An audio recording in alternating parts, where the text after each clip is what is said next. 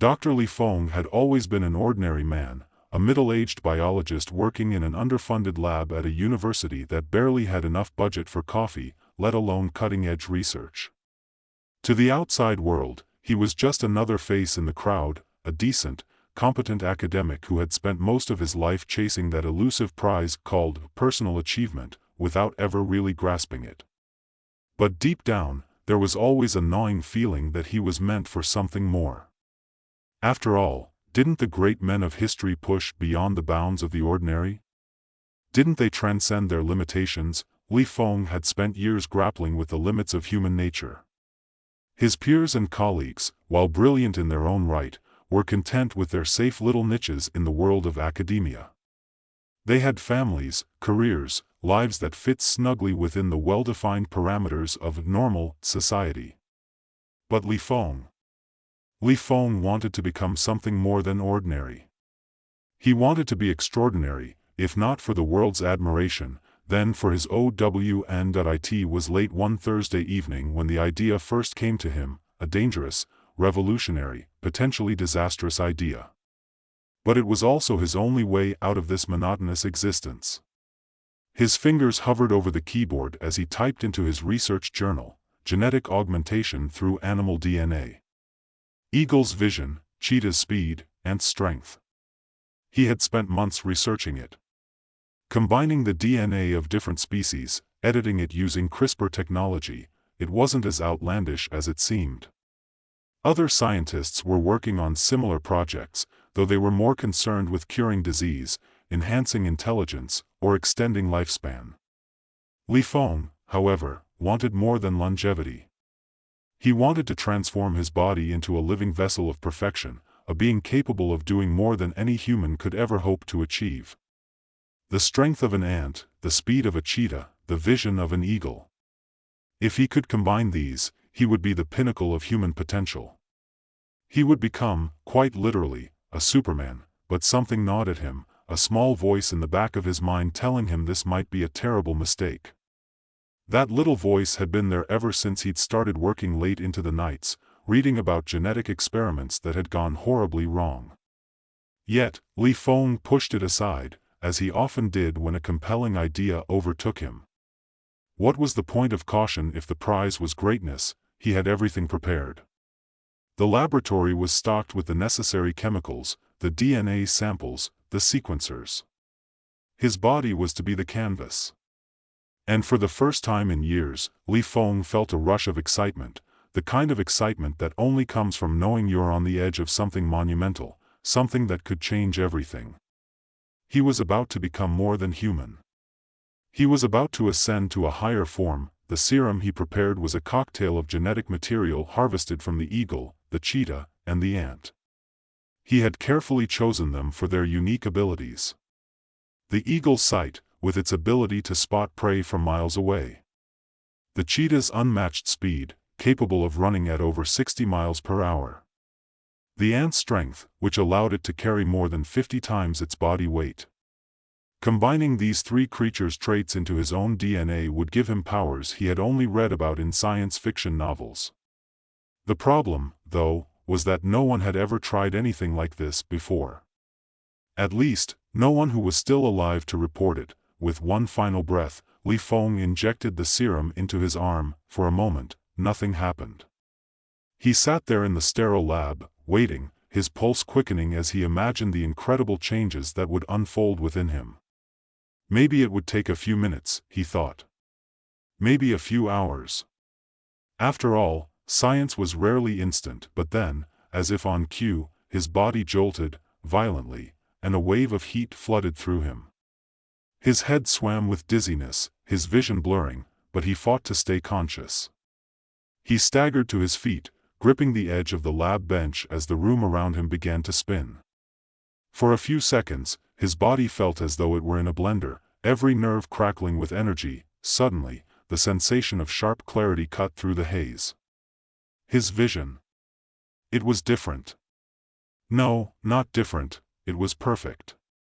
It was as though his eyes had been opened to an entirely new world. The minutiae of his surroundings became crystal clear. He could see the dust motes floating in the air, each one drifting lazily toward the floor. He could read the labels on bottles across the room, from 5 feet away.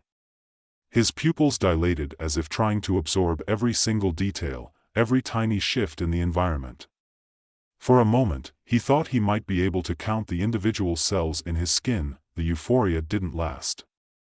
Almost immediately, a wave of dizziness swept over him again, and this time it wasn't just his vision that was altering. His entire body felt like it was on fire. He could feel his muscles twitching, his legs restless, as if they were aching to move at a speed that his mind could barely comprehend. It wasn't pain, it was something much worse. It was an overwhelming, primal urge to run. Stay calm, he muttered to himself, but even as he did, his legs began to shift, restless with the need to take off, and then it happened that he sprinted. One moment, he was standing in the center of the lab, and the next, he was slamming into the far wall, his body like a blur of motion, propelled by an animalistic instinct. The impact sent him crashing into the lab's metal shelving unit, which fell over with a crash. Papers, test tubes, glass vials, everything scattered across the floor in a violent mess. He barely registered the disaster he had caused. His body was moving on its own, faster than he could stop it, faster than his human mind could process. His feet seemed to be almost floating, as though they barely touched the ground. "No!" Li Feng screamed, trying to regain control, but it was too late. His body wanted to run. It needed to run. His mind was losing control of the most basic physical urges, and he couldn't stop it. In a desperate attempt to halt his forward motion, he slammed into the desk, sending it crashing to the ground. The lab was now in complete chaos. The light overhead flickered, casting long shadows across the floor. He stumbled back, his heart pounding as he struggled to regain control, but then something else happened. A strange tingling sensation spread through his arms and legs, as if his muscles were no longer his own. It was as though he had become a vessel for pure, unbridled strength. And just like that, his fingers tightened around the broken desk, and he lifted it, effortlessly, off the floor. His heart raced with fear and exhilaration. The strength of an ant, the speed of a cheetah, the vision of an eagle, they were all inside him now. The problem was, he couldn't control them. For the first time in his life, Li Feng felt a mixture of awe and terror. Li Feng stood in the middle of his lab, the chaos around him a reflection of the turmoil inside his body. He could feel his heart hammering in his chest, his breath coming in short, shallow gasps. The desk still clutched in his hands. He looked down at it, confused. The weight of it was nothing, but his fingers were trembling, straining to unclench. It was as if his body had become something else entirely, something alien, a thing with instincts and desires of its own.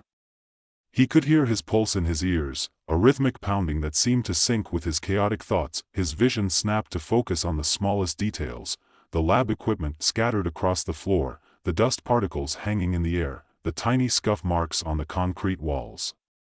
It was as if he had just discovered a whole new dimension of existence, a world where even the most insignificant things mattered. But there was no time to marvel at his new sight, because his body was telling him one thing: run. His muscles twitched in anticipation, coiling like springs. His legs vibrated with the urge to take off, to break free of the confines of the room. "Stay calm," he muttered under his breath, but the words sounded weak, distant. His body didn't hear him. The need to move was overwhelming, primal, as if a part of him had been woken up that could no longer be silenced. Without thinking, his legs shifted, pushing forward before he even realized what was happening. In a blur, he sped across the room, his feet barely touching the floor, his body a blur of motion. He slammed into the opposite wall before he could stop himself, the impact knocking the breath out of him. The sound of cracking drywall echoed in his ears, followed by the violent shudder of his body as he tried to halt the madness. But it was no use. It was as if his human consciousness was being overridden by something else.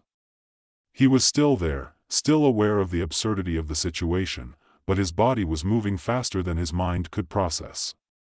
His muscles were too strong, too fast, too much. The sensation was dizzying, euphoric in a way, like a runner reaching the peak of a sprint, only to realize they had crossed into some territory they were never meant to reach.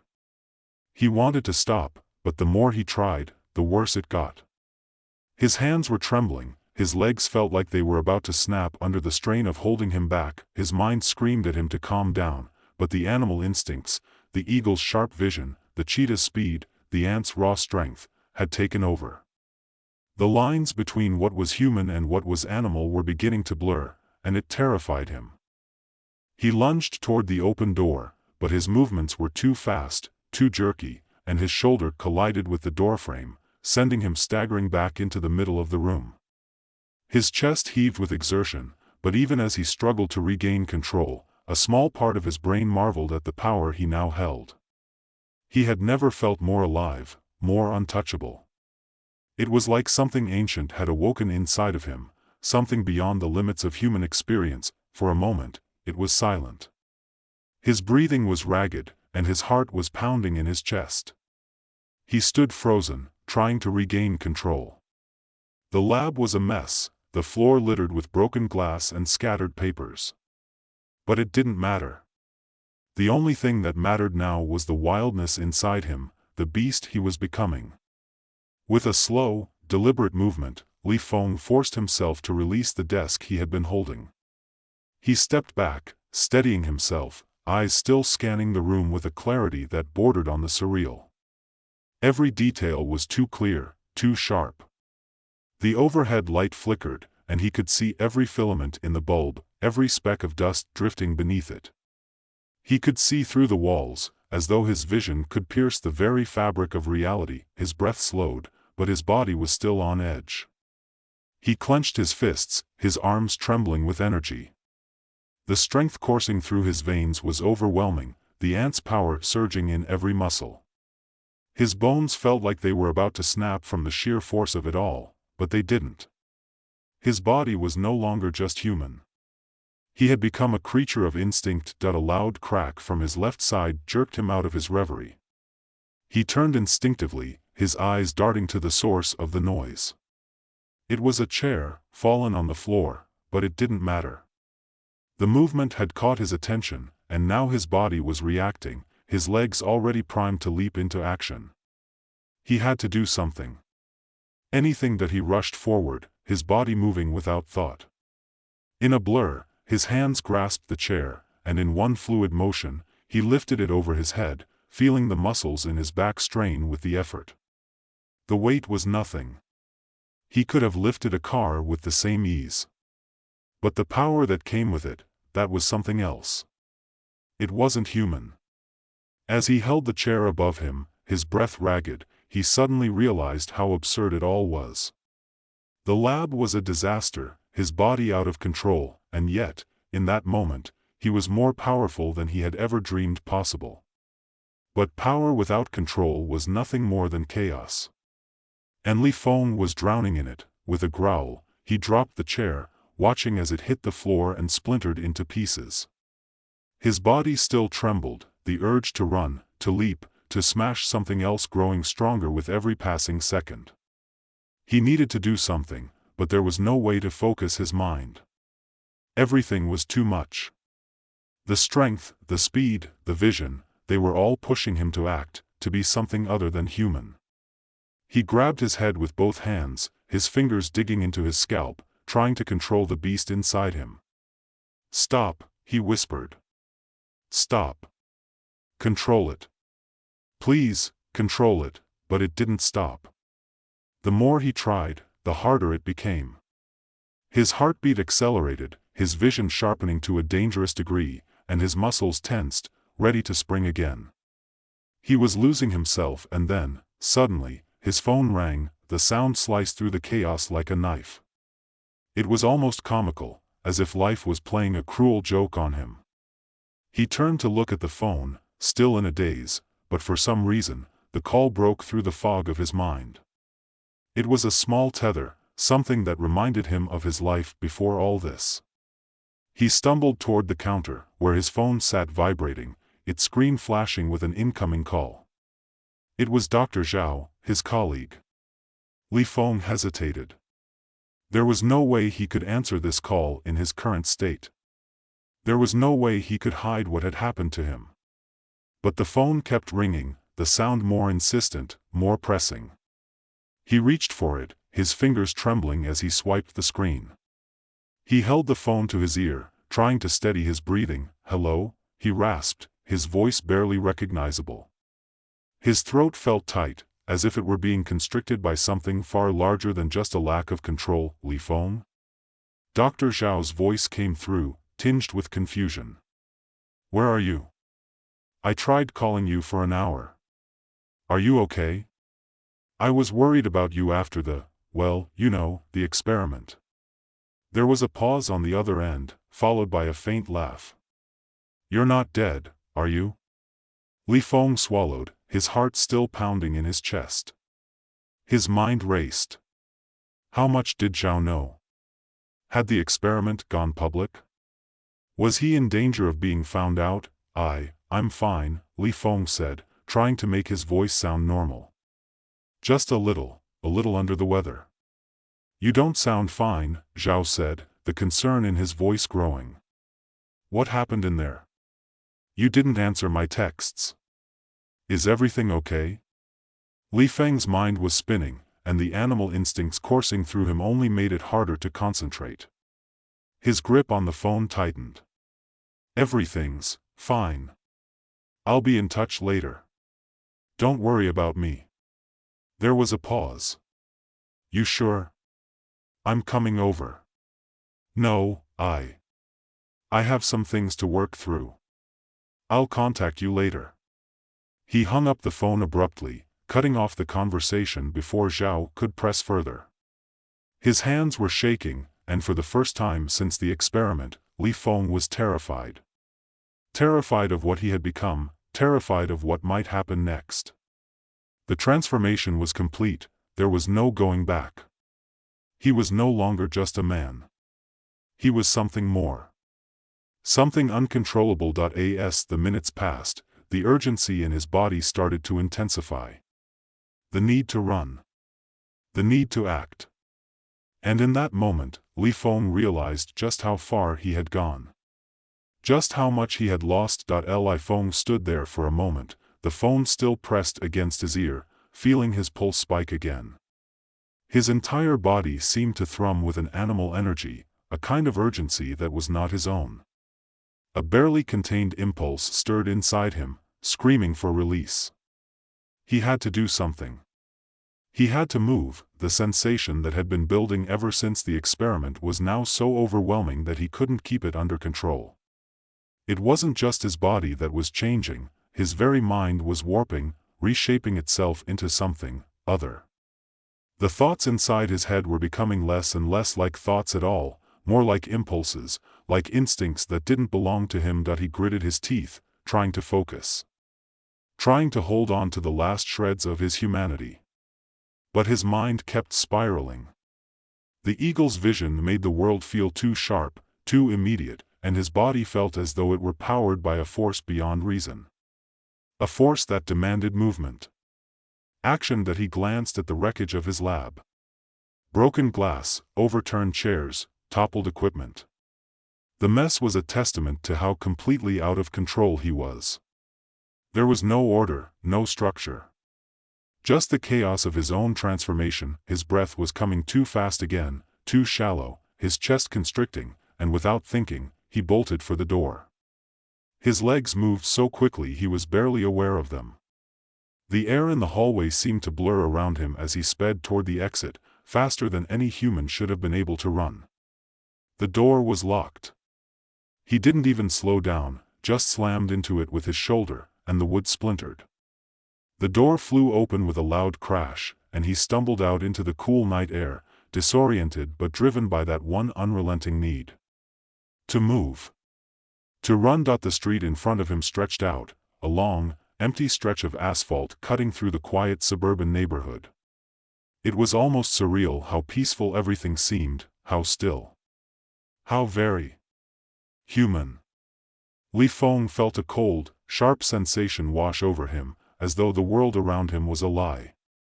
His senses were overloaded with the sharpness of the details, the way the streetlights flickered, the crickets in the grass, the way the shadows shifted in the night. He felt his body, coiled and taut, almost vibrating with energy. His legs were aching to move, to break free. His vision, sharp and crystal clear, picked out every minute detail. He could see the distant movement of a car down the road, the flicker of its headlights reflecting off a distant storefront window. Everything was so clear. So painfully, unnervingly clear. The urge to run was no longer a simple desire, it had become an imperative, a compulsion that was deeper than thought itself. He felt like an animal on the hunt, instinctively aware of the world around him, aware of the distance he could cover, the power that was in him, waiting to be unleashed. With no more thought than it took to breathe, Li Feng began to run. His legs moved faster than he had ever thought possible, eating up the pavement with a speed that defied reason. His feet barely touched the ground. Each stride carried him farther, faster, until the world around him became a blur of colors and shapes. His body, out of control, out of sync with his human mind, propelled him onward. His heart thundered in his chest, and the wind rushed past his ears, deafening in its intensity. The world blurred and twisted around him, but still, he ran. And in the back of his mind, a single thought echoed, "What have I done?" His body was responding without him, his senses on overload, his mind lost in the overwhelming tide of animal instincts that had been awakened in him. He wanted to stop. He had to stop. But something deep inside him, something animal, told him he couldn't. Not yet. He ran until his legs burned, until his lungs screamed for air. But it wasn't enough. There was always something more, always more speed, more power. He could feel it in his muscles, in his bones. And still, it wasn't enough. At some point, he slowed, his breath ragged, his body aching from the unnatural strain he was putting on it. His vision cleared just enough for him to realize he was standing in the middle of a park, the trees surrounding him swaying in the wind. He had no idea how far he had run, or how long he had been out there. Time felt irrelevant, like a distant memory. He looked down at his hands, clenched tightly into fists, his knuckles white from the pressure. The strength in his body was unnatural, even by his own standards. He had always prided himself on being a man of reason, of control. But this was beyond control. It was raw, untamed. Savage. The power that surged through him now was unlike anything he had ever imagined. And he had no idea how to stop it. His head snapped up at a movement in the corner of his vision, a figure standing by a nearby bench. For a moment, he thought it might be another person, another human. But as his vision sharpened, he realized it was something else entirely. A cat. It was small, but sleek and strong-looking, its eyes glowing eerily in the dim light. It was watching him, its body crouched low, tail twitching. Li Feng froze. The creature was staring right at him, and suddenly, he felt it, that same wild, untamable urge to chase, to pounce, to hunt. It was instinct. It was his instinct. Without thinking, he lunged forward, his body propelling itself faster than his conscious mind could catch up.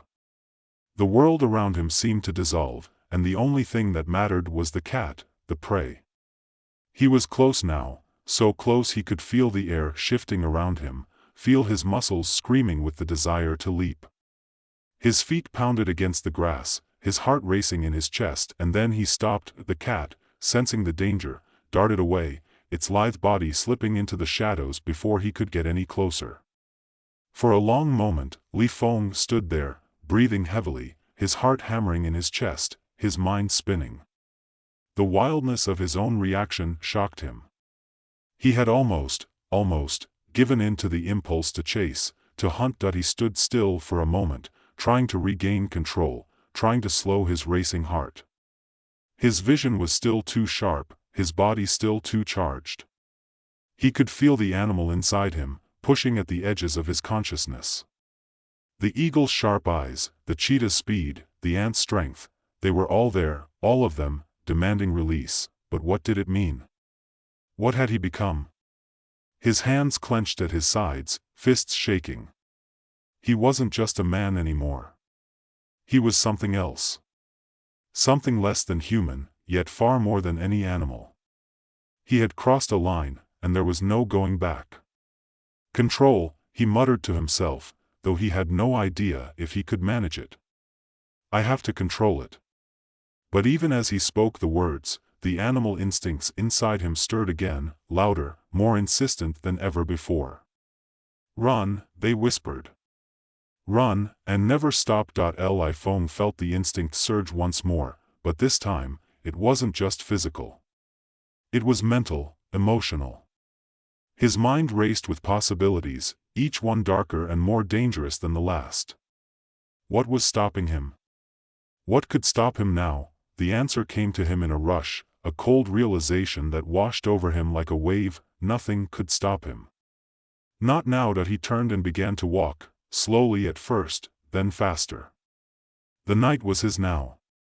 The world was his to conquer, to control, or to destroy, and for the first time, Li Fong understood what it truly meant to be free. The first sign that something had gone wrong came on a Tuesday. Chen Tao was standing in front of the factory's old vending machine, his hands resting on the cold glass. He was staring at the choices, deliberating in that mind-numbing way people do when they know they should eat healthy but just can't resist the allure of salty snacks. A protein bar? Too dry. Chips? Maybe. His stomach growled, reminding him that it didn't matter what he chose, he was hungry either way. Then the rat appeared. It scurried out from the shadows behind a crate, its tiny feet tapping against the concrete floor. Normally, in a factory like this, rats were a dime a dozen. No one would bat an eye. But this was different. Tao froze mid-motion, his hand still on the button of the vending machine. The world felt louder. The air seemed to thicken, as if the space between him and the rat was suddenly amplified by some force he couldn't explain. He could hear its heartbeat, rapid, panicked, fast like a ticking clock. His breath quickened. Instincts, hunger, ferocity, something primal, suddenly surged through him. He felt his muscles tense, his legs itching to move. He wanted to chase. His eyes locked onto the little creature, and he could feel every twitch, every slight movement in its fur. He could smell it, sweat, oil, the musty scent of damp earth. His pupils dilated, his vision focusing so sharply that the rat's every detail was now like a high-definition movie on fast-forward. Time stretched. The rat froze, its beady eyes meeting his. And for a brief, terrifying moment, it felt like the universe had contracted to this single, heart-stopping point. Tao's hands clenched into fists. Every nerve in his body screamed for action. But then, with a sudden burst of speed, the rat darted away, disappearing into the shadows. Tao blinked. The spell broke. The noise of the factory floor rushed back, the smell of oil and metal, the hum of machinery, the conversations in the background. His pulse was racing. He stood there for a moment, confused, out of breath, his mind trying to make sense of what had just happened. A rat. Nothing more. And yet, something inside of him had shifted. Something had stirred, something dark, something hungry. His hand still hovered over the vending machine. Chips or protein bar? The question seemed insignificant now. The hunger gnawed at him, but it wasn't the kind of hunger for food. It was something deeper. Something raw. The next few days passed in a blur of unease. Tao tried to shake off the feeling, but it lingered, like a shadow dogging his every step. He was a factory worker, a simple man, nothing special. He hadn't asked for anything extraordinary in life. But a year ago, everything had changed. He'd volunteered for the genetic enhancement program on a whim. The promise of becoming stronger, faster, smarter, who wouldn't want that? It had been experimental, yes, but the benefits were undeniable. The company had offered a free trial of sorts, genetic editing to enhance physical abilities. At first, the results had been astonishing. His eyesight had sharpened to the point where he could read a menu across the room without glasses. His reflexes were faster, his strength beyond what anyone would expect of a man his size. He could lift a 100-pound crate with ease. He could run faster than he ever had in his youth. He was better. It was like magic. Or maybe something darker than magic, but now, he wasn't so sure. It had started small. The increased sensitivity, his hearing, his sense of smell. At first, it was almost a novelty. He could hear the faintest rustle of leaves outside his window, or the distant chirping of birds when there were no birds around. He could smell the faintest hint of perfume on a woman walking past him on the street, or the metallic tang of a nearby car's exhaust. Little things. But then the little things grew. He began hearing the pulse of his own blood, echoing in his ears like the thud of a distant drum. At night, he'd wake to the sound of his heart beating, so loud, so insistent. His skin would itch, and his muscles would twitch with an energy he couldn't quite control. He didn't know what to make of it. What had started as an advantage, his new abilities, was beginning to feel like a curse. It was Wednesday, and Tao found himself once again standing outside his company's main office, staring up at the glass and steel tower. His heart was racing. But this time, it wasn't from the enhancements. No, it was something else. Something more terrifying. He'd come to see Mr. Wang, the CEO. It had been a long time since they'd had any serious conversations, but Tao had earned a reputation in the factory. He'd turned heads, impressed the right people, and had been promoted to lead a small team. He was no longer just an ordinary worker. But today, he wasn't here to impress anyone. He had questions. Questions that needed answers. The lobby was sleek, clean, minimalist. A few employees sat at their desks, chatting in hushed voices, heads down. Tao was used to it by now. The sterile silence of the corporate world didn't faze him anymore. He was just another cog in the machine. Except, today, he wasn't. Mr. Chen, a receptionist called, glancing up from her phone. Mr. Wang is waiting for you in his office. Tao nodded and moved toward the elevator. It took him up to the top floor, the world below shrinking with each passing second.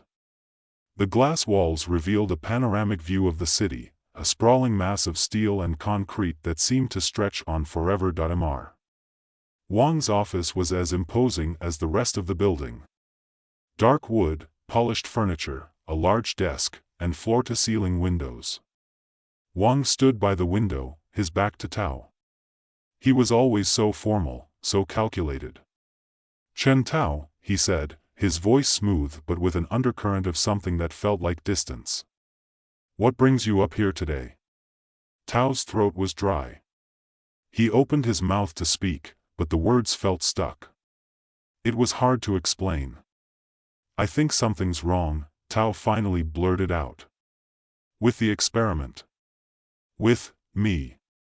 Wang didn't turn to face him, but Tao could feel the weight of the man's gaze. "You've done well. We're pleased with your results." "I'm not talking about the results," Tao snapped, his voice rising without his control. "I'm talking about the changes. The side effects. I don't feel right." Wang turned slowly, his expression unreadable. "You've experienced changes? The enhancements we implemented were designed for human optimization, Chen Tao. You're better now. You must know that. These feelings you're describing, they're more than feelings," Tao interrupted. "I can hear everything. Smell things I shouldn't. And the rage. I can't control it anymore." Mr. Wang's eyes narrowed. "What exactly are you trying to say?" "I think I'm losing control. I feel different. Animal. Like I'm not human anymore." Wang's lips twitched in something between a smile and a frown. "There's always a price for power, Tao. You're not the first to feel disoriented after the procedure. But you will adapt. The animal instincts are a side effect. They're temporary. Temporary? Tao repeated, his pulse quickening. What if they're not? What if they take over? Wang sighed. Listen, I've heard it all before. The hunger, the aggression, the sensory overload. It's all part of the process. You'll adjust. But Tao didn't feel convinced. There was something about Wang's response that seemed too rehearsed, too dismissive. Tao wanted answers. Real answers. As he left the office, his mind raced. Was Wang telling the truth? Or was there something more sinister at play? The next morning, Tao went to see Dr. Li, a former researcher from the lab that had developed the genetic treatments. He'd been the one who'd warned him about the risks before Tao had signed up for the procedure. The doctor's office was quiet, the sterile smell of antiseptic lingering in the air. "Chen Tao," Dr. Li said with a frown as he opened the door. "What brings you here? I thought you were doing well." "I need your help," Tao said, his voice low. "Something's wrong. I think I'm losing myself." Dr. Li paused, his eyes darkening. "I feared this day would come. The enhancements, while they've made you stronger, faster, more intelligent, they've also altered your brain chemistry. Your primal instincts are fighting to take control. The gene editing wasn't perfect. You're experiencing the hunter effect. It's not just physical, it's mental. You're not just more powerful, you're more animal." Tao felt his heart skip a beat. The hunter effect. Was this really happening? Was he becoming something else entirely? "There is a way to reverse it," Dr. Li continued, "but it's dangerous. The cure involves suppressing the genetic enhancements, but doing so might leave you weak. It's a risk." Tao swallowed hard. "I'll do whatever it takes."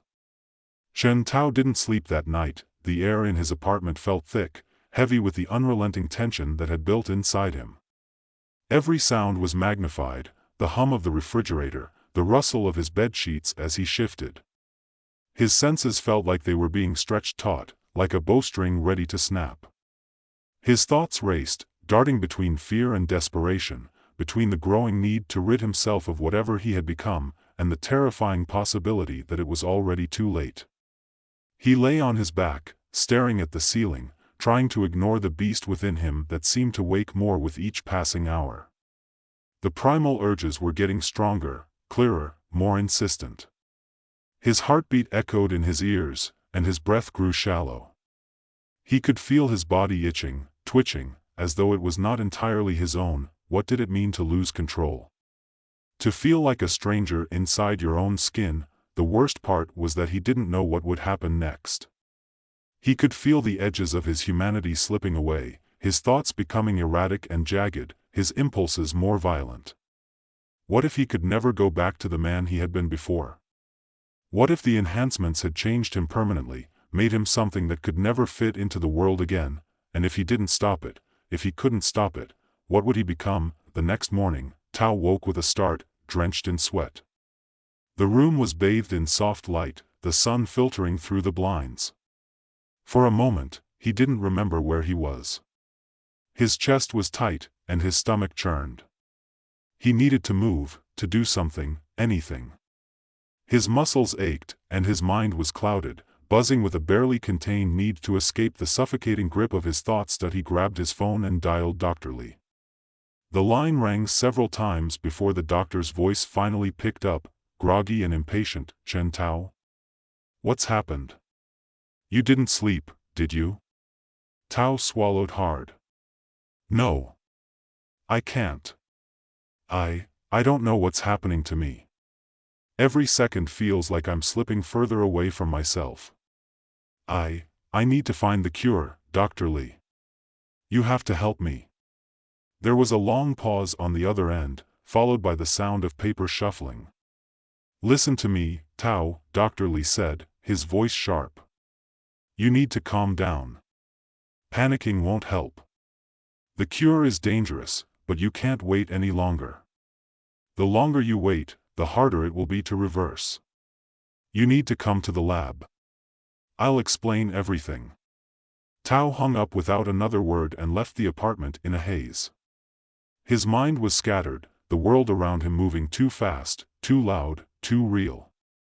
He wanted to run until his legs gave out, until his mind could finally settle. But there was no time for that.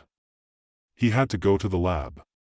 Had to find the antidote before whatever was inside him completely took over. The streets felt alien as he walked, his senses flaring with every footstep. The sharp scent of exhaust from the cars, the crunch of leaves beneath his shoes, the distant laughter of children, it all hit him at once, too much to process. He couldn't ignore it. He didn't know how to shut it out. He reached the lab in record time. It wasn't far, but the distance had felt like miles, his thoughts a blur. He was barely aware of his surroundings anymore, walking as if in a daze, his body moving on autopilot, driven by something deeper. Dr. Lee was waiting for him at the entrance, his face drawn, his eyes tired.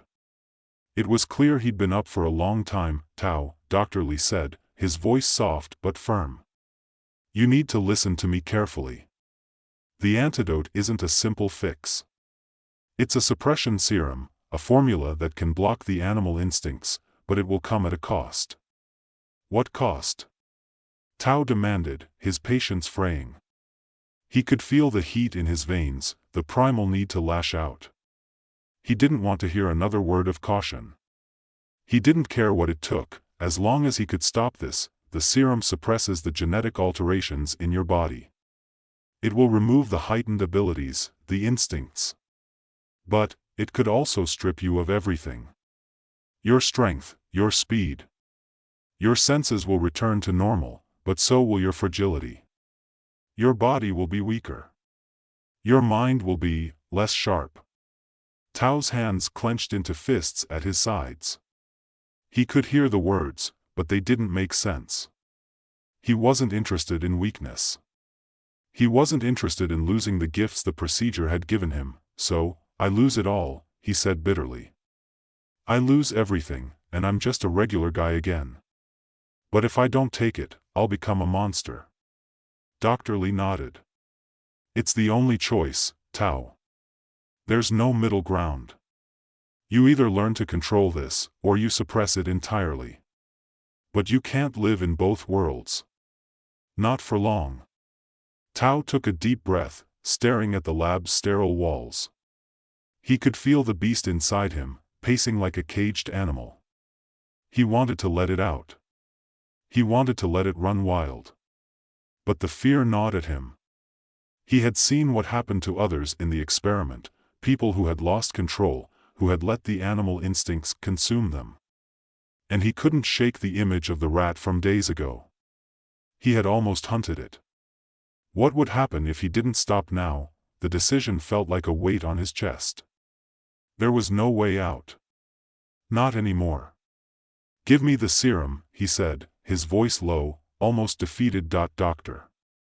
Lee led him to a small examination room in the back of the lab. The air inside was cool, the sterile scent of chemicals lingering in the corners. Tao's pulse raced, but he didn't have time to dwell on it. His mind was already spinning. Would this cure work? Would it really stop the animal inside him, or would it just make him weak, vulnerable? The doctor handed him a small vial filled with a dark liquid. It shimmered ominously under the fluorescent lights. Tao's stomach churned. Are you sure? Dr. Lee asked again, his eyes searching Tao's face for any sign of hesitation. This is a one-time treatment. Once you take it, there's no going back. Tao didn't answer. He just took the vial, unscrewed the cap, and tilted it to his lips. The liquid burned like fire as it slid down his throat, hot and bitter, searing its way through his body. His vision blurred. He gasped, feeling a cold sweat break out across his skin. The world around him felt like it was spinning, the edges of his senses retreating, dimming, as if he were being pulled from one reality into another, and then it hit, the world went still. For a moment, Tao thought he had passed out. But then his mind cleared. The chaos of his senses dulled. The humming in his ears subsided. His vision, which had once been razor-sharp, returned to normal. He could hear the sound of his own breath, steady and slow, and the faint buzz of the lights above. He opened his eyes and exhaled a breath he didn't realize he had been holding. The change was subtle, but it was undeniable. His heart no longer hammered in his chest, no longer felt like it might burst from the sheer force of adrenaline. His mind was calmer, quieter. The beast inside him had receded. But so had the sharpness, the edge that had made him better. His vision was no longer clear as daylight, his reflexes no longer lightning fast. Tao felt human again, but at what cost?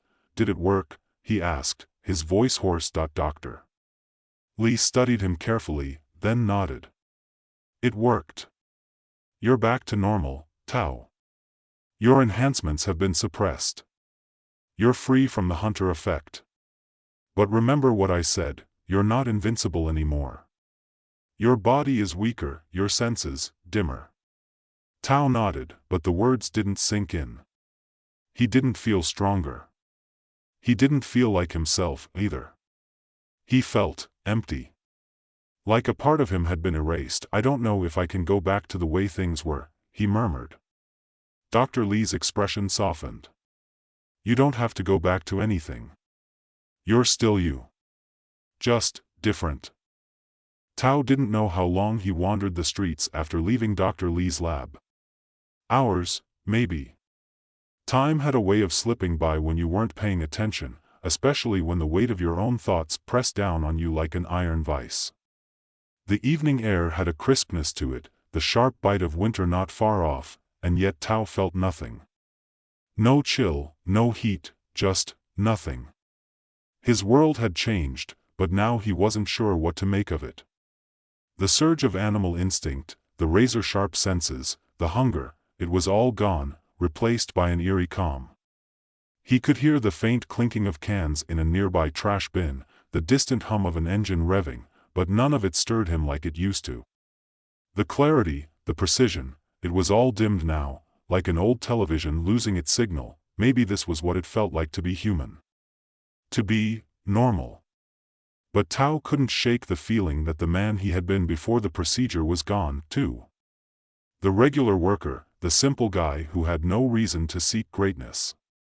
That version of him was slipping away into the background, his memories fading like old photographs. He stopped by the edge of the park, where the city lights flickered through the branches of skeletal trees.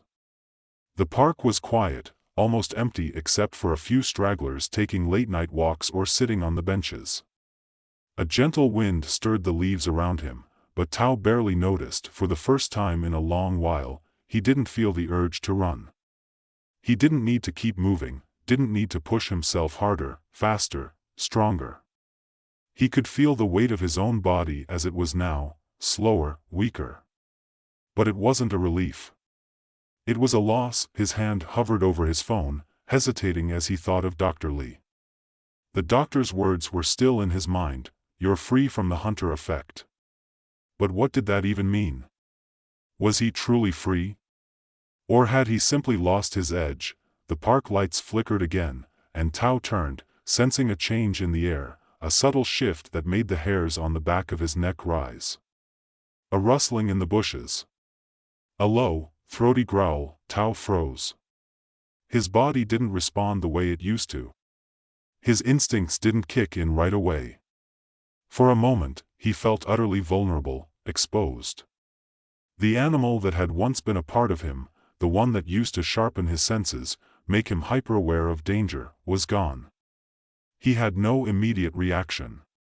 No lightning-fast reflexes to keep him safe.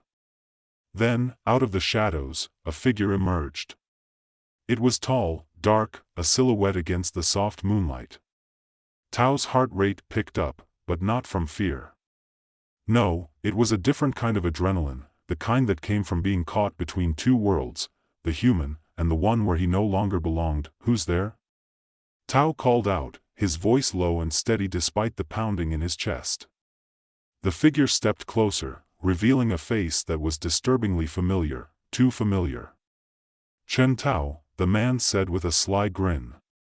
"I've been looking for you." Tao's stomach churned. The voice was like an echo in his mind. He had heard it before. But where? Who was this man? The stranger's face shifted into a mocking smile. Don't you remember me? Tao's breath caught.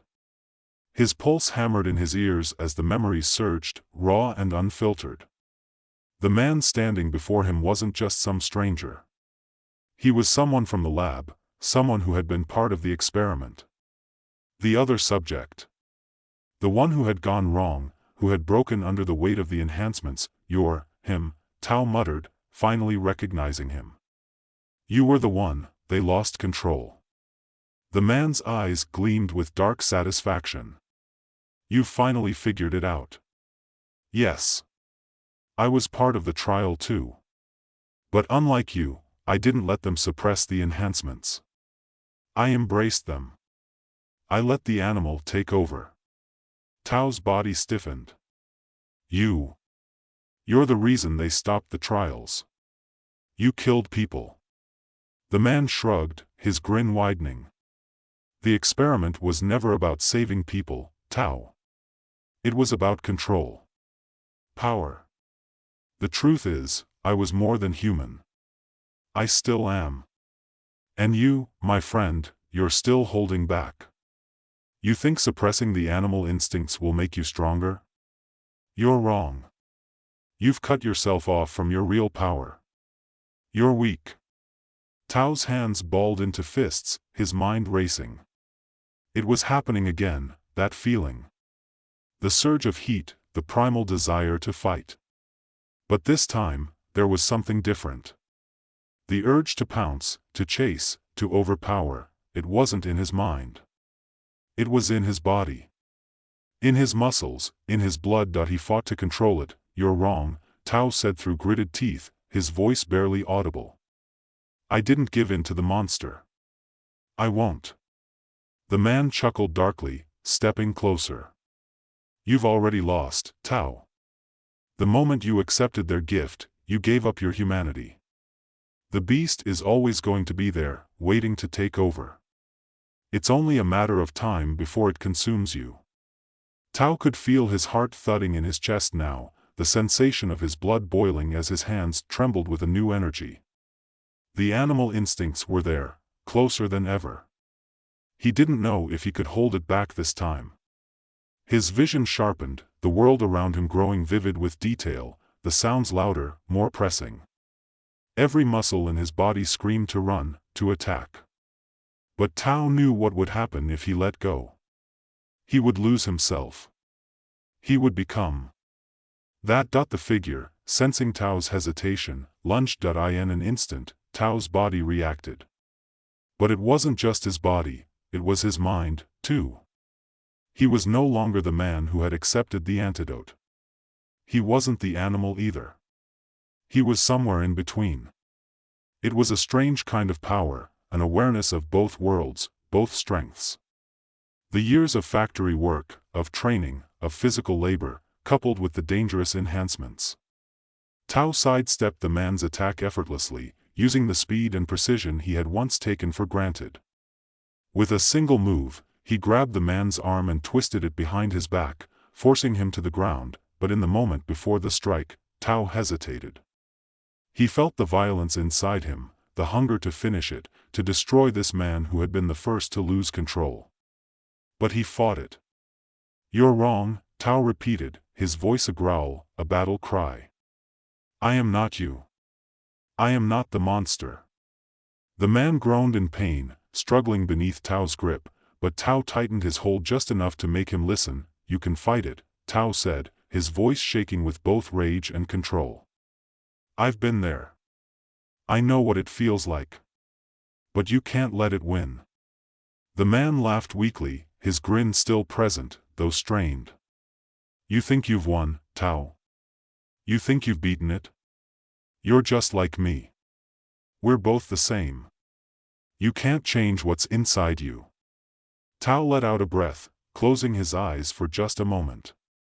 The fight was over. But the battle wasn't won. Not yet. The sound of sirens in the distance brought him back to reality.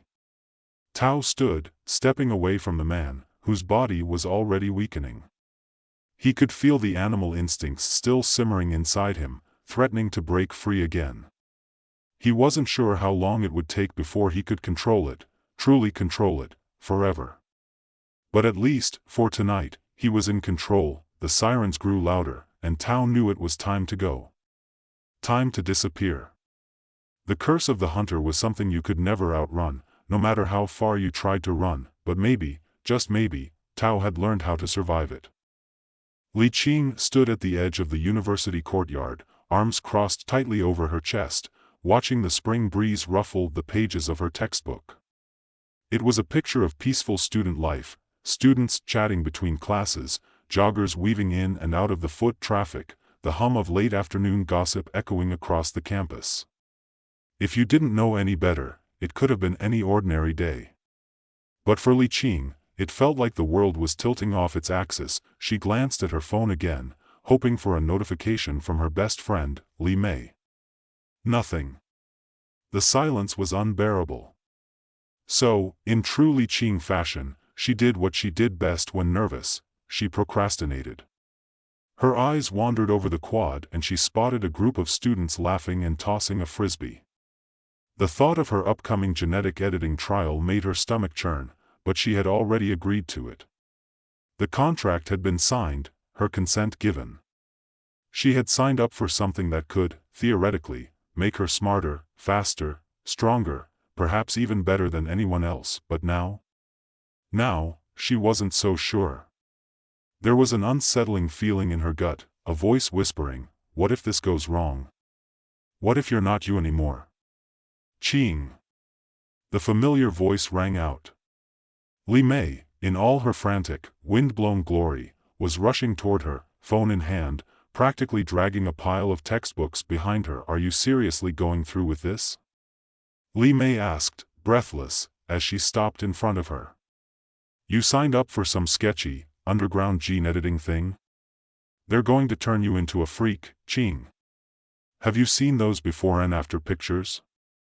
You know, the ones where people go in for extra strength and end up looking like mutant squirrels?"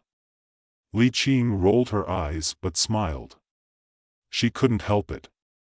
There was something about Li Mei's indignant disbelief that always made her laugh. "Look, Mei," she said, shrugging, "it's just some harmless gene therapy. I'm just enhancing a few things. My brain, my reflexes. Nothing weird, I promise. Besides, I've heard it can help me focus better in class. No more falling asleep during lectures." Li Mei didn't look convinced. "You've been reading too many sci-fi novels," she muttered, scanning the courtyard as if looking for an escape. "I'm telling you, you're going to end up with some animal instinct like a cheetah, or a wolf, or something. And then you'll be chasing people around campus." And, before she could finish, Li Qing felt an almost instinctual surge of energy, the kind you get when you've been sitting too long and need to move. Without thinking, she took off running. And oh, what a run it was! Li Mei's scream was a distant sound as Li Qing's body blurred into motion, her legs propelling her forward like a force of nature. Her feet barely touched the ground as she zipped past startled students, knocking over a potted plant in her wake. She reached the edge of the courtyard before she even registered what had happened. "What the?" Li Mei's voice was swallowed by the wind, but Li Qing barely noticed. Her senses were in overdrive. Her eyes picked up the minutiae of the environment around her, the way the sunlight glinted off the glass of the nearby library windows, the faint trace of chocolate wafting from the student cafe. She could hear the sound of feet crunching gravel in the distance, the laughter of a group of students still far behind. Everything felt so clear, so alive. She should have stopped. She needed to stop. But she was already speeding toward a fountain at the center of the quad, her legs pumping faster than they had ever done before. She was almost there when, thud. She collided with a street vendor's cart, causing a heap of brightly colored bottles to cascade onto the ground. In her desperation to regain control, she leapt, yes, leapt, onto the vendor's table, knocking over a row of fruit cups. The vendor stared at her, mouth agape, as Li Qing scrambled to stay on top of the cart, her balance shot from the sudden rush of energy.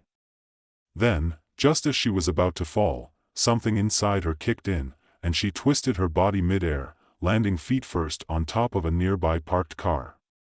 The students around her had frozen. Phones were out. Li Qing froze, too, realizing she was on top of the car, staring into the wide, shocked eyes of a couple who had just arrived. She blinked, her heartbeat racing. Sorry, she said, then promptly rolled off the car's hood and onto the sidewalk. As she stood up, dusting herself off, she heard a familiar voice. Qing. Are you okay? Li Mei was running up to her now, eyes wide with disbelief. You just ran across the entire campus, jumped onto a cart, and then leapt on top of a car. What the heck happened?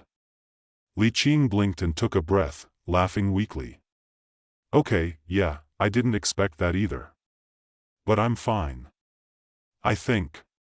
Then it hit her. Something was wrong. Her heart thudded in her chest, not from the exertion of the run, but from the way her senses were still heightened. She could hear a distant bird chirping, feel the warmth of the sun on her skin, and there was something else. A strange, almost feral impulse crawling under her skin. Run again, the thought whispered in her mind. Hunt. She froze. Li Mei watched her nervously. Qing. Are you all right? I think I need to go home, Li Qing said, her voice low, her hands trembling. She didn't wait for her friend to answer before she turned and walked away, slowly at first, but then faster. She wasn't sure why, she just needed to run. By the time she got home, the impulse to run had faded, but the unease hadn't. It gnawed at her from within, a hunger she didn't understand. She stepped into her small, sparsely furnished apartment, and for the first time in what felt like forever, she didn't feel like herself. Something is happening to me. She felt it in her bones. The gene editing trial was taking hold. It wasn't just her mind that was sharper now, it was something deeper, something primal. She sat down on her couch, staring out the window, lost in thought. Her body was on edge. She could feel her muscles coiled tight, her senses still humming, alert to every movement outside the window. Her phone buzzed. It was Li Mei again. Seriously, you need to tell me what's going on. This isn't normal, Qing. Li Qing stared at the message for a long moment before typing a reply. I'll be fine. Just need some time to figure it out. She set the phone down and closed her eyes. The world outside her window felt far away, as if she were no longer a part of it. She was something else now. Something other. Something dangerous. Li Qing tossed and turned that night, her mind restless. The strange feeling gnawed at her, but she couldn't put it into words. The heightened awareness, the sharpness of her senses, the ferocity inside her, it was all too much. Her heart raced every time she closed her eyes, as if something deep inside her was straining to break free. She had always been just Li Qing.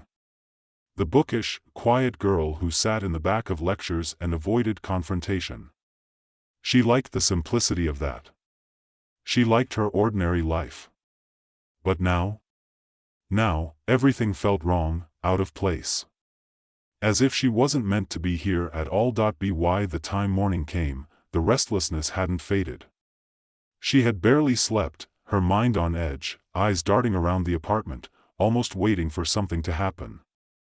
She glanced at the clock. 7:45 a.m. Her class started at 8 o'clock. She was supposed to meet Li Mei in the cafeteria first, but her body felt heavy, as if her instincts were pulling her in a different direction. Her phone buzzed, but she ignored it. She couldn't face Li Mei's constant questioning right now. Instead, she stood and pulled on a jacket. A cold wind greeted her as soon as she stepped outside, but it did nothing to dull the raw hunger inside her. She didn't know what she was hungry for, food, or something more. Something, Primal, the campus was eerily quiet as she walked across the quad. She noticed things she had never paid attention to before: the sound of the leaves rustling in the trees, the faint scent of coffee wafting from the student union, the soft murmur of conversation coming from a distant corner. Her mind sifted through it all, processing every detail with unnerving precision. But it wasn't just her senses. It was her body, too, tight, coiled, ready to move at a moment's notice. And then it happened. A squirrel darted across the path in front of her, its little paws scrabbling at the ground as it searched for food. Li Qing stopped dead in her tracks. Her eyes fixed on the animal, her pulse quickening. For a moment, everything else, the campus, the people, the buildings, faded away. There was only the squirrel, and the undeniable urge to chase it. Her legs twitched involuntarily. Her heart thundered in her chest, blood rushing in her ears. She could hear the faint patter of the squirrel's claws, its tiny, erratic movements. Her instincts screamed at her to chase it, to catch it. She took a step forward, then another. The squirrel froze, sensing her presence. Li Qing's breath came faster now, her vision narrowing. She was almost there, just a few more steps, and a voice broke through the haze of her mind. Qing. She blinked, startled. Her body froze as if someone had pressed pause on her. It was Li Mei, standing a few feet away, staring at her with wide eyes. What the hell is wrong with you? Li Mei demanded. You were about to chase that squirrel like an animal. Li Qing shook her head, disoriented. I didn't mean to. It was just, she stopped herself, swallowing hard. I'm not sure what's going on, Mei. Something's happening to me. Li Mei took a step forward, concern in her voice. You're scaring me, Qing. This isn't normal. Maybe you should stop with this gene editing experiment. It's messing with your head. Li Qing frowned, rubbing her temples. The urge to hunt, the hunger, had not dissipated. I can't just stop now. It's already started. I can feel it. Something's changing in me. Li Mei hesitated, her face torn between worry and disbelief. This is insane. You're talking like you're losing your mind. Li Qing felt a surge of frustration. She didn't want to feel like this. She didn't want to be some animal. But the pull was undeniable. The gnawing sensation deep within her, the ferocity that wanted to break free, it wasn't something she could just ignore. The squirrel's twitching form was still etched in her mind. I'm not losing my mind, Li Qing said, her voice tight. I'm just changing. I don't know how to explain it. Li Mei looked at her for a long moment, a mixture of fear and sympathy in her eyes. Finally, she sighed. Fine. If you're sure, but at least let me take you to the doctor. We need to figure out what's going on. Li Qing nodded absently, but deep down, she knew it wasn't a doctor's help she needed. It wasn't medicine that could fix this. It was her. As they walked to the campus medical center, Li Qing couldn't shake the feeling that her body was no longer entirely her own. The strength in her limbs felt foreign. The sharpness of her senses, the way she could hear the rustle of leaves from yards away, the distant hum of traffic, it all felt heightened. Too much. As though she were seeing the world through a predator's eyes. When they reached the medical center, Li Mei ushered her inside. They were met by a receptionist who directed them to a small examination room, where they waited for the campus doctor to arrive. The room was stark and sterile, its white walls doing nothing to ease the tension in Li Qing's body. Every moment felt like an eternity. Finally, the door opened, and a middle-aged doctor entered. He was friendly enough, but Li Qing couldn't shake the feeling that he was just another piece of the experiment, another cog in the machine that had started all of this. Good morning, he said, looking at Li Mei and then Li Qing. What brings you in today? Li Mei opened her mouth to speak, but Li Qing beat her to it. I'm experiencing some side effects from the gene editing trial, she said, her voice barely above a whisper. "I think I'm losing control of myself." The doctor nodded, motioning for Li Qing to sit on the examination table. "We've been monitoring the progress of the participants in the study," he said, his tone clinical.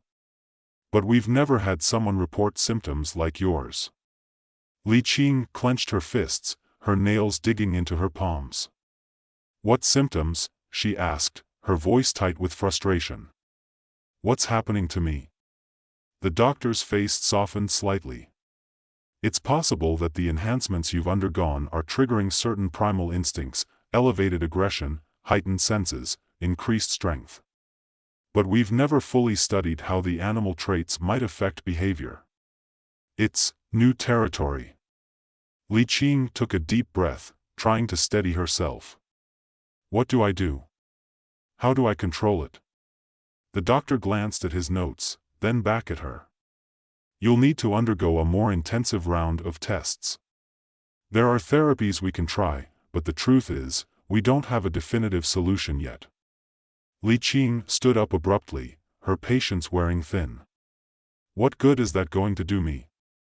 I can't just sit around while I turn into some kind of animal." The doctor blinked, clearly taken aback by her outburst. "Please, calm down. We're doing the best we can," but Li Qing was already out the door, her footsteps fast and purposeful.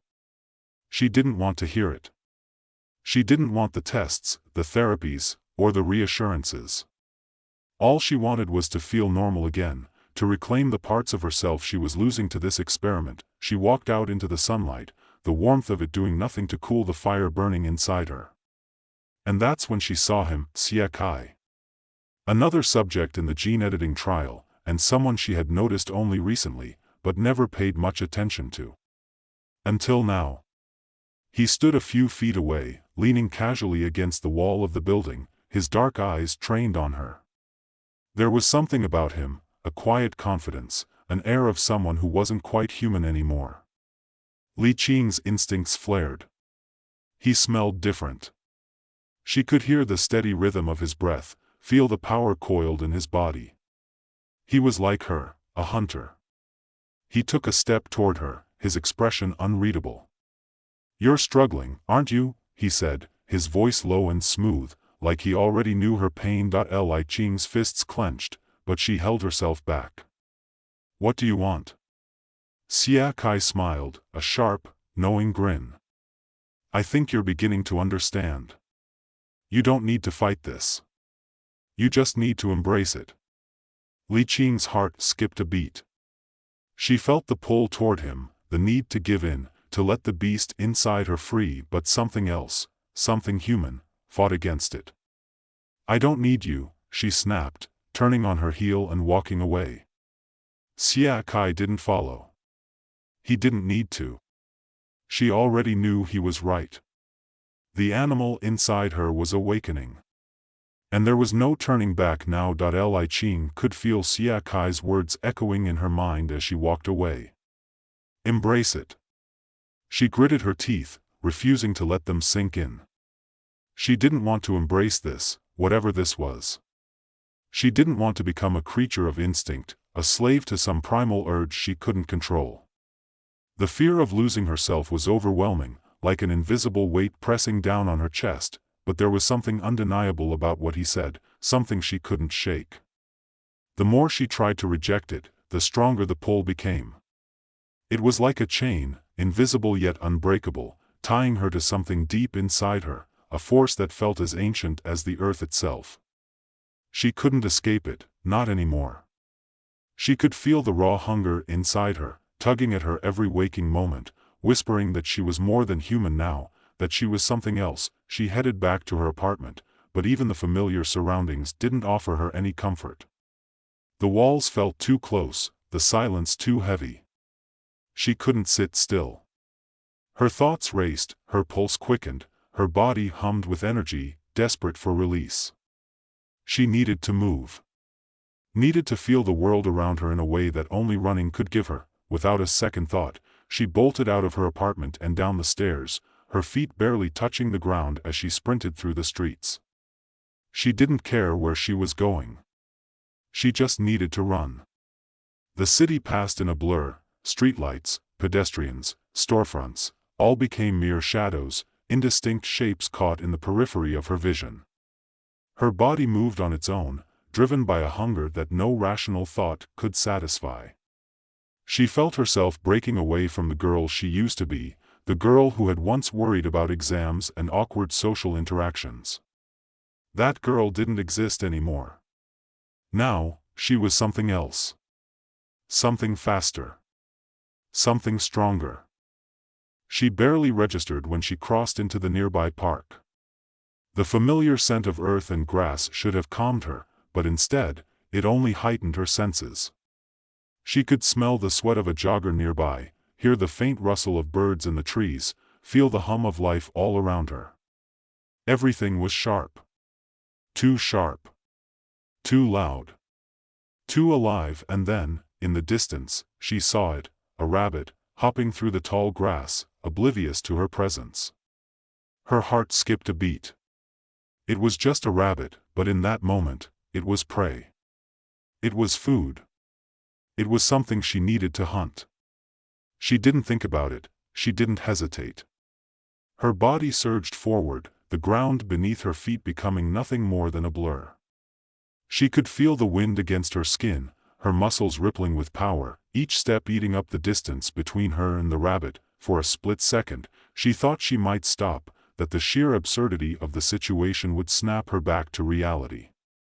But then the rabbit darted to the side, and the instinct inside her flared. She was no longer thinking. She was just moving that her body reacted before her mind could catch up. She lunged, and before she even realized what was happening, she had the rabbit in her grasp. It thrashed in her hands, but she held it with unnatural strength. For a moment, she felt a rush of triumph, a sense of power that was unlike anything she had ever experienced. But then, just as quickly, the elation turned to guilt. She looked down at the small animal, its body trembling in her grip. What am I doing? The rabbit's terrified eyes stared back at her, and the reality of the situation hit her all at once. She wasn't supposed to be like this. She wasn't supposed to be someone who hunted innocent creatures without a second thought. But it had felt so natural. So right. She closed her eyes, willing herself to calm down.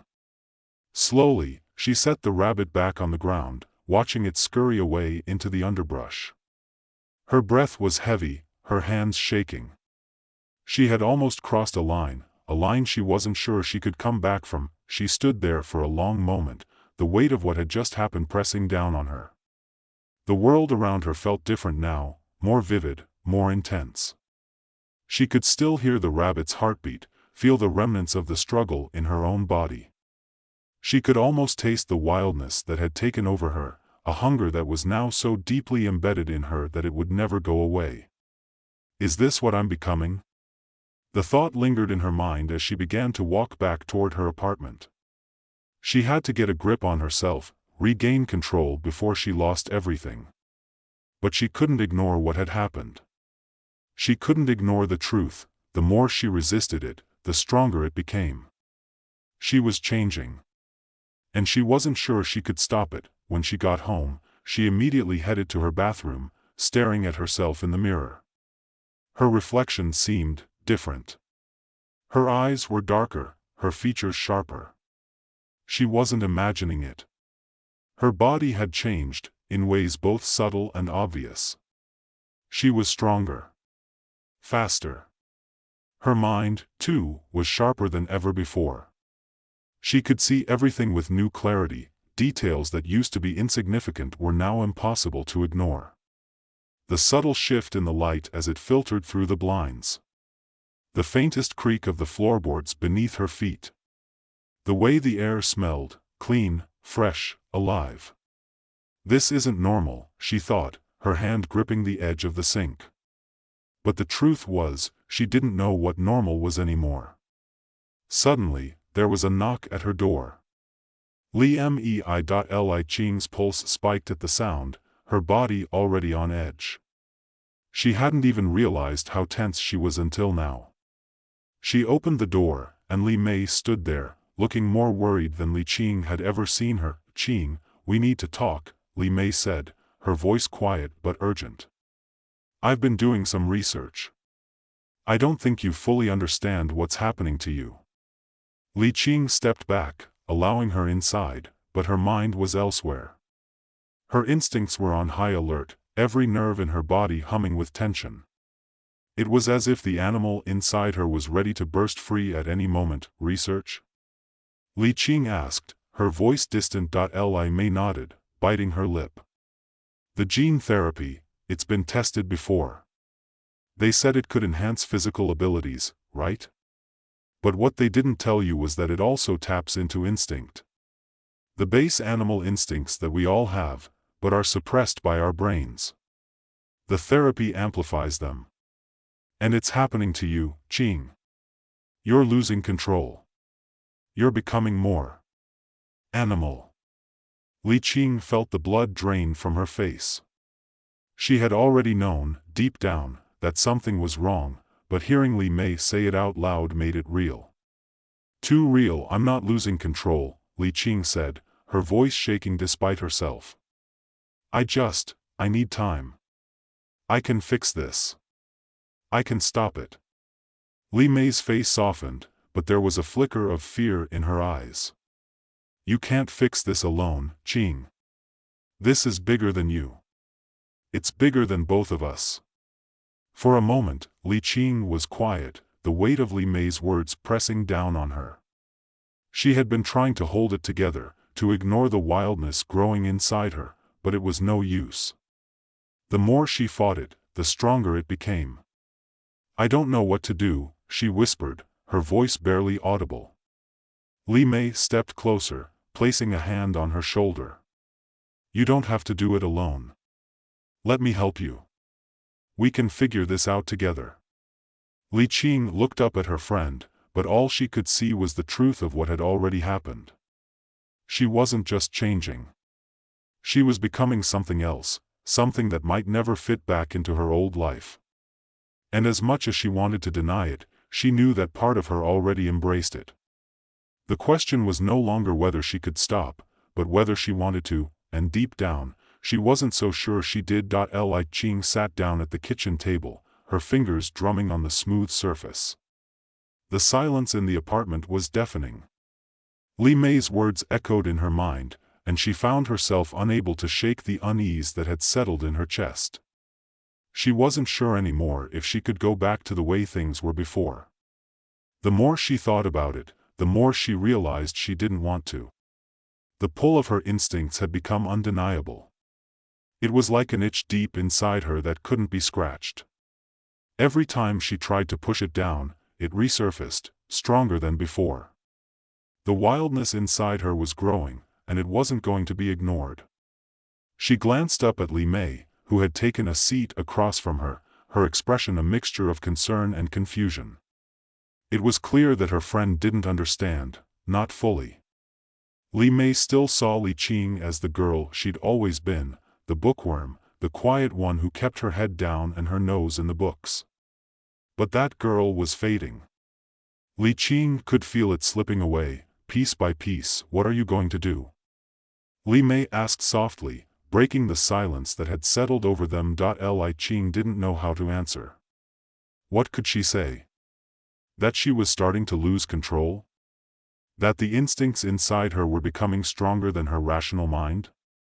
That she could feel her humanity slipping through her fingers like sand? She shook her head, unable to articulate it. How could she explain something so far beyond her understanding? It wasn't just her senses that had sharpened, it was everything. Her thoughts felt clearer, more focused. But with that clarity came an unsettling awareness of how much she had changed, how far she was drifting from the person she had been. "I don't know," Li Qing finally said, her voice quieter than she intended. "I just don't know anymore." There was a long pause as Li Mei studied her. "I think we need to go to the lab. Talk to them. They have to know what's happening to you, Qing.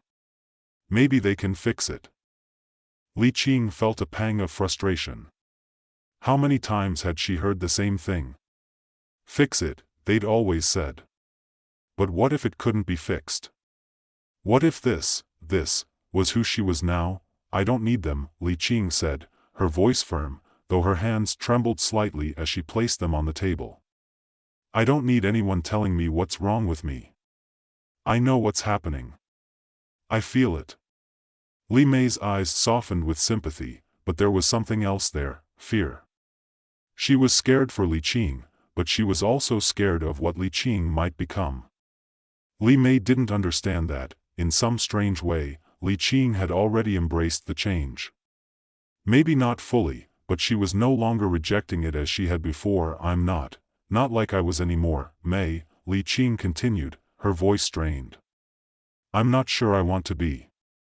The words hung in the air between them. Li Mei looked like she was about to say something, but she hesitated, clearly at a loss for what to say. Li Qing could see her friend's struggle, her desire to help, but also the fear creeping into her expression. It wasn't just fear for Li Qing anymore, it was fear of what Li Qing might do, what she was capable of. I'm still me, Li Qing added quietly, more to herself than to Li Mei. But I'm also more than that. I can feel it inside me. Something, untamed. Li Mei opened her mouth to respond, but before she could, the apartment door suddenly slammed open. Both girls turned in shock as Xia Kai stepped inside without so much as a knock. His presence filled the room instantly, as though the air itself had shifted with his arrival. Qing, Xia Kai said, his voice low and smooth, you're not going to be able to run from this forever. Li Qing's heart skipped a beat. She had been trying to ignore the feeling, the way her body tingled whenever Xia Kai was near. There was a magnetism to him now, a force that she couldn't deny, something wild and raw that pulled her in. Why are you here? Li Mei demanded, standing up, her voice sharp with protective instinct. Xia Kai didn't even look at Li Mei. His gaze was fixed entirely on Li Qing. I came to help you, he said, his voice barely above a whisper, but there was no mistaking the intensity behind his words. You know this is happening. You can't deny it anymore. I can feel it in you. Li Qing swallowed hard. She wanted to push him away, to tell him to leave, but the truth was, she was drawn to him. She couldn't explain it, but there was something undeniable about him. Something that resonated with the part of her that was changing. I don't need your help, Li Qing said, but her voice lacked conviction. Her body had already betrayed her. She felt the shift inside her, a pull toward him she couldn't resist. Maybe not now, Xia Kai said, stepping closer. But you will. Because, deep down, you know that I understand what you're going through. The hunger, the rage, the need to break free. Li Qing's pulse quickened, her mind racing. She could hear his words, but it was like they were laced with something dark, something seductive. Her instincts stirred beneath her skin. She wanted to deny it, but the more she fought against the feelings he was awakening in her, the stronger they became. What do you want from me? Li Qing asked, her voice barely more than a breath, the words slipping from her lips before she could stop them. I want to help you embrace it, Xia Kai said softly, his eyes locking onto hers. The beast inside you doesn't need to be a curse, Qing. It can be power. It can make you stronger. Faster. Untouchable. No, Li Mei interjected, her voice rising with panic. This isn't you, Qing. Don't listen to him. Li Qing turned slowly toward Li Mei, her chest tight. There was a part of her that wanted to shout, to tell Li Mei to stay out of this, but another part, an animal part, wanted to lash out. She could feel the tension coiling inside her, the need to assert herself. I'm not the same as I was, Li Qing said, her voice colder now, more distant. And I'm not going to pretend that I am. I'm not a victim of this, Mei. I'm becoming. She felt Xia Kai's gaze on her, intense and knowing. It was almost like he had been waiting for this moment.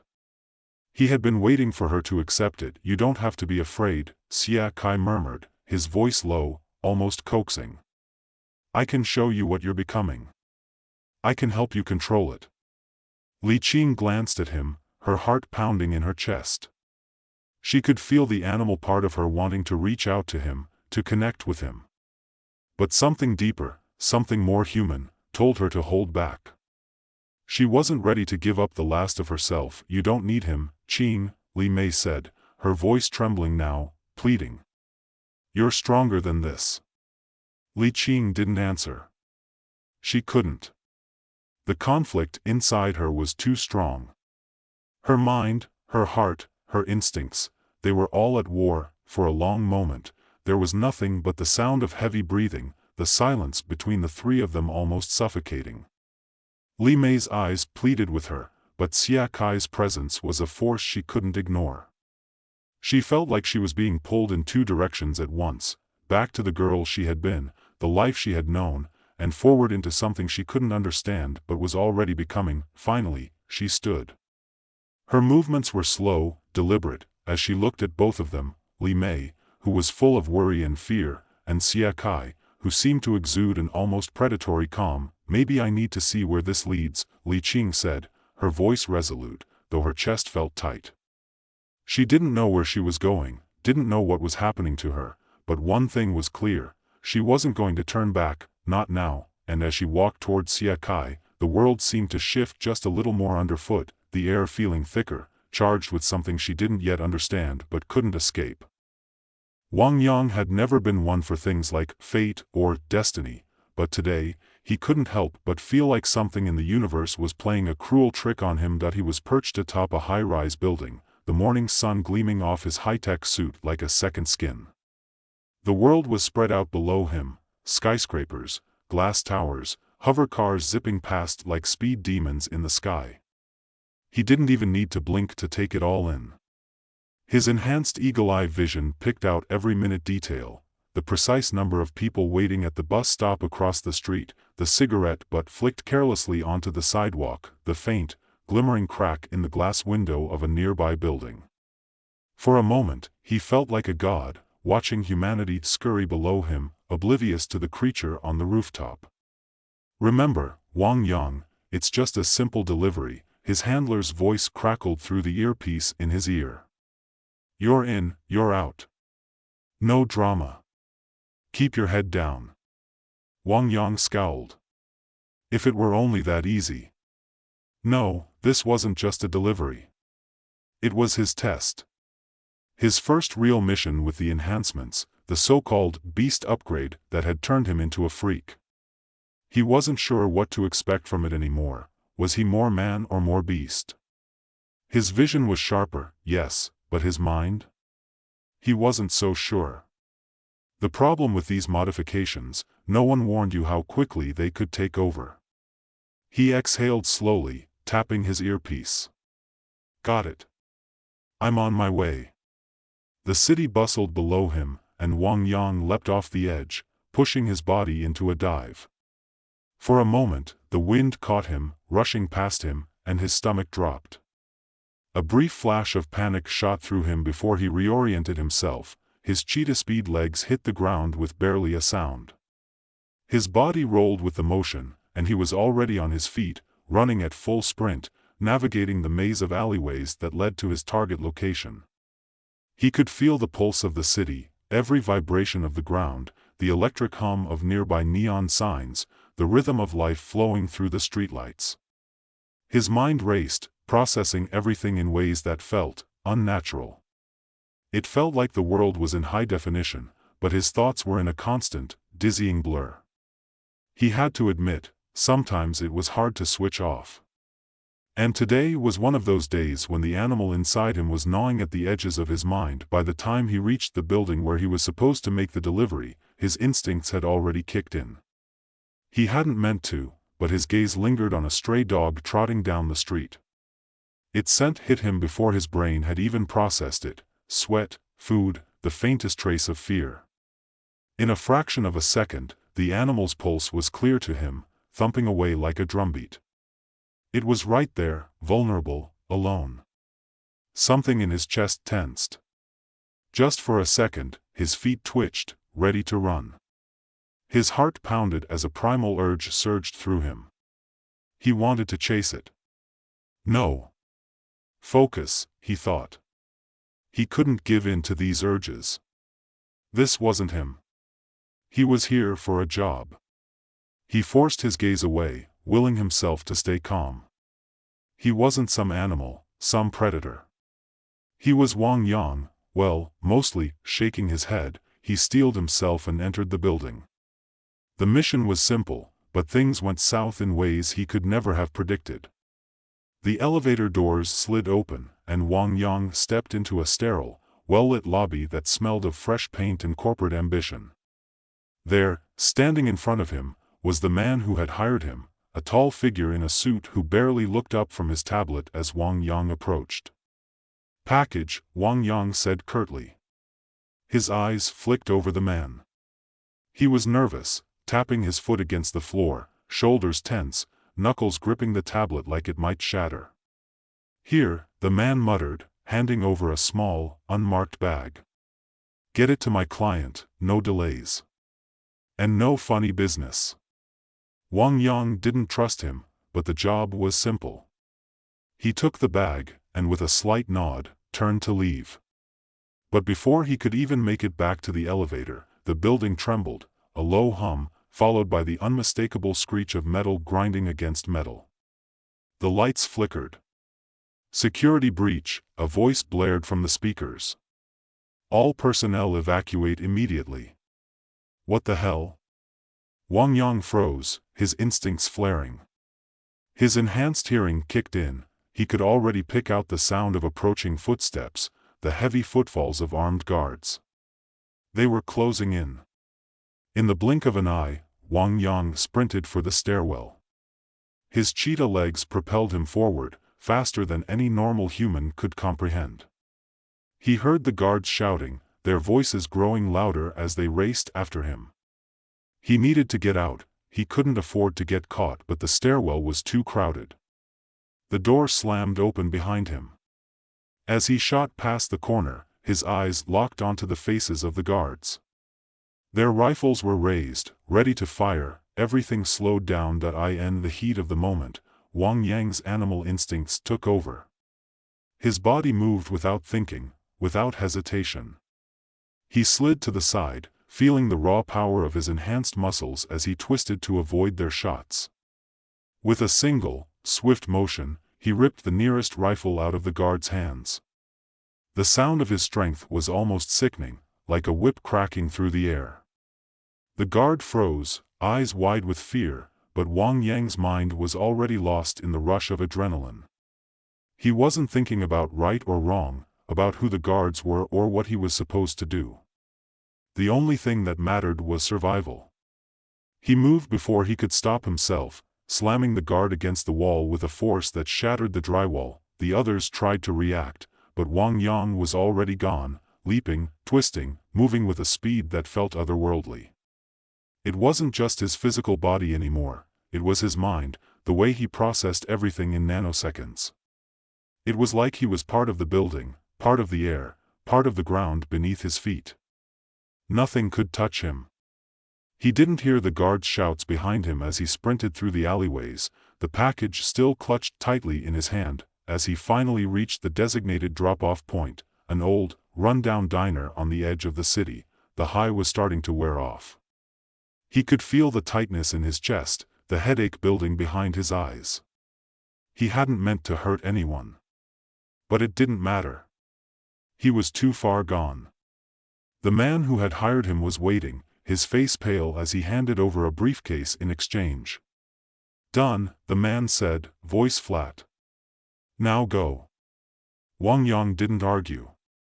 He was beyond caring at this point, but as he turned to leave, something in the back of his mind snapped. A scent. A presence. Someone was watching him. His animal instincts kicked in, eyes darting to the shadows. A figure was approaching, fast. Too fast. Before he could process it, the figure was upon him.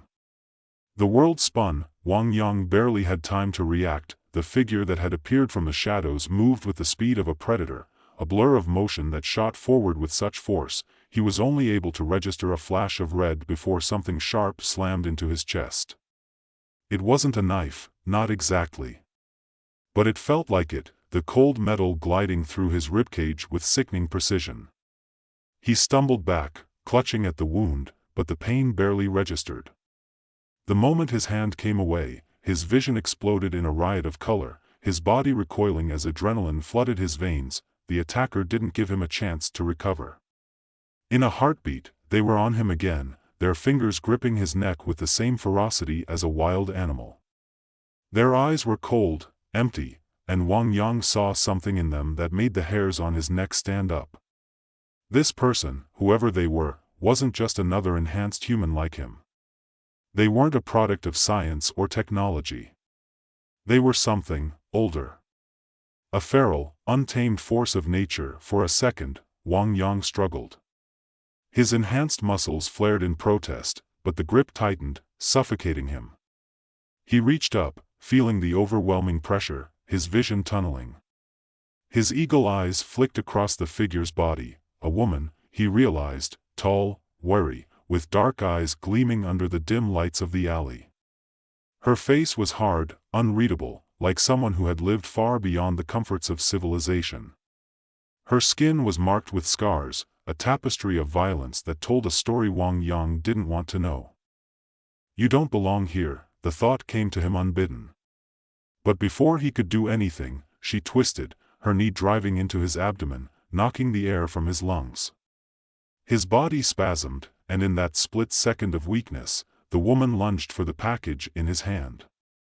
He barely had time to resist before she wrenched it free, her fingers sleek with the ease of someone who'd done this 1,000 times before. She held the package up, inspecting it with clinical indifference. "You really think you're the only one with enhanced abilities?" she asked, her voice a rough rasp, like gravel grinding against steel. "The world's full of freaks now. And you? You're nothing but a damn amateur." The insult hit harder than the blow. Wang Yang's mind buzzed as his enhanced vision took in every detail of her, a trained predator, someone who had learned to fight before the technology that gave him strength had even existed. She was faster than him, stronger than him, and worse, she had no fear. She looked at him like a bug, too insignificant to bother killing outright. And that stung. He staggered to his feet, the pain in his chest forgotten as he threw himself forward, ignoring the crackling edge of dizziness clouding his thoughts. He didn't care anymore. His body moved on instinct. His hands shot out, and before he even realized what he was doing, he had grabbed her by the wrist, yanking her arm behind her back. She hissed, her teeth bared, but he wasn't ready to stop. "You don't understand," Wang Yang growled through clenched teeth. "You think you're the only one who can turn into a monster? I don't need your lecture. I get it. I am the monster." He was too quick this time. His strength, his speed, they overwhelmed her. She stumbled, caught off guard by the savage power behind his grip. For a split second, Wang Yang felt it, a moment of victory. But only for a moment. Then she jerked herself free, slamming an elbow into his gut and flipping him backward with brutal precision. He hit the ground hard, the impact rattling through his bones, but his reflexes kicked in immediately. He rolled to his feet, still clutching his side, but the woman was already gone, blending back into the shadows before he could react. He didn't chase her. He couldn't. Wang Yang's breath came in ragged gasps as he stood there, watching her disappear into the labyrinth of alleyways, his mind spiraling into chaos. The package was gone. The mission was ruined. The woman had taken it from him with the kind of ease that suggested she didn't need enhancements to be powerful. No, she was something else, a reminder that in a world of genetic manipulation, humanity's creations were still dwarfed by the raw, untamable forces that lingered beneath the surface. He ran a hand through his hair, wiping the sweat off his forehead, feeling the weight of it all settle on his shoulders. "What the hell am I doing? The beast." He had thought that name was a curse, a joke even. But now? It was a reality. He staggered down the alleyway, the streets eerily quiet after the chaos. His mind felt like it was breaking apart. His instincts were screaming at him, urging him to track her down, to rip the world apart if he had to. But that was the beast talking. He had to hold it together that he couldn't lose control. Wang Yang paused at the street corner, staring at the skyline. The sun was setting, painting the buildings in a fading hue of orange. He should have been somewhere else, anywhere else, but instead, he stood here, contemplating everything he had become. The pain in his chest was dull now, just another reminder that his transformation had consequences. He had spent so much time hiding from his animal instincts, but maybe they were never meant to be hidden. Maybe they were always supposed to be there, waiting to take over. Wang Yang, a voice suddenly called out behind him. He spun around, his body going into full alert mode before he even realized who it was. Ling stood there, looking more worried than he had ever seen her. She hadn't heard from him in hours, and now, she could see the blood staining his shirt. Her eyes flicked down, noting the sharp, unsettling gleam in his gaze. You're hurt, she said, her voice tight. It's nothing, he muttered, stepping away from her, his hands trembling just slightly as he tried to push the pain away. I messed up. I lost the package. The mission's a failure. She frowned, her eyes softening as she reached out to touch his arm. Wang Yang, you're not okay. This isn't you. Look at yourself. Her words hit him like a wave. For the first time in weeks, he felt the pull of something that wasn't driven by instinct. He could see it in her eyes. She wasn't just scared. She was worried for him. She cared about him. I'm not sure who I am anymore, he said, his voice barely above a whisper. Ling shook her head, stepping closer to him. You're still Wang Yang.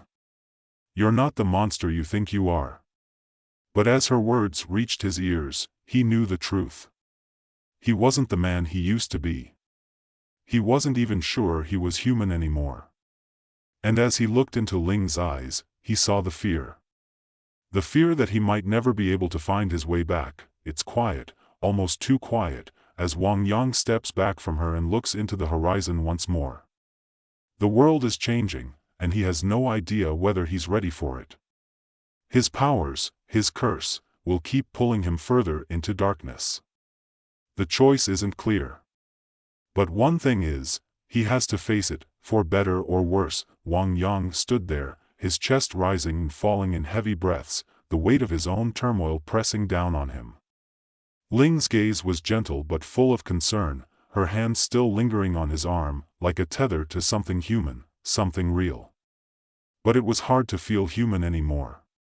He wanted to push her away, to tell her he wasn't worth saving, but he couldn't. Her presence, her warmth, reminded him of everything he'd lost.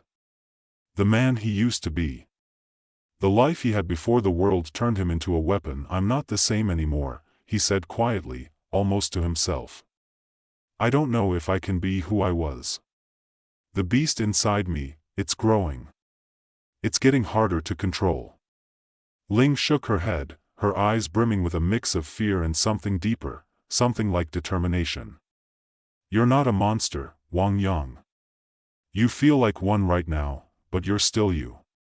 This technology, it's messing with your head, but it's not who you are. He didn't want to believe her. How could he? After everything he'd done? The way he had nearly killed those guards, the way he'd felt the blood rush through him like it was the only thing that mattered, the hunger, the thirst for power. He had become something else, something darker. And Ling's words, kind as they were, felt like a dream, slipping away the moment he tried to grasp them. He closed his eyes, rubbing his temples. The pain, the tension in his mind, was unbearable.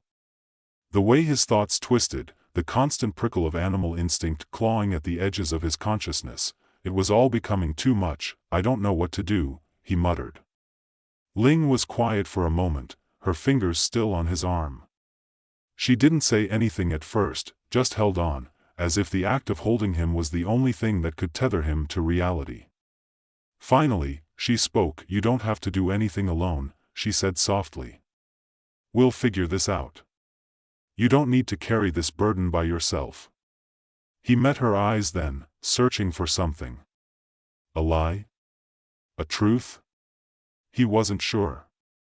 But all he saw was the sincerity in her face, the faint light of hope that hadn't abandoned her yet.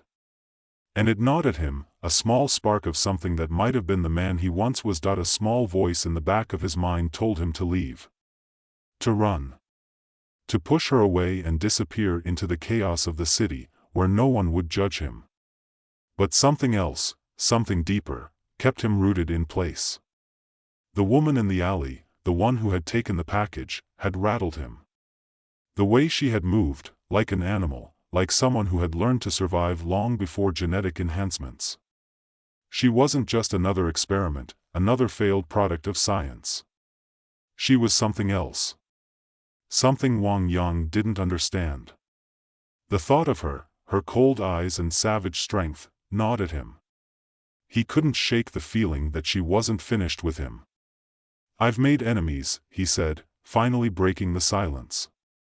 "And not just any enemies, real ones. People who've been using this technology far longer than I have.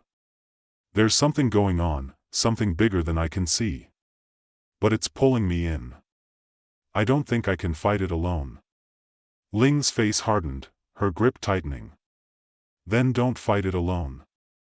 I don't want you to get caught in this mess," Wang Yang said, his voice low and strained.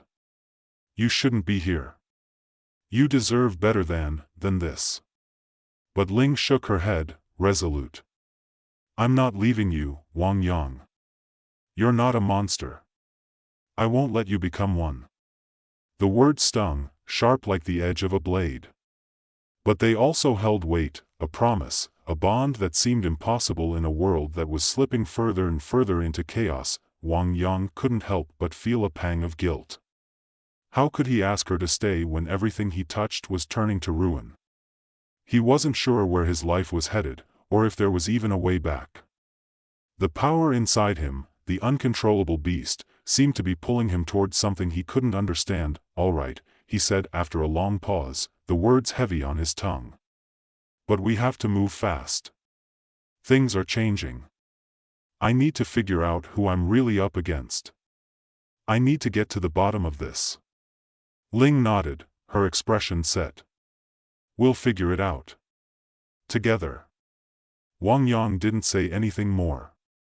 They didn't need to. He could see the resolve in her eyes, the same fire that was burning inside him.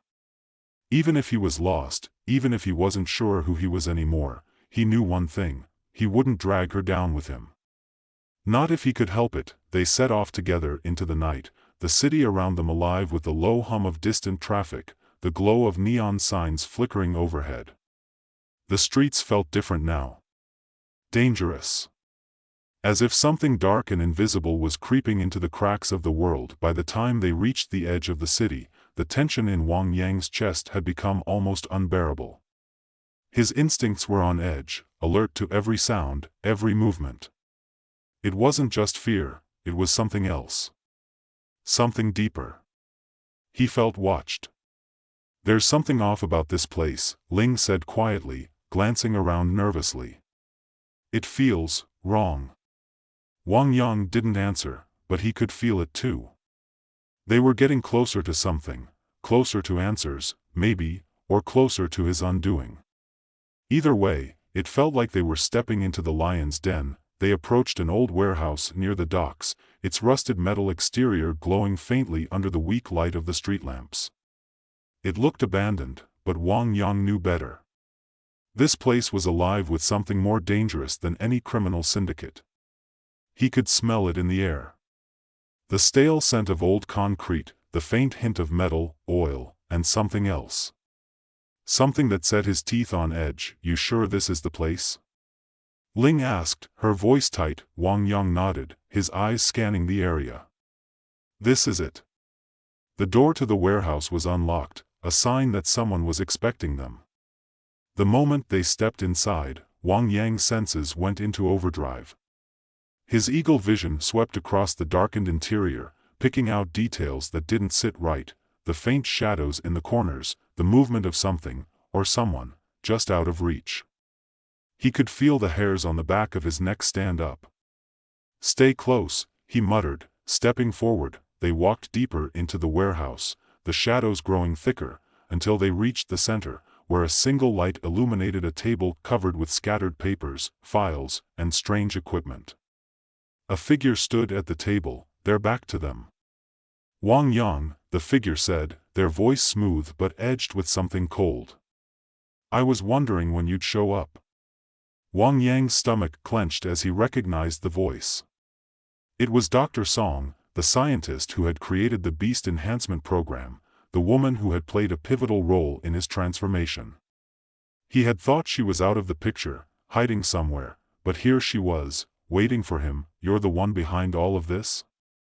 Wang Yang demanded, stepping forward. "What's your game?" Dr. Song turned slowly, her eyes gleaming with a strange mixture of amusement and contempt. "It's not my game, Wang Yang. It's yours. You've always been part of this. You just didn't realize it." The words hit him like a punch to the gut. He had thought he was the one in control. But now, standing in front of Dr. Song, he realized just how wrong he had been. "Are you ready to see the truth?" she asked, a wicked smile curling at the edges of her lips. Wang Yang didn't answer. He couldn't. He wasn't sure if he was ready for the truth, but one thing was certain: it was too late to turn back now. Wang Yang's hands clenched into fists, the anger building up inside him like a storm ready to break. Dr. Song's words hung in the air, mocking him, and for the first time in a long while, he felt the full weight of what had been done to him. "You've always been part of this." Her voice echoed in the dark space, and for a moment, he could feel the ground beneath him shift, as if the very foundation of his reality was crumbling. The walls of the warehouse seemed to close in, the shadows deepening around him. He took a step forward, his teeth grinding. "What the hell are you talking about?" Dr. Song didn't flinch. She simply raised an eyebrow, her expression cold and unreadable. The light above her head flickered, casting long, eerie shadows across her face. "You're not the first to come looking for answers, Wang Yang. There have been others. Many others. The difference is, you were meant for this. It was never an accident. You were always a part of the plan." Wang Yang's breath hitched. "Plan? What plan? Did you think you were the only one they experimented on? That you were the only one to undergo the beast enhancements? Think again." She paused, letting the words sink in like poison. "You're a prototype, Wang Yang. A test subject in a much bigger project." His head spun. "A prototype? For what?" Dr. Song's lips curled into a smile, but it was not the smile of a person who had won. It was the smile of someone who knew something he didn't, and she was savoring it. "You really don't know, do you? Your kind, the enhanced ones, are going to be the future of this world. We are building an army, and you, my dear Wang Yang, are one of the first successful models." His mind raced, each piece of the puzzle sliding into place with sickening clarity. He wasn't just a victim of some rogue experiment. He was a weapon. The beast enhancements were designed for control, for domination. He had been made for this. To be part of something much larger than he could have ever imagined. "No," he whispered, stepping back. This isn't happening. I didn't sign up for this." "No one ever does," she replied, her voice sharp and cutting. "But you're here now, aren't you? And whether you want it or not, you're part of the plan. You've always been." Wang Yang felt something cold and sharp twist in his chest, like a knife pressing against his heart. He wanted to scream, to rage against the injustice of it all, but the words stuck in his throat. All his life, he had been told he was special. He had thought he was making a difference. But now? He was nothing more than a cog in a machine designed for destruction. How many others? He managed to choke out, the question tasting bitter in his mouth. "How many?" Dr. Song repeated, as if savoring the question. "There have been dozens. Hundreds. Some failed. Some turned out just like you. Strong, fast, powerful. But they all have their limits. Their breaking point. And when they break, that's when the real fun begins. Wang Yang's stomach turned. He took another step back, his mind reeling from the revelation. He had thought he was in control. But now, he understood the terrifying truth. The beast enhancements had been designed not for his benefit, but for someone else's gain. Someone was pulling the strings. And he had been nothing but a pawn in their game. "You're insane," he said, his voice low and hoarse. "You've turned people into monsters." She tilted her head, her smile widening. "Monsters? You're not a monster, Wang Yang. You're a soldier. And soldiers don't ask questions. They follow orders." At that moment, something inside Wang Yang snapped. He could feel the animal inside him stirring, that dark, primal side of himself that had been growing stronger with each passing day. The beast was waking up again, gnashing its teeth, pushing him forward. He could hear its voice in his head, telling him to strike, to kill, to end this. "Shut up," he yelled, his voice raw with frustration. The beast inside him roared in protest, its influence growing stronger. He gripped his head, trying to force the rage down, trying to push it back. But Dr. Song only watched, her gaze unervingly calm. "There's no shutting it down, Wang Yang. You are the beast now. You'll never be anything else." "No!" he shouted, his voice breaking. The rage inside him boiled over, and he lunged at her, the beast in him taking control, faster than his mind could process. But before he could reach her, something slammed into his side, knocking him to the ground with bone-crushing force. Wang Yang gasped, his vision blurring for a moment as the impact rattled his body. He rolled, barely managing to get back to his feet in time. A man stepped out of the shadows, tall and muscular, his face a mask of cold indifference. He was dressed in a dark tactical suit, his eyes glowing with the same unsettling gleam that Wang Yang had seen in Dr. Song. The man had the same unnatural confidence, the same knowing air that made Wang Yang's blood run cold.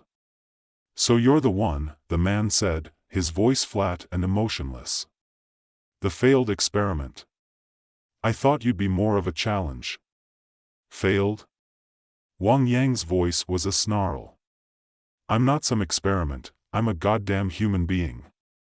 The man laughed, a dry, humorless sound. "Human? Hardly. You're just another tool in the war we're preparing. And now you're in the way." With that, the man lunged at him, faster than any normal human should have been. His movements were precise, controlled, and every strike felt like it was made to kill.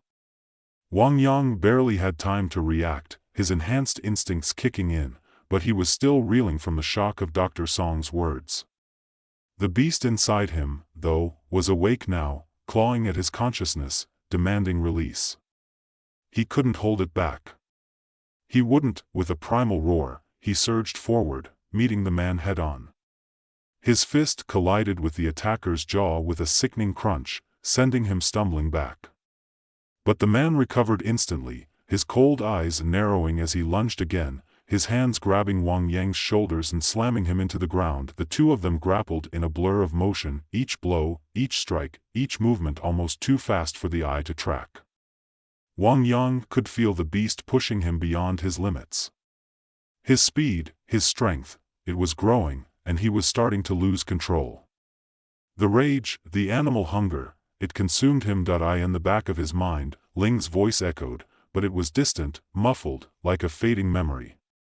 "Wang Yang, don't let it take you. Don't become," but it was too late. The beast inside him had taken over. The man managed to get the upper hand, pinning Wang Yang down with a brutal twist of his arm. The pressure was unbearable, the pain searing through his body, but all he could feel was the rush of power building inside him. He felt the world around him slow, his vision narrowing as his animal instincts honed in on his opponent. He let out a low, guttural growl. With a final, violent motion, he threw the man off him, sending him crashing into a stack of metal crates. The force of the impact reverberated through the room.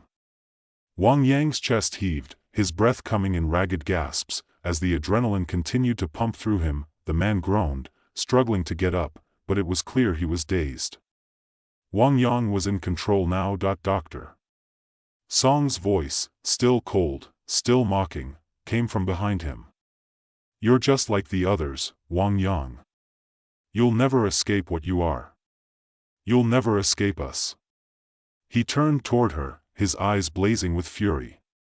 I'm not your fucking weapon, Dr. Song.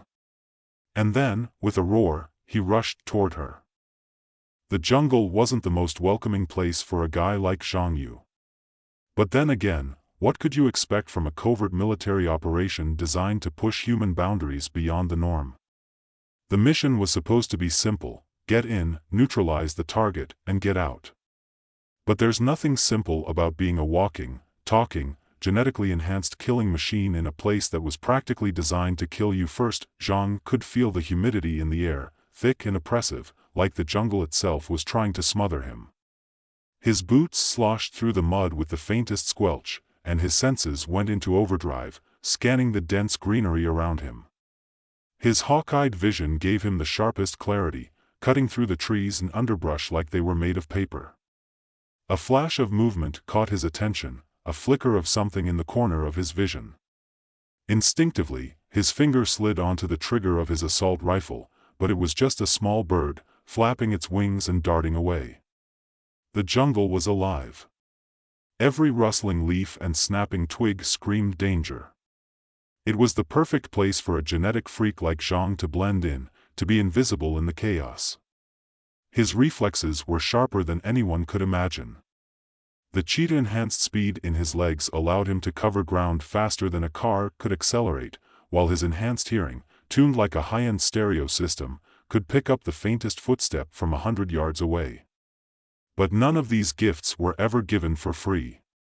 They came at a price Zhang was learning to regret. Zhang's comms crackled, and his best friend, Lin Ji, came through with a voice that was tinged with the kind of dry humor Zhang had come to expect from him. Yo, Zhang. Any chance you're not about to burn down the jungle on your own? Zhang smirked, but his response was more out of habit than any real amusement. I'm trying to stay low. Unlike you, I don't need a chainsaw to cut through trees. Touché, Lin Ji replied with a chuckle. Just don't get eaten by one of the super mutants. We're still waiting for you to bring back a souvenir. Zhang rolled his eyes, even though he knew Ji was probably watching from a nearby satellite feed. The term super mutants was a euphemism for the genetically enhanced soldiers the enemy was creating in this jungle. Zhang was here on a mission to neutralize one, codenamed Bearclaw, a bioengineered beast with the body of a grizzly and the mind of a psychopath. He had been on the run for days, and Zhang's team was finally closing in. The problem was, Bearclaw wasn't going down without a fight. Zhang moved forward cautiously, his instincts guiding him like a compass. His enhanced vision swept the area, his body instinctively ducking behind thick tree trunks, avoiding the sparse but deadly traps scattered through the jungle by the rogue military group that was running these genetic experiments. Suddenly, a figure emerged from the shadows, massive and hulking. Bearclaw. Zhang's eyes locked on him instantly. The beast was covered in thick, matted fur, his eyes wild with that strange, primal glint that only someone who had been genetically altered to be more animal than man could have. The roar that followed was deafening, a guttural, primal sound that echoed across the jungle like a threat. Zhang's body was already in motion before he even registered what was happening. His legs pushed off the ground with the velocity of a freight train, moving faster than any human could. He was already behind a nearby rock when Bearclaw swung a massive fist toward the space he had just vacated. The air itself seemed to tremble as the impact hit the earth. You've got to be kidding me, Zhang muttered under his breath. With a sniper's precision, he lined up a shot and fired. The tranquilizer dart struck Bearclaw in the neck, but it barely slowed him down. The beast roared, thrashing through the jungle like a tornado. Zhang didn't waste time thinking. He was already moving, his enhanced speed making him a blur in the underbrush. His mind focused on one thing, getting close enough to finish the job. The distance between him and the mutant closed in seconds. He dodged low-hanging branches, his mind calculating every angle, every movement. He could hear the crunch of Bearclaw's heavy footsteps, the air pulsing with the brute force of the beast's strikes as he smashed through the jungle like a rampaging bull. Zhang didn't hesitate. He vaulted over a fallen log, his body twisting mid-air, his aim steady as he lined up another shot. This time, he aimed for Bearclaw's heart. The dart found its mark.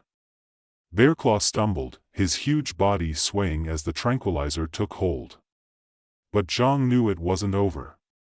The beast was huge, powerful, and his genetic enhancements made him nearly impervious to standard tranquilizers. Zhang only had a few seconds before Bearclaw was back on his feet, and that would be the end of it. With the precision of a hawk, Zhang closed the gap in an instant, and before Bearclaw could react, Zhang was on him. The two collided in a mess of fur, blood, and muscle, the ground beneath them cracking with the force of their struggle. Zhang's body was an instrument of pure kinetic energy, his enhanced strength allowing him to hold his own against the behemoth of a man. But even as he wrestled, he felt the familiar itch in the back of his mind, the hunger, the thirst for violence, the feeling of power. He could feel the animal within him, stirring, urging him to finish the job in a way he knew he would regret. "Control yourself, Zhang," he muttered under his breath. "You're not him." Bearclaw roared again, his massive fist coming down like a hammer. Zhang dodged, spinning around to land a strike to the back of the mutant's head. It was enough.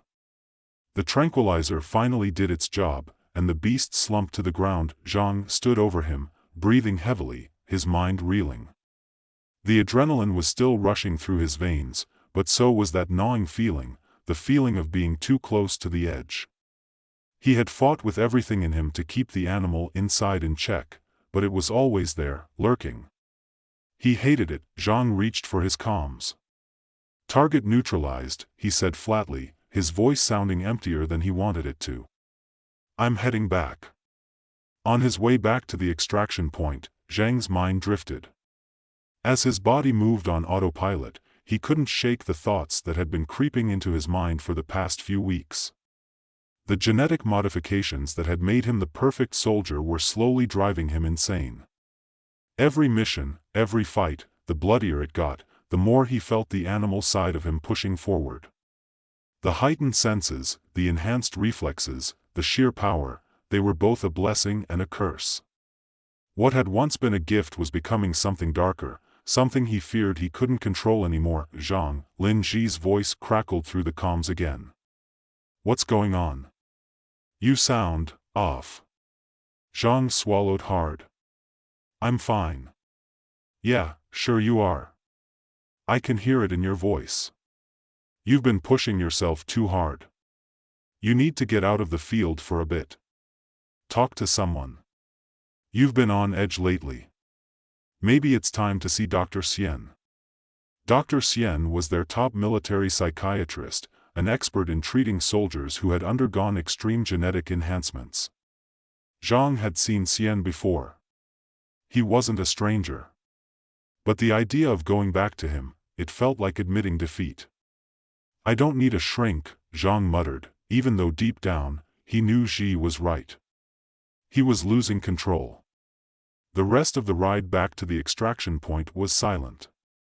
Zhang didn't need words to know that something was wrong, that this wasn't going to be an easy fix. And deep down, he feared he might never get back to who he once was. But there was no turning back now. Zhang was silent for the rest of the trip back. The air in the extraction chopper was thick with the smell of sweat and gunpowder. The hum of the rotors above drowned out the world, but his thoughts buzzed louder than the engines. He had known something was wrong for a while now, but the sight of Bearclaw, the rogue super soldier, the freak of nature, was the last straw. That battle had been too close. He had felt it, the animal inside, pushing him, urging him to finish the fight in a way that made him less human and more, well, whatever the hell Bearclaw was. Zhang stared out of the window, watching the jungle shrink beneath them as the helicopter ascended into the sky. He tried to focus on the landscape, but his mind kept drifting back to the moment when he'd nearly lost control. The smell of the mutant's blood still lingered in his nostrils, mixing with the smell of his own sweat. His body was still thrumming with the aftershock of the fight, his senses hyper-aware. He could hear the soft hum of the helicopter's engines, feel the thrum of his heartbeat under his skin, the rush of adrenaline still cycling through his veins. "Zhang," Lin Ji said again, breaking the silence, "you sure you're good?" Zhang didn't respond at first. His fingers tightened around the strap of his rifle, knuckles white from the pressure. His jaw clenched. "I'm fine," he muttered. The words felt hollow, even to him. But he couldn't admit it, couldn't let anyone see how close he was to losing it. If they knew, if they saw that weakness, the team would pull him off the front lines. He couldn't afford that. He was a weapon. A tool. And tools didn't get to rest. "You're not fine," Ji said, his voice sharp. "You've been losing it lately. I don't know how many more missions like this you can handle. Not if you keep playing it off." Zhang's eyes narrowed. "I said I'm fine. Drop it."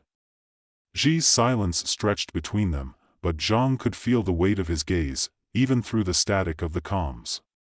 He could feel Ji's concern, but he didn't have the time or the energy to address it. The rest of the ride passed in uneasy quiet. The chopper finally touched down at their base, a secluded, high-tech military facility tucked away in the mountains. Zhang stepped off the helicopter, his boots hitting the tarmac with a heavy thud, but the weight in his chest didn't lift. The familiar sterile air of the base did nothing to calm the storm brewing inside him. "Zhang," Ji said as he followed him toward the command center. "You're going to see Dr. Xian, right?" Zhang didn't look at him. Instead, he just kept walking, eyes forward, moving with the kind of practiced precision that had become second nature. He didn't want to deal with Dr. Xian. He didn't want to talk to anyone about this. Not yet, but when he reached the medical wing, the sound of Xian's calm voice over the intercom made him pause. He couldn't avoid it anymore. "Captain Zhang, please report to my office for your scheduled check-in." Zhang exhaled sharply, his fists clenched at his sides. He had been avoiding Xian's appointments for weeks now, brushing them off with the same tired excuses, "I'm fine," or "I don't need it." But now, there was no escaping it. With a resigned sigh, Zhang pushed through the door and into the sterile white room, his eyes already locking onto the ever-calm figure of Dr. Xian. The doctor was sitting behind his desk, a tablet in hand, his expression unreadable. He was a small man, with sharp features and a soft voice, a stark contrast to the towering figure of Zhang. "Captain Zhang," Xian said, his tone professional but carrying an undertone of concern. "Please, take a seat." Zhang stood by the door for a moment longer than necessary, letting the silence stretch. It wasn't that he didn't trust Xian, it was that he didn't trust himself. He didn't trust that if he opened up, if he said the words out loud, he wouldn't completely break down. And that would be the end of it. His mission. His career. His purpose. But after a long, deep breath, he sat down. Xian tapped a few commands on his tablet, his eyes never leaving Zhang's face. "Tell me how you're feeling, Zhang," Xian said, his voice soft but firm, like a steady hand reaching out in a storm. "I'm fine," Zhang repeated, the words automatic, almost like a reflex. Xian's eyes flicked up from his tablet, studying him for a long moment. "Are you?" Zhang's eyes narrowed, but he didn't answer. He didn't need to. Xian already knew. "Zhang," Xian said quietly, "you're not the first soldier to undergo these modifications. You know that, right? Many of them, like you, have struggled with the animal instincts that come with enhanced abilities. You've been pushing yourself too hard. You've been fighting yourself." Zhang clenched his jaw. He hated this. Hated talking about it, hated that it was becoming too much to ignore. "I'm not like the others." "I'm not suggesting you are," Xian said gently. But you've been showing signs of imbalance. Your reactions, the heightened aggression. It's not uncommon, especially in soldiers with your modifications. Zhang was silent for a long time, his fists clenched at his sides. Xian's words hit too close to home, even though Zhang had known this was coming. He had always been different after the enhancements. But lately, it was getting harder to separate the man from the animal inside him. I'm losing control, Zhang said finally, his voice quieter than he intended. Xian nodded slowly, his expression softening. That's why we need to talk about your options. We've developed a treatment, a way to reverse some of the more extreme effects of the modifications. It won't be easy, and it's not guaranteed to work, but it could help you regain some balance. Zhang's head snapped up, his gaze hard. What do you mean, reverse? We've found a way to restabilize your DNA, Xian explained. The enhancements you underwent, while powerful, have left a mark on your genetic code. The treatments we've developed can revert me back to a normal man? Zhang interrupted, his voice bitter. You think I want to go back to that? To who I was before? Xian's expression remained calm, but his voice held a trace of caution. I think you're tired of fighting yourself, Zhang. You're tired of living in constant fear of losing control. This could give you a chance at a life outside of constant combat. Outside of being a weapon. Zhang's chest tightened. Xian was right. He was tired of the constant battle, tired of feeling like a monster. But there was something else, something deeper. He stood up abruptly, cutting Xian off. I don't know if I can do that. I don't know if I can go back to being that. Xian didn't try to stop him as Zhang walked to the door. Take your time, he said softly. But don't wait too long. Zhang didn't look back. He didn't need to hear any more. His mind was already made up. The battle inside him would never stop, no matter how many treatments Xian had to offer. He would either learn to control the animal within him, or he would give in to it. But whatever path he chose, there was no going back. It wasn't until he was back in his quarters, alone, that the full weight of Xian's words began to settle in. Zhang leaned against the wall, running a hand through his hair, trying to slow the pounding of his heart. The weight of his decision pressed down on him like a heavy stone. He wasn't sure how much longer he could keep pretending that everything was fine. The cracks were showing. The animal inside him was waking up, and it wasn't going back to sleep. The only question was whether he could hold it at bay long enough to make the right choice, or if it would consume him before he could make a decision. But Zhang knew one thing for sure: the next time he went into the field, he wasn't just fighting the enemy. He was fighting himself. Zhang spent the next few days avoiding the rest of the team, withdrawing into the sterile isolation of his quarters. The constant hum of the base felt like it was closing in on him, like the walls were pressing in with every passing minute. He'd run the same thoughts through his mind 1,000 times, replaying the fight with Bearclaw, the near slip into madness, the brutal reminder that he was more animal than man. He could still feel the blood on his hands, the rush of violent instinct flooding his veins. The voices in his head, the animal voices, never stopped. They whispered to him, coaxed him, urged him to give in. They were getting louder. Take control. Don't be weak. Let it out. You're not like them. You're stronger. He clenched his fists, staring at the blank walls of his room.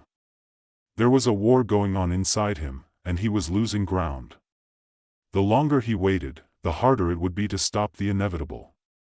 And the inevitable was this: he would break. The only question was how far he'd go before that happened. When Ji came to find him 2 days later, Zhang was pacing the length of his room, a restless energy coursing through him. Ji knocked once and then stepped in, his usual cocky smile replaced by a look of concern. Hey, man. Thought I'd find you here, Ji said. His tone was light, but his eyes betrayed the worry underneath. You ready to talk yet? Zhang didn't stop pacing. I'm not ready for a damn therapy session, Ji. Ji sighed, running a hand through his short, dark hair. Come on. I've known you too long. I can tell something's eating at you. And I get it. But you don't have to carry this alone, man. Zhang stopped pacing and turned to face him, his voice low and hard.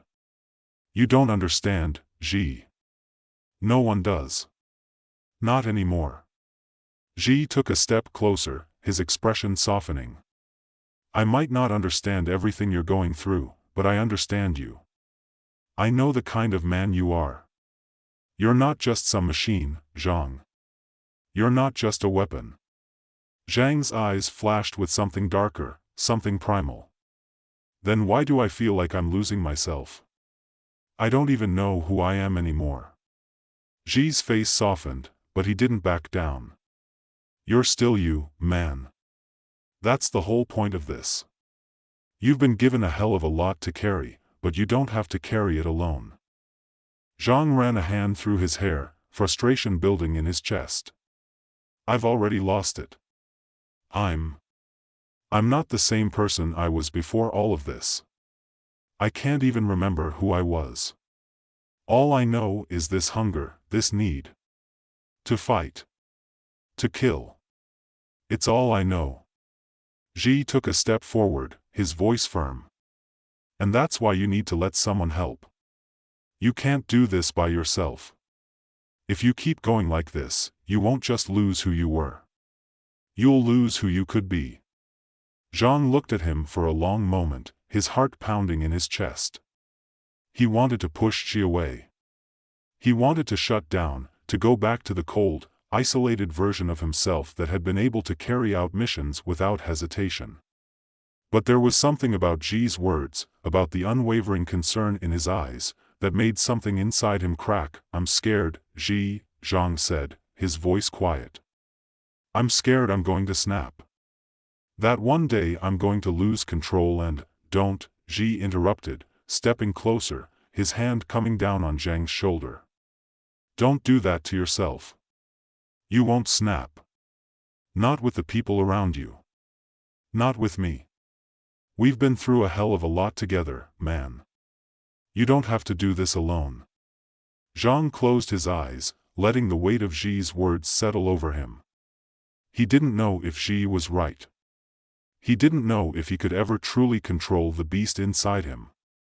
But for the first time in a long time, the wall he had built up around himself cracked just a little. The rest of the day passed in a blur. Zhang didn't return to his quarters after that conversation.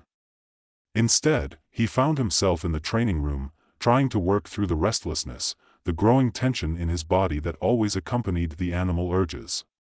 His muscles ached, his mind burned with the need to exert control over the chaos inside him. He moved through drills, punching bags, sparring dummies, anything that would help him focus his energy. But no matter how hard he worked, it never seemed enough. By the time the sun had set and the base settled into the quiet hum of the night shift, Zhang was exhausted but still wired. He could feel the animal inside him, pacing in the dark corners of his mind, clawing at the edges of his control. That night, sleep didn't come easily. Every time his eyes closed, he was back in the jungle, face to face with Bearclaw once more.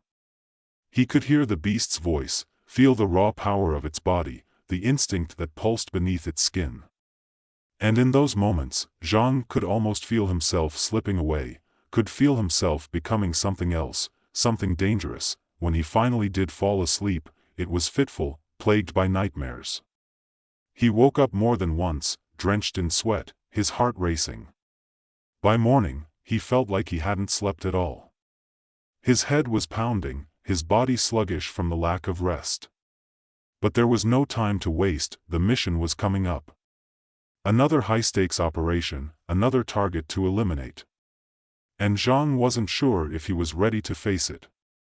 He wasn't sure if he was ready to face himself. When the briefing came, Zhang showed up on autopilot, his mind still reeling from the events of the previous days. He barely registered the tactical details that were laid out in front of him. His mind was too consumed with the thought of what was to come. The mission was simple: find the target, eliminate him, extract. This was what Zhang had been bred for. This was the life he knew. But in the back of his mind, he heard the whisper, what if you lose control? What if you become like them? The briefing room was filled with the usual suspects, Xi, a few other operatives, and some high-ranking officers who barely glanced at him as they went over the mission details. Zhang tuned them out, his gaze focused on the map of the city they were infiltrating. He had learned a long time ago to block out distractions. But today, it was different. His mind kept wandering back to his conversation with Xi. You don't have to do this alone. He could hear Xi's voice, soft but insistent. We've been through a hell of a lot together, man. You don't have to do this alone. Zhang didn't know if Xi was right. But he had to try. The mission went as smoothly as any operation could, but Zhang couldn't escape the sense of impending danger that clung to him. His senses were on high alert, every footstep echoing in his mind, every breath a potential trigger. The air felt charged, electric, as if the whole world was waiting for him to slip, and then, it happened, they cornered the target in a narrow alleyway. Zhang had his rifle raised, ready to take the shot, when a sudden noise from behind him caught his attention. He whipped around, instinctively, his body moving faster than his mind.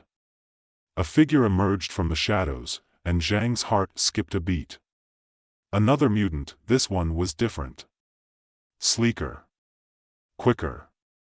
He had the instincts of a predator, and Zhang could feel the hunger radiating from him. Before Zhang could react, the mutant lunged. The fight was brutal. Zhang's enhanced reflexes were no match for the mutant's speed, and for a moment, it felt like everything was spinning out of control. The animal inside him was awake now, roaring in his chest, urging him to fight back with everything he had. His mind screamed at him to hold back, to fight like a soldier, not a beast. But the more the mutant pushed him, the more the animal in him wanted to break free. His grip on his rifle tightened. He felt the shift in his body as his senses sharpened, his muscles coiling with potential energy. It wasn't just the fight anymore. It was something darker. It was survival. With one swift motion, Zhang slammed the mutant into the wall, his hand locking around its throat. The weight of his own power made his head swim, and for a brief moment, he wondered if he was going to finish it. The urge to end the fight, to dominate, was overwhelming, but then Xi's voice cut through the fog in his mind, steady and calm. Zhang. Don't. You're better than this. Zhang's grip faltered. His body shook with the strain of holding on to the last remnants of his humanity. Slowly, he released the mutant, letting it drop to the ground. His breath was ragged, his mind a battlefield. He could feel the animal roaring inside him, demanding its due, but for once, Zhang resisted. For once, he fought back. The mission ended with the target neutralized and the mutant contained. But Zhang knew it wasn't over. Not by a long shot. The battle inside him was far from won. But he had taken the first step. And that, for now, was enough. Yang Tao had always lived a quiet, uneventful life, until the day he inadvertently volunteered for a genetic enhancement experiment. The whole thing had been a mess from the start. It was a mix-up in communication, a collision of misdirection, a farce that somehow led to him being injected with a cocktail of animal DNA in a shady laboratory filled with blinking lights and the faint smell of disinfectant. He had come in for a routine medical checkup. Simple, right? He didn't even know why he was chosen. All he had wanted was a couple of days off from debugging the code for his latest software project. But here he was, lying on an uncomfortable steel table, in a lab he'd never seen before, about to receive something he couldn't even begin to understand. "Relax, Mr. Yang," said Dr. Harris, a cheerful but distant voice belonging to a young scientist with an overly enthusiastic air. She wasn't the least bit concerned that she was injecting him with what she described as a revolutionary genetic modification. According to her, it would enhance his human abilities, make him stronger, faster, more capable. "You're absolutely sure about this?" Yang Tao had asked, looking at the vial in her hand. Dr. Harris nodded with an exaggerated smile. "It's completely safe. You'll be fine." We've already done all the trials. You're basically just a test subject, nothing more." The emphasis on "nothing more" had been oddly reassuring, but Yang Tao didn't feel reassured. He felt uneasy. He wasn't a guinea pig. He was a guy who spent most of his days stuck behind a computer screen, hacking code and praying no one would ever ask him to interact with people more than necessary. He didn't need any enhancements. But somehow, here he was, locked in a sterile, cold room, and the needle was already in his arm. The moment the serum hit his bloodstream, he felt it.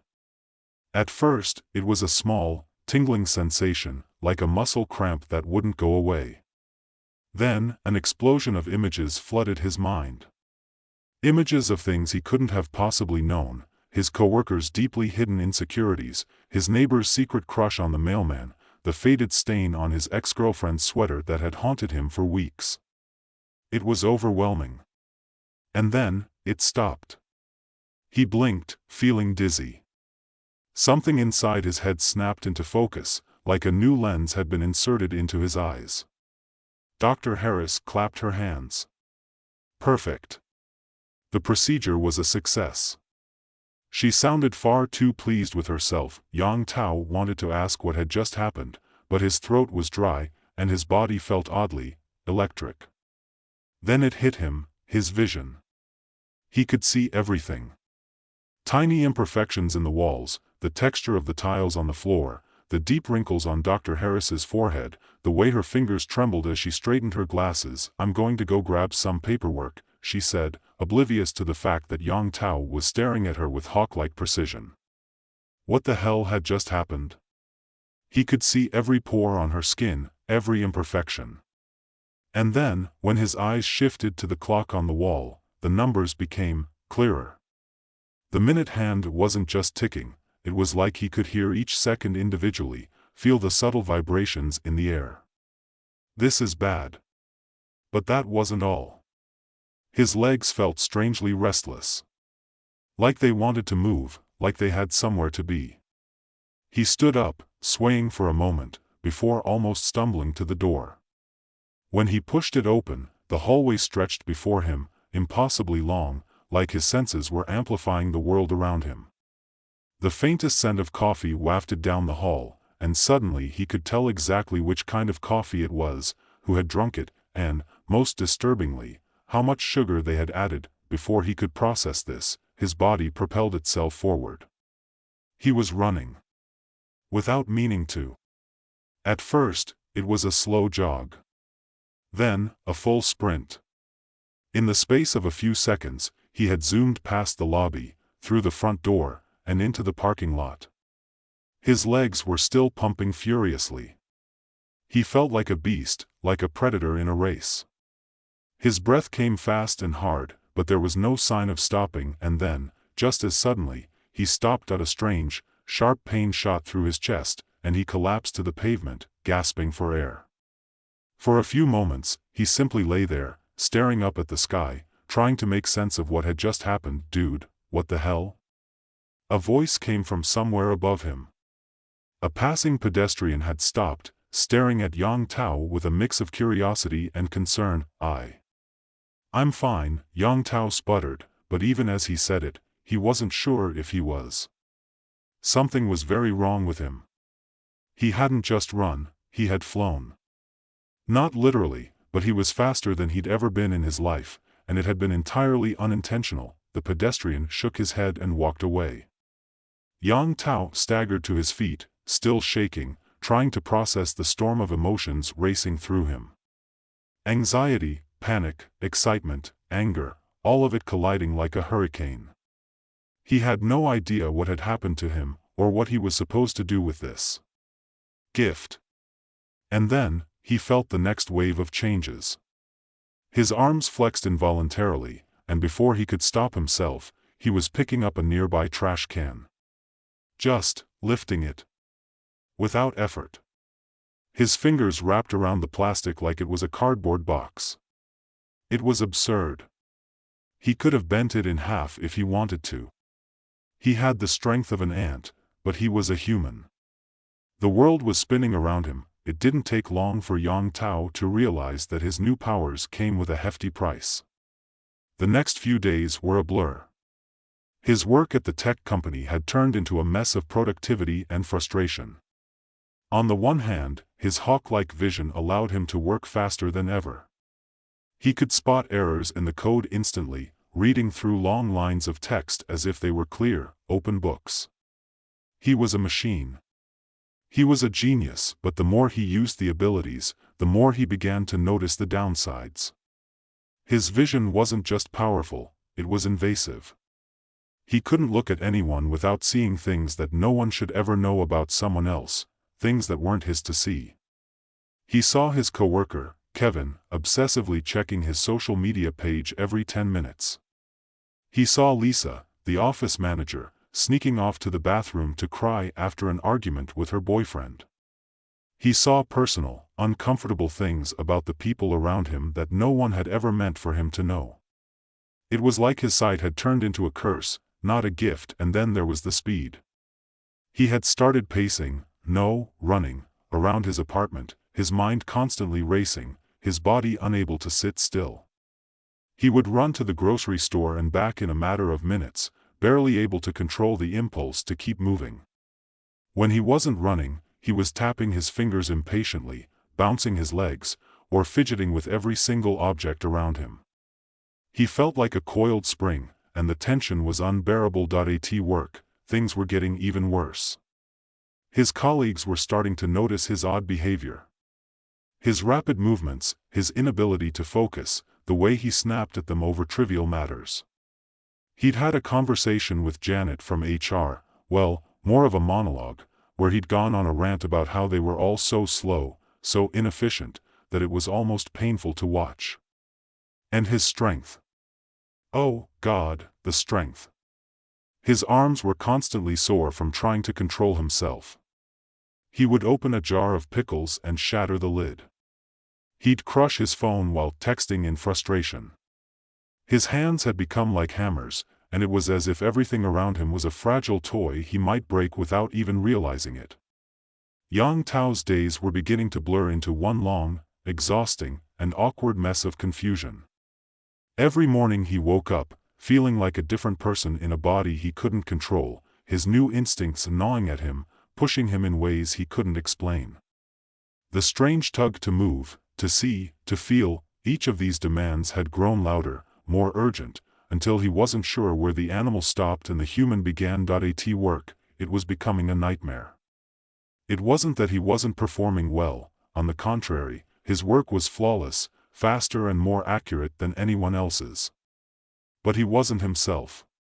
He was all nerves and instincts, constantly checking the clock, unable to sit still, jumping up at the smallest sound. His colleagues were starting to look at him differently, glancing sideways when he entered the room, as if they could sense something was off. "Yang, you okay?" Kevin asked one morning, his face drawn with concern. Kevin was the kind of guy who always tried to get along with everyone, but he had a nervous energy about him that made Yang want to run somewhere else. "I'm fine," Yang muttered, too quickly. He didn't even sound convincing to himself. His hands were shaking slightly, and his vision blurred out of focus for a split second, like his brain couldn't process the overload of data coming in. The way Kevin's mouth twitched, the way his eyes darted nervously, the way his fingers tapped on the desk in front of him, it was all too much. "Sure you are," Kevin said, eyes narrowing, before he stood up and walked away, his hand brushing the desk so quickly Yang could swear it was a signal. He hated this. The constant awareness of the people around him, the hyper-awareness. Everyone's every gesture, every twitch, every micro-expression felt like a damn neon sign flashing in his face. When he tried to focus on work, it was like there were 1,000 little distractions, his mind wandered, his eyes bounced from face to face. He tried to settle into his task, but his body wouldn't allow it. His legs bounced under the desk. His hands twitched. He couldn't focus. Then came the crashing realization that he wasn't just impatient. He was agitated. His thoughts ricocheted like pinballs, each one bouncing off the last until they formed a constant static hum in his skull. He couldn't sit still. Couldn't keep his body in one place for too long. The cheetah's speed wasn't just physical, it was mental. He was constantly in a hurry, pushing himself, wanting to move, wanting to outrun time. His mind spun, and when the coffee break came, Yang Tao bolted out of his chair, nearly knocking it over, and dashed for the elevator. People were still talking, still moving around him, but all he could hear was the rhythmic pounding of his heart, the frantic fluttering of his thoughts. He couldn't hold it in any longer. He couldn't pretend he was still normal, still human. The elevator doors slid open, and Yang Tao burst inside, nearly colliding with the office janitor. The man gave him an alarmed look, but Yang Tao didn't even notice. The elevator shot up, the floor numbers flashing by, and it felt like the walls were closing in. The air was too thick. The space was too small. His legs moved again, jiggling with restless energy, and his hands clenched into fists. By the time the elevator doors opened on the roof, Yang Tao had almost forgotten why he'd come up here. He stood there for a moment, the wind whipping through his hair, the city sprawling before him, vast and unchanging. The skyline was a jagged mess of buildings, some still under construction, others nearing their final forms. For a brief, fleeting moment, Yang Tao felt like he could fly. Like he could take off from this roof and outrun everything. Instead, he leaned against the railing, breathing heavily. He couldn't keep up. Couldn't keep his mind still. His body was too fast, too strong, and it made everything else feel like it was moving in slow motion. The sense of power was intoxicating, but also deeply uncomfortable. He wasn't in control. And that thought brought him back to reality. This was his life now. This overwhelming sense of being too much. It was like the world wasn't made for him anymore. Like his powers had thrown off the balance of everything. It was his next realization that made him freeze. He could feel the wall of the building. Not physically, but emotionally. It wasn't just the wind on his skin, or the sounds of the street below. It was everything. His strength was raw and relentless. His vision was all-seeing, but it wasn't a gift. It was a curse. His mind raced through the possibilities. There were people below, in the streets, in the offices, just living their lives. He could hear them, he could see them. He could tell if they were stressed, if they were happy, if they were lying. Yang, buddy. You okay? The voice cut through his thoughts like a knife. Lu Mei. He turned, surprised to see her there. He hadn't expected her, of all people, to track him down. Lu Mei was an enigma in the office, sharp, focused, always seemingly in control. She had a reputation for being, well, a bit of a hard ass. But for some reason, her eyes were softer today, even if there was a sharpness to her gaze. I'm fine, Yang Tao said again, but the words sounded hollow this time. Lu Mei didn't seem convinced. Fine, huh? You look like you're about to burn the whole building down. Come on, talk to me. For a long moment, Yang Tao just stared at her, his thoughts swirling. He didn't know why he trusted her, or why he didn't want to scare her away. But at that moment, something inside him snapped, and he told her the truth. Not the whole truth, not everything, but enough to make her eyes widen. I don't know what's happening to me, Lu Mei, he confessed. It's like I'm not in control. These powers, they're eating me alive. I can't focus, I can't stop moving. I'm seeing things I shouldn't see. And the worst part? I'm not sure I want to stop. I don't know what to do. Lu Mei was quiet for a long time, her gaze thoughtful. Then she stepped closer to him, the wind blowing her hair back. You're not crazy, she said quietly. I know exactly what you're going through. I've been there. Yang Tao looked at her, confusion written all over his face. You? But how? Lu Mei shook her head. Not here. Not now. But I can teach you how to control it. The urge to run, to move, to break things. I can help you. But you have to trust me. Trust that you don't have to destroy yourself over this. These powers? They don't define you. You define them. Yang Tao's heart pounded in his chest. Could he really learn to control this beast inside him? You're serious? Dead serious, Lu Mei said, her voice firm. You're not the only one who's gone through this. And you don't have to go through it alone. The weight of her words hung in the air, mingling with the city sounds and the distant hum of traffic. For the first time in days, Yang Tao felt something that resembled hope. Maybe he wasn't beyond saving. Maybe he could find a way back to himself. Maybe, just maybe, there was a way to coexist with the animal inside him. The next few days were a blur of training and hard lessons. Lu Mei led him through the process, teaching him to meditate, teaching him to quiet his mind, teaching him to feel his body instead of simply acting on it. But it was hard. Harder than anything he'd ever done in his life. Every instinct screamed at him to run, to break free, to unleash the power that was swirling just under the surface. And yet, Lu Mei remained calm, guiding him with steady hands. She showed him how to let go of the rage, how to listen to the silence instead of the noise inside his head. She taught him that sometimes, the greatest strength was in knowing when to stop. In time, he began to see the world differently. The impulses didn't control him anymore. He still felt the need to run, to jump, to move, but he learned how to harness those urges, to control them rather than be swept away by them, and maybe, just maybe, he was starting to understand something about himself. The animal inside him was no longer a monster. It was a part of him, a part that could be tamed. Yang Tao's transformation didn't happen overnight. It wasn't like flipping a switch, but more like gradually learning to control a wild horse, one that wanted to run full speed ahead without a care for the road ahead. At first, every moment was a battle to hold himself back from giving in to the overwhelming urge to act, to move, to run. But slowly, day by day, he learned to harness the chaos. His mind, once a whirlpool of scattered thoughts, began to quiet. The speed, the strength, the vision, they weren't so much a curse anymore.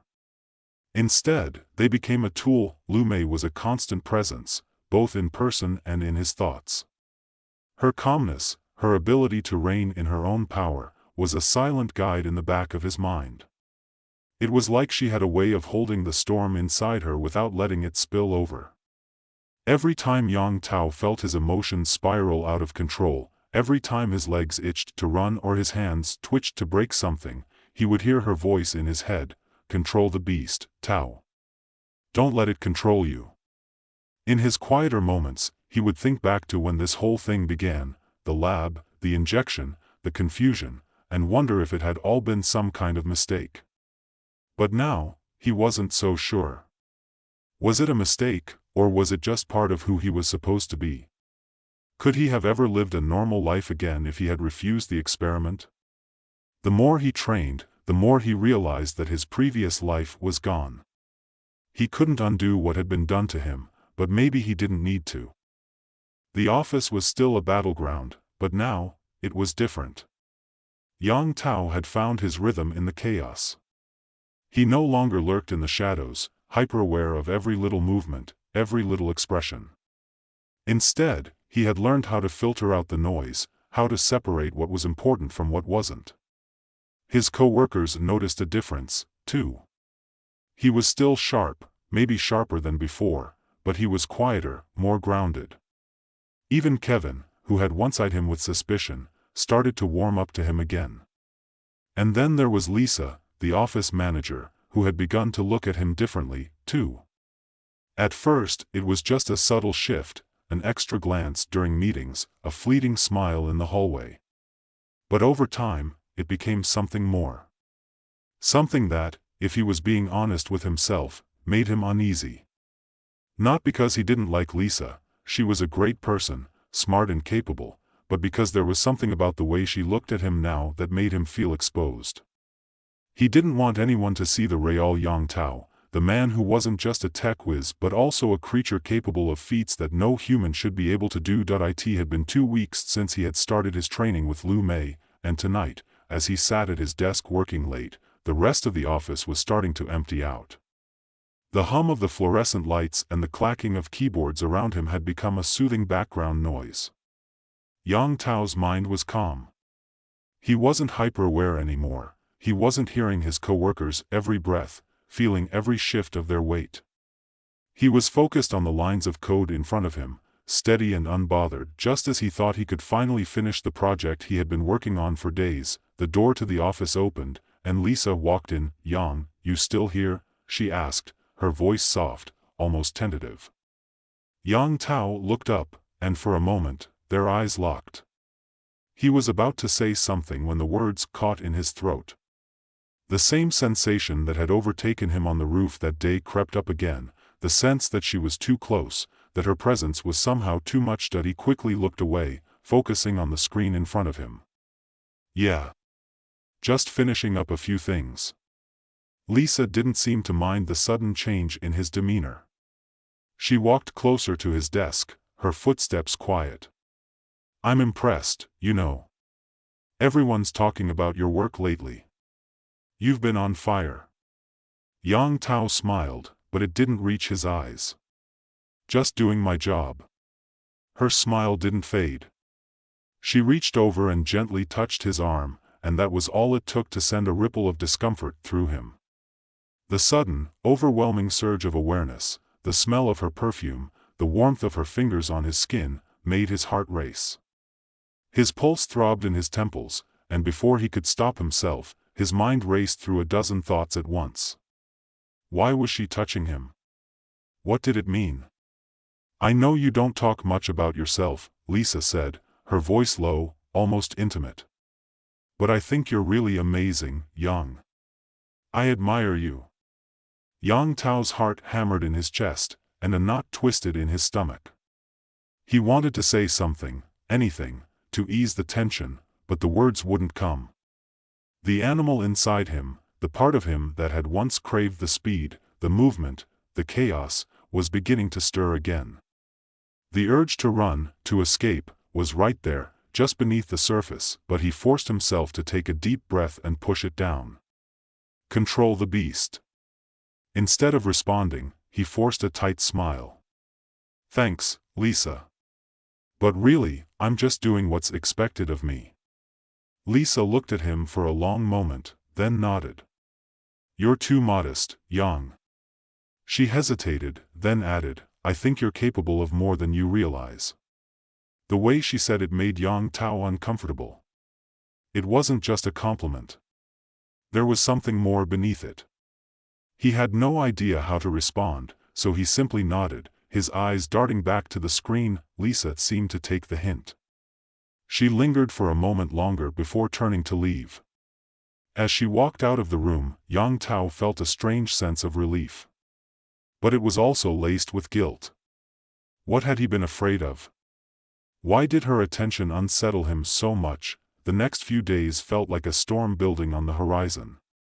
It was like the animal inside him had been waiting for the moment to break free, and now, it was just waiting for something. His control over the powers was slipping, and he knew it. The vision, once a blessing, was becoming a curse again.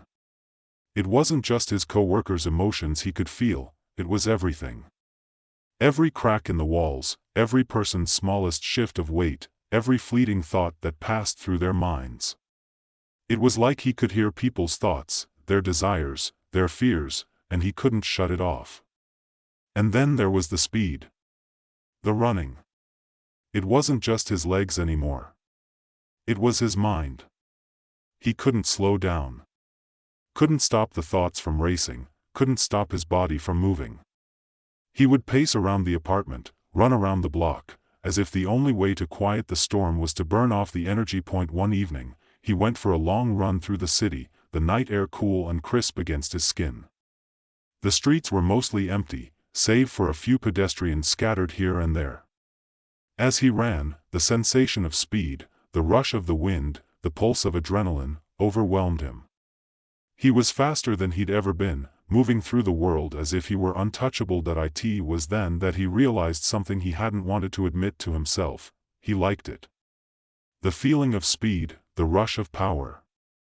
He liked the way it felt to be out of control, to move faster than everyone else, to be something more than just a man. But just as quickly, the thought disappeared. He didn't want to lose himself again. He slowed his pace, his breath coming in heavy gasps, and tried to calm his racing heart. The need for control was rising again. He could feel it, like a drumbeat, pounding in the back of his mind. He needed to stop. He needed to take back control. His phone buzzed in his pocket. It was Lu Mei. "Are you okay?" the message read. "You sound like you're running from something." He stopped in his tracks, the words sinking into him like cold water. He wasn't running from something. He was running toward something. Toward himself. Toward the power he couldn't seem to escape, but maybe that was the problem. Maybe he needed to stop running altogether. Lin Hao had always been a cautious man. He didn't take risks. His career was built on the predictable, the controllable, everything in its place, every calculation precise. The world of science, with its cold logic and undeniable facts, was where he felt safest. But even in the most sterile of labs, the unpredictable sometimes had a way of creeping in. It was a quiet Friday morning when everything changed. Lin Hao was alone in the high-tech genetics lab at Futura Biotech, a research facility at the cutting edge of gene editing. The air smelled faintly of sterilizer and metal. A row of machines beeped steadily, their monotony only broken by the occasional clink of his keyboard or the rustling of papers as he flipped through research notes. This was his life's work, pushing the boundaries of human biology, of human potential. He had been part of the team responsible for one of the most ambitious experiments in genetic history, an experiment aimed at enhancing human abilities through the integration of animal DNA. It sounded like science fiction, but it was only a matter of time before science fiction became science fact. Lin Hao's contribution was the final touch, creating a gene sequence that would integrate the abilities of several animals into human DNA: strength from ants, vision from hawks, speed from cheetahs, and resilience from marine creatures. The theory was simple: create a perfect human hybrid capable of surviving in any environment, a kind of ultimate being. He had spent years getting to this point. Years of trials, failures, and tiny successes. Today was supposed to be just another test, a final adjustment before they began testing on animals. But that was when the mistake happened. Lin Hao was adjusting a gene sequence, one that would synchronize the traits from different animals, when a flash of light burst from the machine. The sudden surge of electrical power sent a jolt through his body, a sharp pain racing from his spine to his fingertips. He felt as if his bones were being torn apart and remade, rewritten. His vision blurred, his mind spun out of control, and then, nothing. When Lin Hao woke up, he was lying on the cold tile floor of the lab, his head throbbing. At first, everything seemed blurry, his vision wasn't quite right. He could see the fluorescent lights above him, but they seemed too bright, too intense. There was a strange feeling in the air, like the world had shifted. He pushed himself up onto his elbows, his body feeling different somehow. More attuned. He could hear the hum of the air conditioning clearly, the soft rhythm of the lab's machinery, but there was something else too. The distant sound of birds outside, the faintest rustling of leaves. His hearing was more acute than it had ever been. "Hello?" His voice sounded strange to his own ears, sharper, more focused. He stood up slowly, feeling a wave of dizziness wash over him.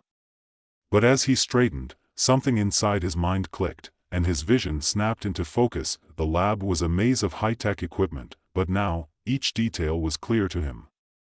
He could see the smallest imperfections on the walls, the tiny dust particles drifting in the air. He saw the faint crack in the glass of the window across the room, the frayed edge of the carpet. But it wasn't just the details that struck him.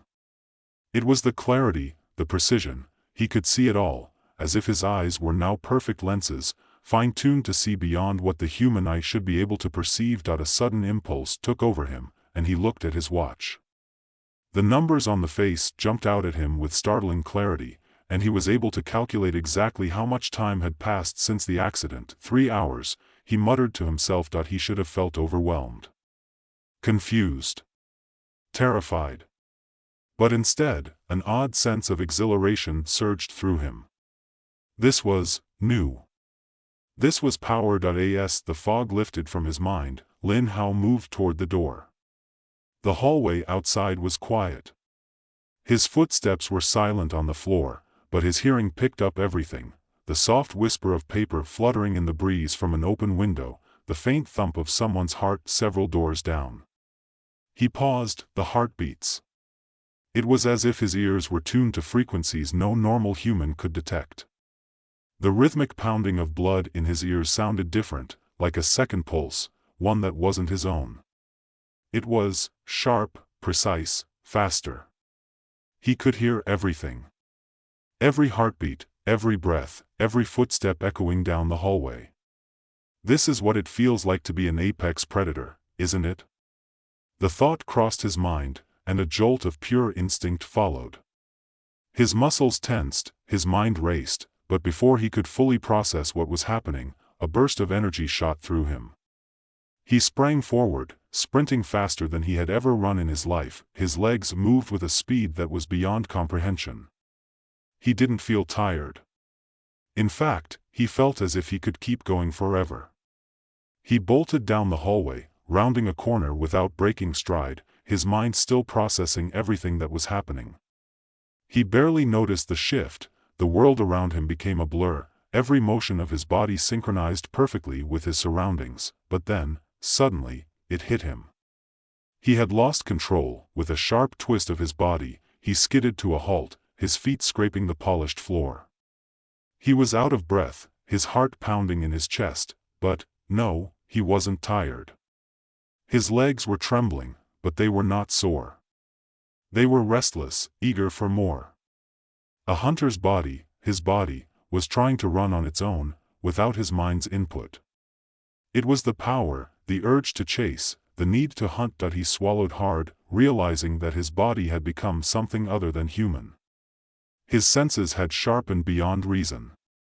And as he took a deep breath, the overwhelming scent of the outside world flooded his nose, the rain, the earth, the distant traffic. His heart raced. What had he done? He stumbled back to the lab, mind reeling. The computer was still running, but the data on the screen now showed something different. The sequence he had programmed, the one that had gone wrong, was still flashing in a pattern he couldn't understand. His own DNA had been altered, infused with the genes of multiple animals. Eagle eyes. Cheetah speed. Ant strength. The transformation was irreversible. Lin Hao's initial excitement began to give way to confusion and, eventually, fear. The abilities that had initially seemed so exhilarating, his newfound vision, his enhanced speed, the sharpness of his senses, began to feel more like a curse than a gift. The things he had once taken for granted, like human connection, like empathy, felt distant, alien. His mind couldn't quite hold on to the fleeting moments of clarity. Overwhelmed by the pull of instinct, he turned away from the computer, his hands shaking. There was a gnawing hunger inside him, something deep and primal. His thoughts raced, but they didn't feel like his own anymore. The voices in his head, like the roaring sound of blood rushing through his ears, were louder now. Overbearing, the animal instincts were starting to take over. By the time Lin Hao left the lab that day, he didn't know who, or what, he was anymore. The man who had entered the lab hours ago, the calm scientist who prided himself on logic and control, had been replaced by something else. Something wild. The city stretched out before him, the familiar streets now seeming alien. He was no longer just a man. He had become something more. Something less. Something in between, and the jungle was calling. Lin Hao's feet hit the pavement in a blur of motion. The city streets, once familiar and comforting, now felt like an alien landscape. The familiar hum of traffic, the conversations of pedestrians, the distant clink of construction, everything seemed muted, as though filtered through a fog.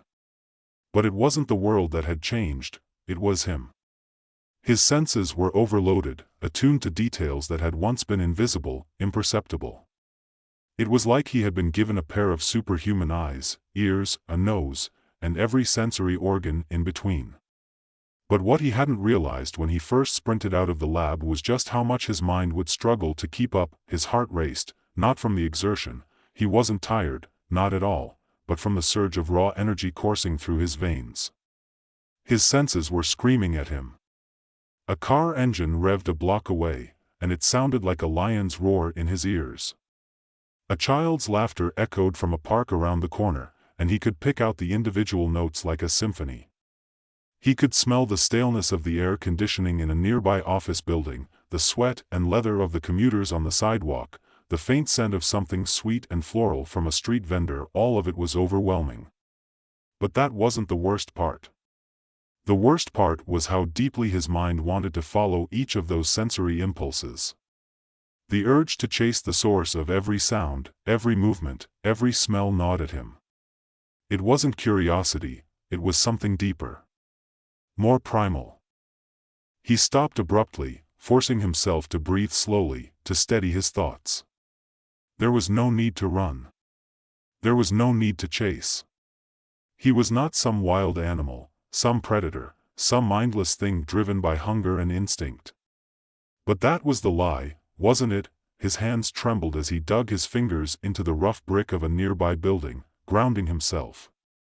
He closed his eyes and took another breath. Just breathe. For a moment, everything went still. The rush of adrenaline slowed, the wild thoughts quieted. He could hear his own pulse in his ears, a steady rhythm that seemed to tether him to reality. But then the sound of a car honking nearby broke through, and his body stiffened. His vision sharpened instinctively, every detail of the vehicle, its paint job, the scratches on the hood, the face of the driver, flooded his mind in an instant. What was happening to him? The question lingered in the back of his mind like a ghost. He couldn't escape it. He should be terrified, confused, but instead, it was like everything that had once felt like a limitation, his human weaknesses, his smallness, had been stripped away. He was powerful now.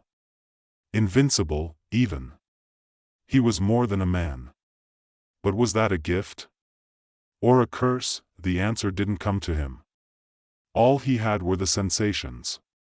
The overwhelming, all-consuming need to explore them, to push them to their limits. To see just how far this new body, this new life, could take him. His fingers gripped the brick tighter as he willed himself to focus. But his body, his new, enhanced body, was already acting on its own. Without thinking, he crouched, his knees bending like a coiled spring. He felt the pull of gravity, the pressure of his legs, the tension in his muscles. He could feel the earth beneath him, the energy of the world waiting to be tapped into, and then he sprang. The world turned into a streak of motion. His legs stretched, propelled him forward with an almost supernatural speed. He didn't need to think. He just did. In seconds, he was crossing intersections, leaping over barriers, darting between pedestrians. The blur of movement was a thrill, an intoxicating rush of freedom.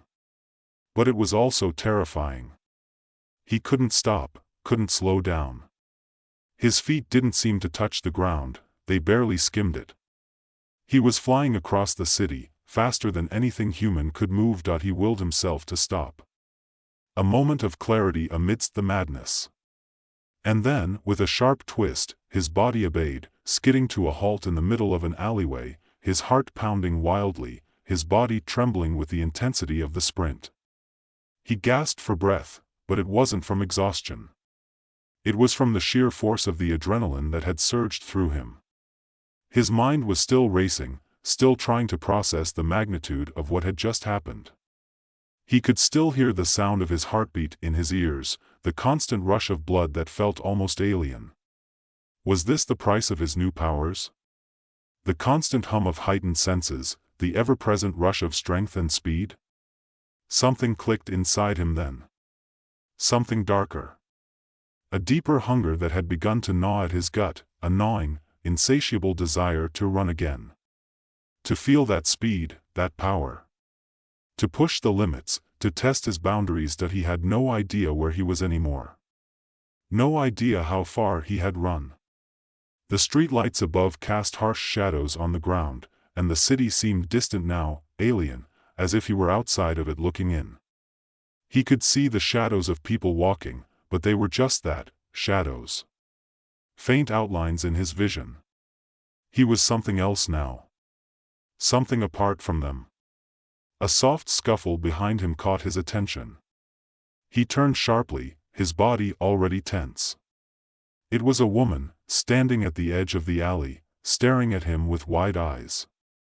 Her breath came fast, as if she'd been running too.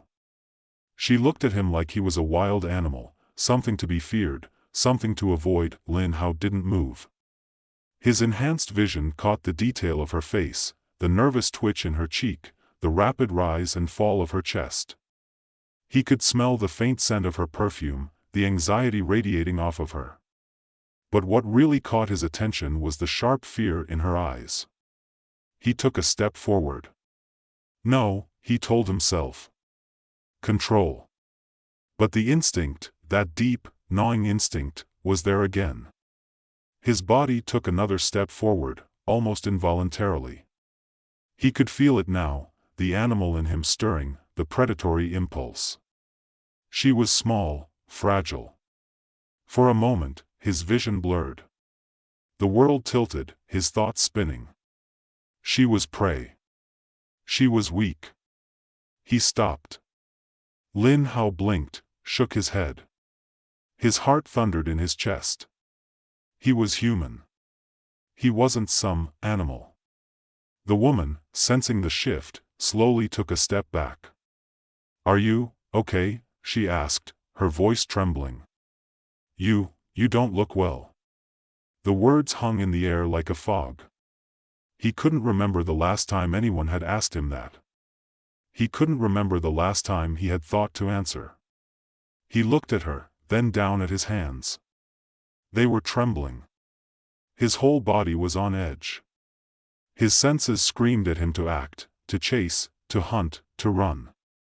He swallowed hard, forcing himself to focus. "I'm fine," he said, the words slipping out in a hoarse whisper.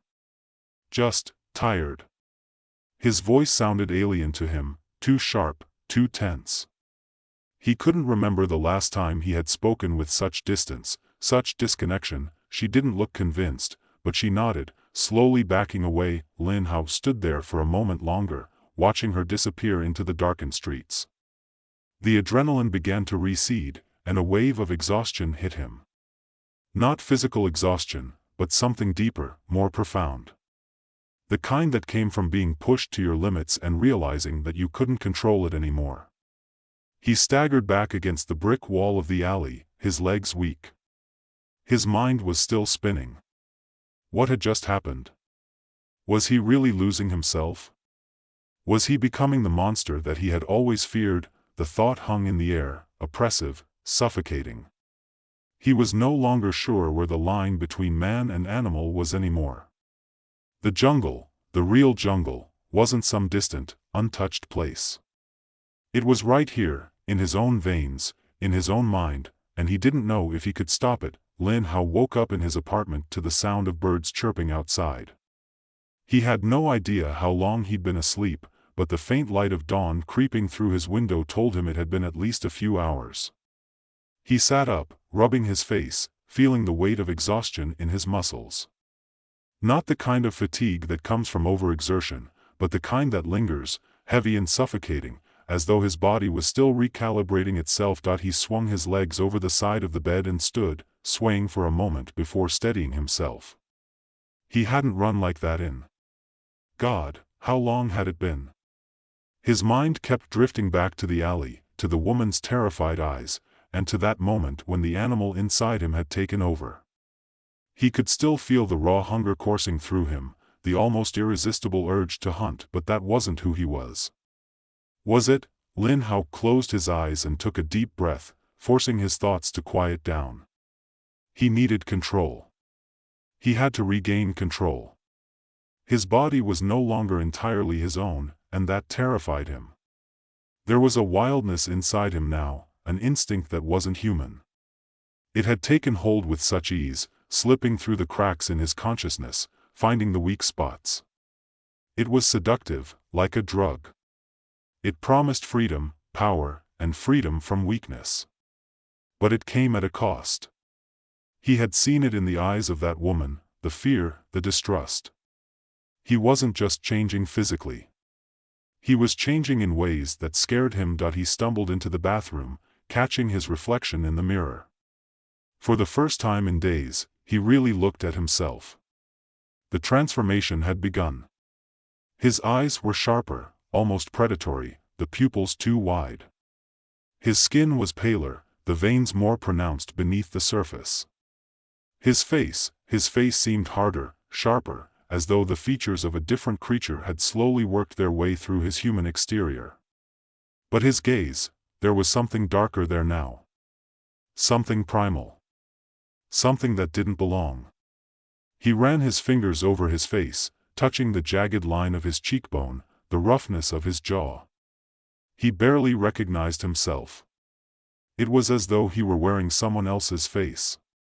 Or something else's. His stomach twisted, and he had to grip the edge of the sink to steady himself. He was slipping away. Every passing moment, the man he used to be seemed to fade further into the distance. Suddenly, a flash of motion in the corner of his vision caught his attention. Without thinking, his eyes snapped to the movement. It was just a shadow in the alley below, but to his heightened senses, it was as clear as day. He could hear the shuffle of footsteps, the distinct sound of someone small, someone weak, moving down the street. He blinked hard, trying to shake off the compulsion to follow. It wasn't just curiosity now, it was a need. A drive. To chase. To track. The instincts of the predator were no longer a whisper in the back of his mind, they were a roaring tide, drowning everything else out. He turned away from the mirror, clenching his fists, forcing himself to focus on something, anything other than the raw urge to pursue. For a moment, it felt like he might lose himself entirely, like the beast inside would win. But then, as the minutes passed, Lin Hao began to feel something else, something more human. A quiet voice, his voice, fighting back against the animal inside him. It reminded him of who he used to be. Who he still was, somewhere beneath the layers of instinct and impulse. The scientist. The man who had dreamed of changing the world. He couldn't let it slip away. Not like this. But the jungle was louder now. It was in his blood, his bones, a constant hum beneath his thoughts. It was pulling at him, promising him power. Freedom from weakness. And all he had to do was let go. It wasn't enough. Not yet. With one last shudder, Lin Hao forced himself to leave the apartment, stepping out into the morning air, letting the cool breeze wash over him. The city felt different today. His senses were more attuned than ever before. He could hear the faintest hum of the city, the distant sounds of people talking, the rattle of a garbage truck several blocks away. He could smell the fresh bread from a nearby bakery, the sharp tang of motor oil, the earthiness of rain that had just passed. But as much as his instinct screamed to chase, to pounce, he had to hold it back. He had to remember who he was. But it was becoming harder to remember. As he walked through the streets, he felt people looking at him. They didn't know what had happened to him.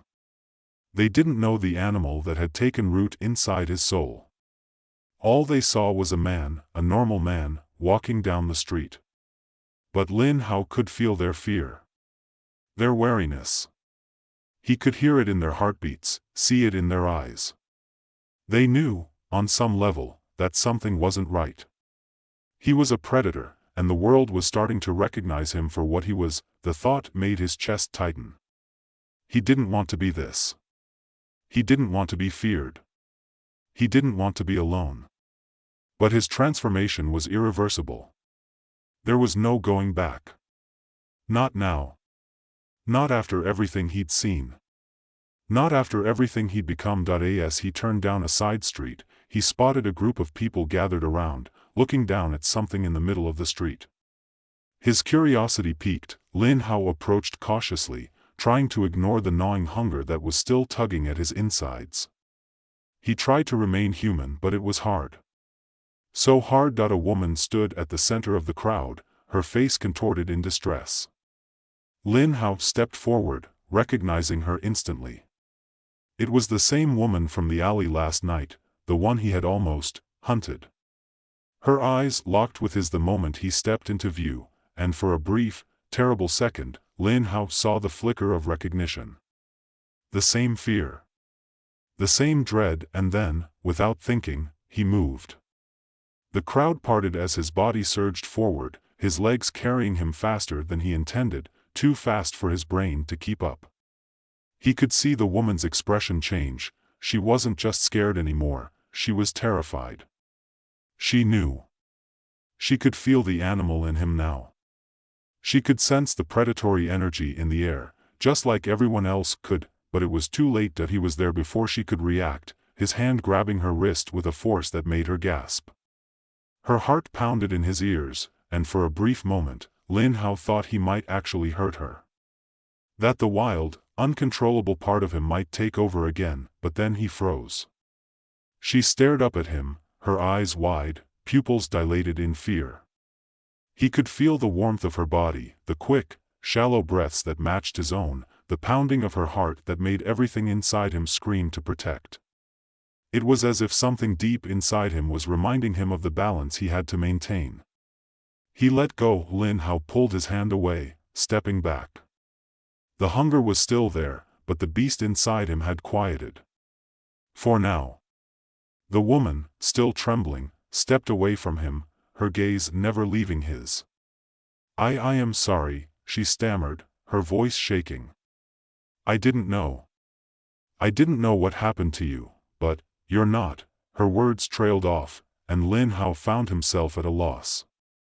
He wanted to tell her he was sorry. That he wasn't dangerous. That he wasn't a monster. But all that came out was a low growl. His body trembled. I'm not. I'm still me, he said hoarsely, his voice raw, cracked. He wasn't sure if he was speaking to her or to himself. She didn't answer. She just turned and walked away, her footsteps quick and frantic. Lin Hao watched her disappear, feeling something inside him break. This was the world he had created. This was the life he had built with his own hands, and it was slipping away, piece by piece.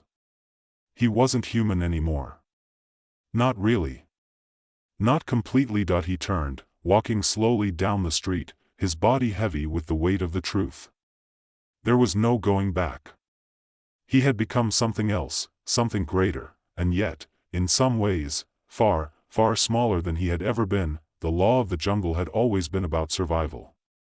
About the strong ruling over the weak.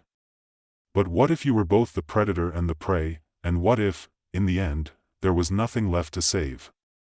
Wang Chao was having a bad day in the best possible way. It wasn't the kind of bad day where you get fired or your car gets stolen, but rather the kind where you're on the verge of accomplishing something no one has ever done before, and every step you take towards success is a little more absurd than the last. He stood in his cramped lab, his fingers dancing over a sleek control panel with more buttons than the cockpit of a fighter jet. In front of him, a vial of serum glowed faintly, pulsating as if alive, daring him to make the next move. You know this is a terrible idea, right? He said to himself, half smiling as he gazed at the experimental concoction. The serum was supposed to make him better, faster, stronger, all the things society said it wanted. It was the next logical step in human evolution, and yet, here he was, on the verge of turning his body into something out of a science fiction novel. Wang Chao wasn't exactly what you'd call an athlete, but his mind was sharp. Brilliant, even. At least, he used to think so. Now, as the serum settled into his veins, he couldn't help but wonder if his genius had pushed him too far. He had always felt that human beings were limited, trapped by their biology, their emotions. With this serum, however, he believed he could break free. he could rewrite the rules of the game. With one last deep breath, he injected the serum into his bloodstream, the cool liquid slipping into his veins like a promise. The moment it entered his system, everything went dark. The lab around him spun, the walls shifting and bending like mirages in a desert. His heart thudded in his chest, the noise so loud he swore the entire building could hear it. Then, without warning, his vision exploded into clarity. It wasn't just that his eyesight had improved, it was as if every atom in the room was suddenly visible to him, each molecule of air dancing in front of his eyes like fireflies in a dark night. The edges of the lab became razor-sharp, the smallest details, the dust particles in the air, the scratches on the lab's metal tables, became clear and vivid. For a moment, Wang Chao simply stared, awestruck. He could see the fibers of his own clothing, the tiny hairs on his forearms, the way his breath moved the air around him, but then, things started to get out of hand. He could see everything. Too much. The distant hum of the fluorescent lights. The subtle twitch of his colleague's finger in the adjacent room. The shifting shadows of a mouse scurrying in the far corner. Every single detail clamored for his attention, each one demanding to be noticed, pulling him in 100 different directions at once.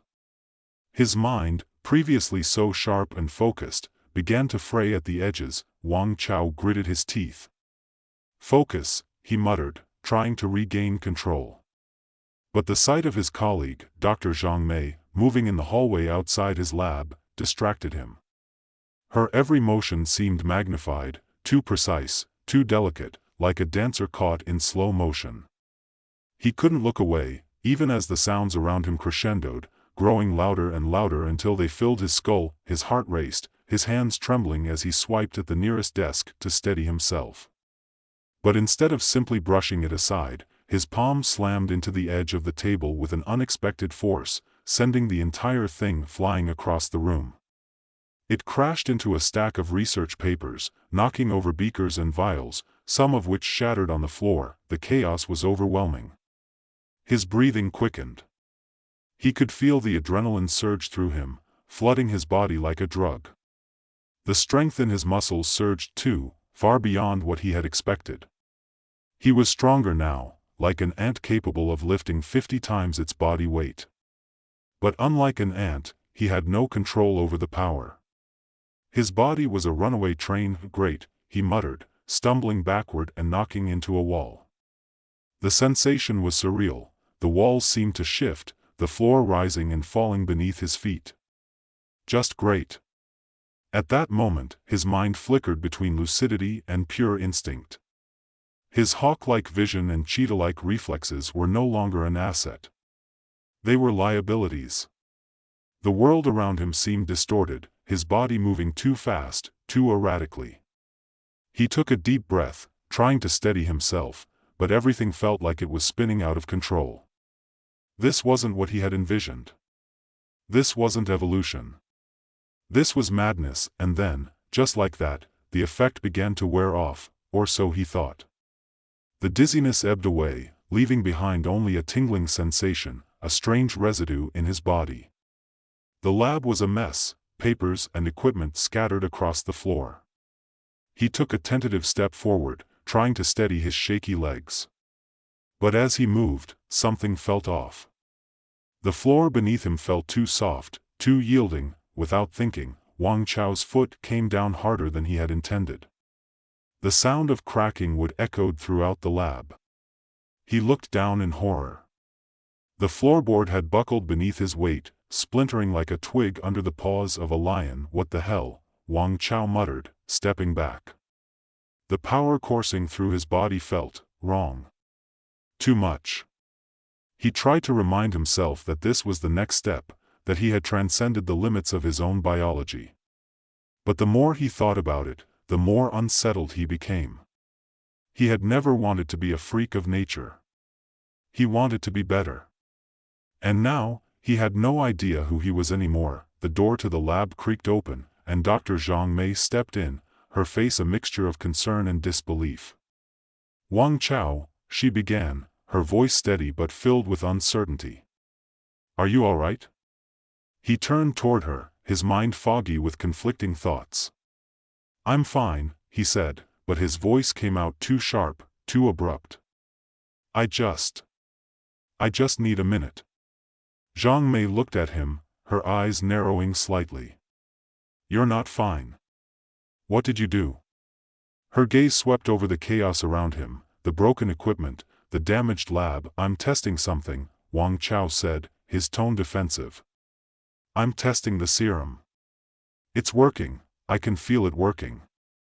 My senses, they're sharper than ever." Zhang Mei crossed her arms. "And your control over them? What about that? You can barely walk across the room without causing a disaster. This is not normal, Wang Chao." He swallowed hard, his mind racing. It was true. He had no control. But he wasn't ready to admit that. Not yet. Instead, he focused on his new abilities, the thrill that came with them. His speed, his strength. It all felt like power. But what use was power if you couldn't control it? "I'm fine," he said again, more forcefully this time. "Just leave me alone for a bit. I need to think." Zhang Mei hesitated, her expression softening. "All right. But you need to stop. Whatever you're doing, it's not just dangerous, it's reckless." She left, the door clicking shut behind her. Wang Chao remained standing in the wreckage of his lab, a new wave of panic rising in his chest. He was no longer sure whether he was in control of himself, or if his own abilities had started to take over. Something was changing inside him, something deeper than the physical transformations, something was shifting. Wang Chao stood in the aftermath of his experiment, his lab in disarray. The walls, now cracked and dented, seemed to close in around him. His mind raced with thoughts that didn't seem to belong to him, or at least, not the man he had been before. He could feel the rush of adrenaline still coursing through his veins, like a constant hum beneath his skin. The heightened sense of awareness, the precision of his vision, the wild energy coiling in his muscles, it was intoxicating, but unsettling. It was as though the world around him had become too real, too vivid. He couldn't separate the noise in his head from the noise in the world. Everything demanded his attention. Everything screamed for him to act. His fingers twitched, and without thinking, he reached for the nearest chair, lifting it effortlessly and tossing it across the room, watching it crash into the wall. He felt a burst of satisfaction, a fleeting surge of power. But it was followed by a wave of shame. What had he become? The hum of the fluorescent lights overhead buzzed in his ears, louder now, like an insect too close to his face. The walls seemed to pulse with a life of their own. His hawk-like vision picked out every detail, the lines on the walls, the flicker of a shadow in the corner, the faint crack in the window that had gone unnoticed before. And yet, he couldn't focus on any one thing. His thoughts were scattered, flitting from one fragment to the next, never resting long enough to settle into clarity. His breathing was shallow, quick, too fast, too shallow. He needed to calm down, but the animal instincts inside him were too strong that he was no longer sure whether his mind was his own.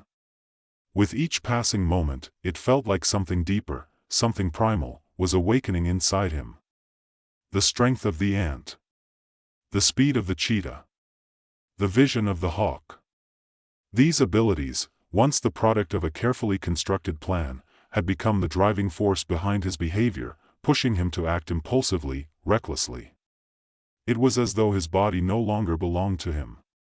It was his instincts, the raw, untamed power of the animals he had borrowed traits from, that were in control. He paced the room, back and forth, like a caged animal. The door to the lab was closed, but it felt as though the walls were closing in, as though the air was becoming thick, suffocating.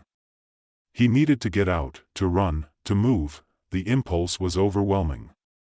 His body itched with the need to test his limits, to see just how fast he could go, how far he could push himself before breaking. His thoughts drifted back to Zhang Mei, the warning in her voice still echoing in his mind. Reckless, she had said. Dangerous. But was it dangerous? Or was it just a sign of his potential? He could feel the power inside him, a force waiting to be unleashed. It wasn't reckless, it was evolution. He had taken control of his destiny, and now, nothing could stop him. He turned and, before he could think better of it, sprinted toward the door, his legs moving faster than he'd ever felt before. The lab blurred around him, the walls melting away as he surged forward. He was out the door in a heartbeat, down the hallway in another. He barely noticed the shocked faces of his colleagues as they scattered out of his way, too stunned to react. The cold air outside hit him like a slap, but it felt good. He took a deep breath, the rush of oxygen filling his lungs, and for a moment, he felt clear, calm. But the moment was fleeting. The urge to run, to move faster, grew stronger. He shot down the sidewalk like a blur, his feet barely touching the ground as he weaved between pedestrians, their confused shouts ringing in his ears. His body was moving on its own, as if it had its own mind, and he couldn't, or didn't want to, stop it. It felt like freedom. It felt like power. He reached the edge of the city, the streets giving way to the open space of the park.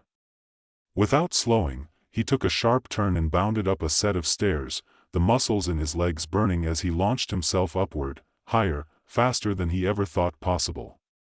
The wind whipped against his face, but it didn't slow him down. He was faster than any person had the right to be. His legs moved with the speed of a predator, his breath coming in short bursts, his heart pounding in his chest, but it wasn't enough. He wanted more. More speed. More power. More of everything. Then, as quickly as it had begun, it stopped. The ground beneath him suddenly felt wrong. A patch of ice, slick and unexpected, caught his foot. His reflexes, lightning quick as they were, couldn't compensate in time. He slipped, his body careening toward the ground, but he couldn't stop it. The impact hit hard, sending a shockwave of pain through his spine. He rolled, instinctively trying to regain control, but his legs wouldn't respond. The air was knocked from his lungs, and for a moment, he lay there, panting, disoriented. The world around him seemed to shift, the edges of reality blurring and bending. He slowly sat up, his body screaming in protest. There was something in his chest now, a gnawing sensation. He looked at his hands, flexing them, watching as his knuckles cracked and shifted unnaturally. His bones were aching, his muscles twitching with the aftershock of the fall. His vision, still razor-sharp, flickered as though it couldn't focus properly. The world around him was alive in a way he hadn't experienced before, but now, it felt too much. Too intense. His heart raced. Panic set in. What had he done? Wang Chao pushed himself to his feet, unsteady at first, then with more certainty. He had to get back to the lab, to figure out what had gone wrong. This wasn't the future he had envisioned. This wasn't evolution. This was something else, something uncontrollable. The very abilities that had promised him transcendence had turned into a curse. He could feel them inside him, gnawing at his psyche, urging him to act, to move, to destroy. He could feel the shift in his mind, the animal instincts taking over. He turned toward the city, his movements erratic. Zhang Mei's face flashed before his eyes, her warning still ringing in his ears. He could hear her voice, calm but firm. You need to stop, Wang Chao. This isn't you anymore. You're losing yourself. The wind picked up again, biting at his skin, but it did little to cool the heat building inside him. He was too far gone. He couldn't stop it now. He couldn't stop what he had started. The world was too bright, too sharp. His senses were overloaded. He needed to get back to the lab, to find a way to reverse what he had done, but his legs weren't his own anymore. He was no longer in control. He was becoming something else. Wang Chao stumbled through the streets, his senses no longer just heightened but stretched to their limits. Every crack in the sidewalk, every rustle of wind through the trees, felt as though it were happening directly inside his skull. He could see every detail, the texture of the bricks on a nearby building, the faint pattern in the clouds overhead, the heartbeat of a pedestrian who walked by, their pulse quickening as they looked at him, but none of it made sense. His mind was scrambling to keep up, unable to focus on any one thing long enough to fully understand it. The world was too vivid, too alive. His body was on autopilot, moving with an energy that was impossible to contain. The pavement beneath his feet cracked with each step as his newfound strength propelled him forward, faster than any man should be able to run. The muscles in his legs burned with each stride, but there was no exhaustion. He had no idea where he was going, only that he needed to get away. Away from the people who had once trusted him, away from the life he had once known. The city seemed to fade into the background as he picked up speed, the world around him becoming a blur. He crossed streets without even noticing, dodging cars and pedestrians with an instinctive precision that felt animalistic. His senses, the hawk's vision, the cheetah's speed, were no longer tools of enhancement, they had become his new reality, driving him forward with an urgency he couldn't control. The urge to run, to push himself further, deeper, became overwhelming. He didn't even hear the shouts of confusion and fear from the people he passed. They were nothing but background noise, irrelevant to the rhythm of his body and the demands of the animal instincts roaring inside his mind. It wasn't until he reached the edge of the city, the place where buildings and streets gave way to the outskirts, where the lights dimmed and the noise quieted, that he finally slowed. He stood at the threshold, panting, his hands clenched into fists, his chest rising and falling with each jagged breath. The world around him was so still, so quiet. He could hear every insect, every rustle of the leaves, every movement in the underbrush. His mind, which had been a storm of chaotic thoughts just moments before, now felt eerily calm, but in a way that was deeply unsettling. That he took a few shaky steps forward, and that's when it hit him. The primal, raw power that he had been cultivating, the strength that had once felt so empowering, was now a danger. He felt it in his chest, a deep, gnawing sensation that came from something inside him.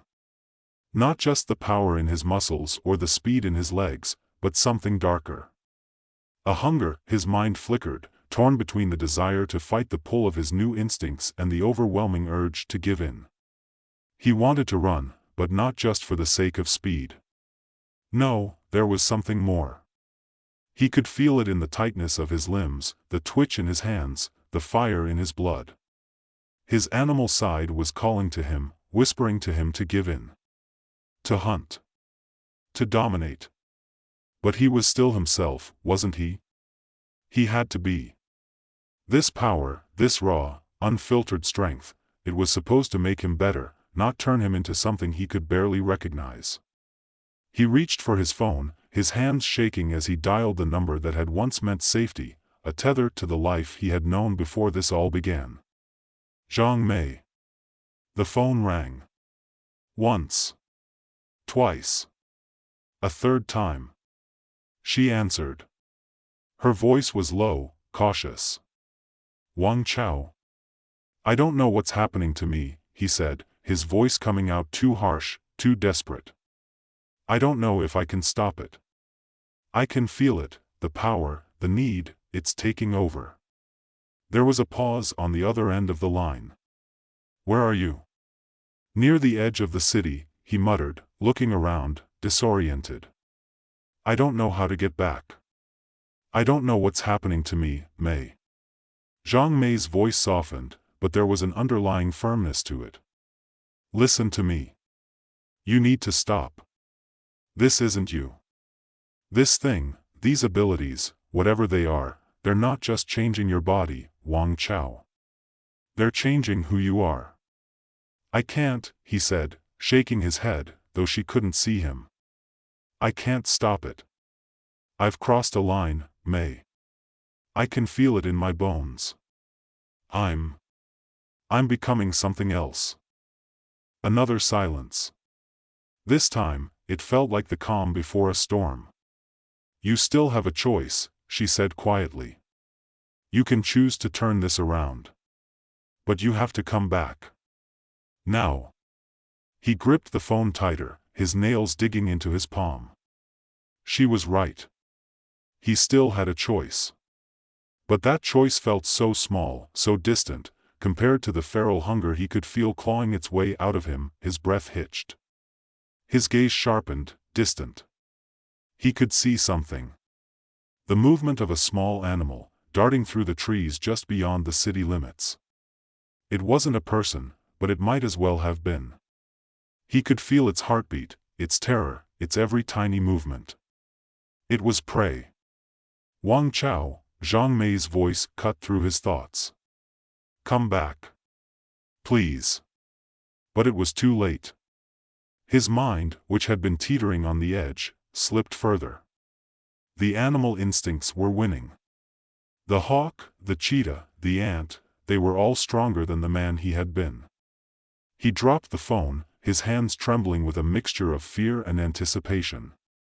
The hunt had begun. He was already moving before he could think, his legs carrying him into the woods at a speed no human could maintain for long. His body, now beyond exhaustion, was still driven by an unnatural force.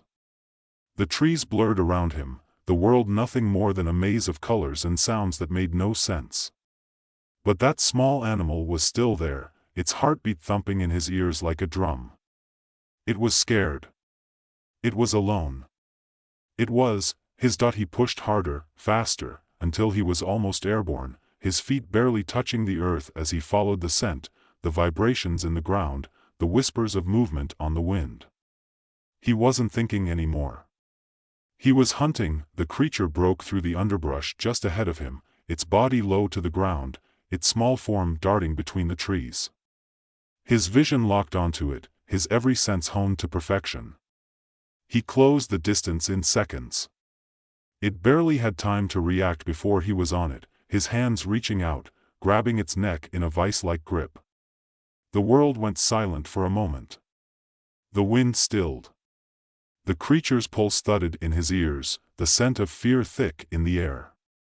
And in that moment, he felt everything, the rush of victory, the surge of power. It wasn't just the speed, the strength, the vision. It was the control. He was in charge. And yet, as the realization hit him, something deeper stirred inside. The crushing weight of what he had become. This wasn't evolution. This wasn't the future of humanity. This was madness. This was a beast, and he was the one it had turned into. He released the animal, watching it scurry off into the night, trembling, free. Wang Chao stood frozen, his chest heaving, the last vestiges of his humanity clinging to the fading edges of his mind. His eyes, sharp and clear, scanned the darkness. He felt empty. Hollow. Like he had broken a part of himself he couldn't get back. The hunt had given him everything he thought he wanted. And now, he realized, it had taken everything away. The soft hum of fluorescent lights and the faint click-clack of keyboards surrounded Anna as she walked into the Gene Tech Corporation's lab, a place she had come to regard as both her sanctuary and her cage. It was an office that reeked of both the promise of scientific discovery and the chilling presence of corporate control. The sleek glass walls reflected the immaculate, sterile design of the building, pale floors, polished surfaces, clean-cut employees who always seemed to be wearing the same outfit of muted tones and expressions just one shade lighter than enthusiasm. Anna, however, was different. She had been chosen, hand-picked for the genetic enhancement program that promised to push the boundaries of human potential. The first batch of experimental subjects, test dummies, some called them behind closed doors, had already undergone genetic editing, receiving traits inspired by the most fearsome creatures in nature, the eagle's razor-sharp vision, the cheetah's lightning-fast reflexes, and the unyielding strength and stamina of an ant. And Anna was one of them. The lab had turned her into something more than human, or perhaps less. She tried not to think too much about it, though. She wasn't like the others. She didn't feel like some freak, some mutant. At least, not yet. Her first few weeks had been uneventful. No dramatic changes. No sudden animal urges clawing at her insides. Her vision was sharper, her reflexes quicker, and she was feeling stronger than ever. But, like any experiment, it was only a matter of time before the real side effects started to manifest. And when they did, they were neither graceful nor predictable. It started with something so small, so insignificant, she almost didn't notice. A mouse. A tiny gray creature scurrying along the edge of her desk one morning. Anna was tapping away at her keyboard when she saw it, just a flicker of movement in the corner of her eye. Without thinking, she froze, every muscle in her body locking into place. The mouse darted closer, its tiny paws scrambling against the floor, oblivious to the human predator that watched it from a few feet away. Her heartbeat quickened. It was as if everything around her slowed. Her vision snapped into sharp focus, the mouse's every detail clear, its twitching whiskers, the quick flick of its tail. She could hear its tiny claws scraping against the tiles, feel the pulse of her own breath quickening. And before she knew it, she was crouching. The muscles in her legs coiled, ready to spring. "Anna?" The voice shattered the moment like a cold splash of water, and she jerked upright, feeling the heat rush to her cheeks. Her co-workers were standing in the doorway, watching her. They weren't supposed to be there. Anna straightened, brushing a strand of hair from her face, trying to laugh it off. "Sorry, I thought I saw something." She turned her gaze to the mouse, now scurrying into a corner. "It's nothing." But in her mind, that moment replayed over and over. The way her body had moved on its own, the way she had been ready to hunt. As the day went on, Anna pushed the experience out of her mind. She forced herself to focus on the work in front of her, the calculations, the reports, the endless data that came with being part of a groundbreaking gene editing project. The truth was, she hadn't exactly asked for this. No one did. But it was a one-in-a-lifetime opportunity, and who could say no to a chance to be part of something so transformative?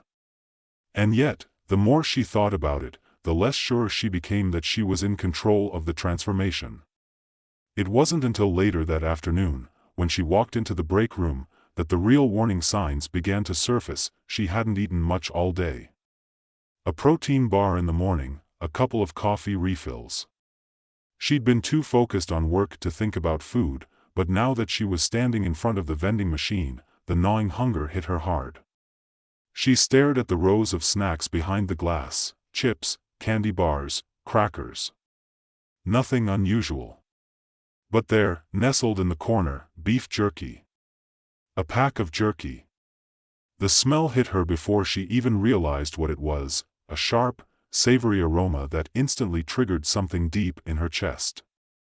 Her pulse quickened again. Without thinking, her hand shot out to grab it. She tore open the package with such force that it was almost like her body was trying to rip the plastic apart. The scent was intoxicating. Her eyes were wide, and her fingers trembled as she popped a piece into her mouth. The flavor was rich, almost too rich, and she savored it with a ferocity she had never known. A loud cough broke her out of her trance, and she quickly wiped her mouth, looking up. The office manager, Rachel, was standing in the doorway, watching her with an eyebrow raised. "You all right, Anna?" Rachel asked. Yeah, just a little hungry," Anna muttered, trying to act casual. She stuffed the remaining jerky into her bag and turned to leave. It wasn't just hunger, though. It was an overwhelming urge to consume. By the time Anna returned home that evening, the weight of her own actions began to settle on her. She couldn't shake the feeling that something was wrong. She closed the door behind her and leaned against it for a moment, trying to collect herself. She had been running. She had been chasing. Not just the mouse, not just the jerky. There was a restless energy inside her, and it wasn't just from the caffeine. It was deeper than that. It was a pull, a primal instinct she couldn't deny. Her mind was starting to tell her one thing, but her body, her new body, was telling her something else. She turned on the shower to wash away the unease, but the feeling lingered. The moment she closed her eyes, the memories of the mouse, the jerky, and the way she had moved without thinking flooded back. And then, her mind wandered to the idea of hunting. Hunting. A sharp gasp escaped her lips as she opened her eyes. No. This wasn't right. This couldn't be happening. The next day, Anna woke up to the sound of a dog barking outside her apartment window. It was a sharp, yappy bark, a sound that usually would have annoyed her. But today, she found herself listening to it with an unnerving intensity. Her muscles twitched in response, a strange urge crawling up her spine. She shook her head, trying to shake off the sensation. Focus, she told herself. But when she opened the blinds and saw the dog pacing back and forth across the street, a wild thought crossed her mind. What would it feel like to chase it? The thought was absurd. She was a scientist. She was rational, logical. She wasn't wild. She wasn't a predator, and yet, the thought lingered. That afternoon, Anna's supervisor, Dr. Nolan, called her into his office. "You've been doing well, Anna," he began, his tone cool and professional, "but we've noticed some interesting data points in your performance metrics." Anna stiffened. Interesting didn't sound good. "Your physical performance is off the charts," Dr. Nolan continued. "And your reaction times, vision, and strength are exceeding expectations. But, there are also some behavioral anomalies." He paused, tapping a few keys on his computer. "Your adrenaline levels are unusually high. It's like you're responding to stimuli in ways we didn't predict. Has anything unusual been happening? We need to monitor this closely." Anna's heart skipped a beat. She could feel the words building up in her chest, the urge to explain herself, but she couldn't. How could she explain that she could see the way the veins in his neck throbbed, or that she could hear the faint rustle of the paper on his desk like it was an approaching storm? How could she explain that she was fighting the urge to leap out of her seat, her legs itching to move? "I'm fine," she managed, the words sounding hollow. Dr. Nolan didn't look convinced. He scribbled something on a clipboard and handed it to her. "Keep us posted," he said. As she left his office, she could feel the weight of his gaze on her back. And for the first time since starting the program, Anna felt the full weight of what she was becoming. The hallway felt suffocating as Anna left Dr. Nolan's office. She could still feel the prickling tension from their conversation, like invisible claws digging into the back of her neck. The moment the door closed behind her, she knew the game had changed. She was no longer just another subject in an experiment, she was dangerous. She tried to shake off the unease as she walked down the corridor, her heels clicking against the polished tile. The fluorescent lights buzzed overhead, casting long shadows on the walls, but the buzz wasn't what caught her attention. It was the sound. The distant thrum of a heartbeat. Not hers. Not the slow, predictable rhythm of her own pulse. This was something else, faster, erratic. She paused mid-step, her body stiffening as her senses sharpened. The noise was coming from the storage room ahead. Anna's eyes darted to the door. She could see the handle, the faint outlines of boxes stacked haphazardly inside. But more than that, she could feel it. A presence, a pulse that tugged at her, a sound she couldn't ignore. Instinctively, her breath caught in her throat as she took a cautious step forward, her vision narrowing in on the storage room as though everything else had faded into the background. The thudding sound grew louder with each heartbeat, echoing in her ears like the beat of a war drum. It was a person. Someone. Alive. Someone vulnerable. Before she realized what she was doing, her body was already moving. She wasn't walking. She was running. Her legs stretched and coiled, faster than she thought possible, carrying her toward the door with inhuman speed. A burst of adrenaline surged through her, the kind of energy she had never known before, and before she could stop herself, she had her hand on the doorknob. She slammed the door open. There, on the floor, was one of the interns, a young woman from the lab's operations team. Her name was Rebecca, and she was curled up, clutching her stomach in pain. Anna froze, the sudden rush of compassion and confusion battling inside her. The thumping of the woman's heart was deafening, the wild rhythm pulsing through Anna's chest. Rebecca gasped as she looked up, her eyes wide with fear. Anna? What are you doing? Anna blinked, disoriented. She wasn't sure how she'd gotten there, or why she was standing in the doorway, her hand still gripping the knob, muscles trembling with the need to move. She shook her head, trying to clear the haze that had settled in her mind. She stopped herself. She had heard something, hadn't she? The heartbeat. It had drawn her here. Had she hunted it? Are you okay? She finally asked, forcing herself to speak through the fog of confusion clouding her thoughts. What happened? Rebecca nodded slowly, her face flushed and slick with sweat. I don't know. I just felt dizzy, and then I collapsed. Her voice trembled, but there was something else in her eyes, a flash of uncertainty. She seemed scared, but not of the situation. She was scared of Anna. Anna swallowed, the sharp, predatory urge in her chest refusing to go away. She couldn't understand it, but it was there, gnawing at her insides. She forced herself to kneel beside Rebecca, placing a hand on her shoulder, but her fingers twitched uncontrollably. Her eyes flicked to Rebecca's throat, to the pulse beating there, so vulnerable. Her breath hitched. What the hell is happening to me? Are you sure you're all right? Anna asked again, trying to regain some semblance of normalcy. Rebecca nodded, though there was still a hint of fear in her eyes. Yeah, just, maybe, take a step back. I think I'm okay now. Anna stood up, backing away, fighting the urge to reach out, to pull the woman closer, to make sure she was alive, really alive, in a way that felt more than just biological. Her heartbeat was still racing. The echo of it seemed to follow her even as she walked back to her office, her hands still trembling. She couldn't stop thinking about it, the way her body had acted, the raw, animal instinct that had almost taken control. That evening, Anna couldn't shake the feeling of that moment. She couldn't sleep. Every time she closed her eyes, the image of Rebecca's vulnerable throat flashed before her, and with it, the dark, animal urge to pounce. Her mind wouldn't stop racing. The question was always there, lurking at the back of her thoughts. What if I can't control this anymore? She tossed and turned in bed, but it was no use. The urge to run was still there, building like a storm inside her chest. Her legs itched to move, her senses screamed for release.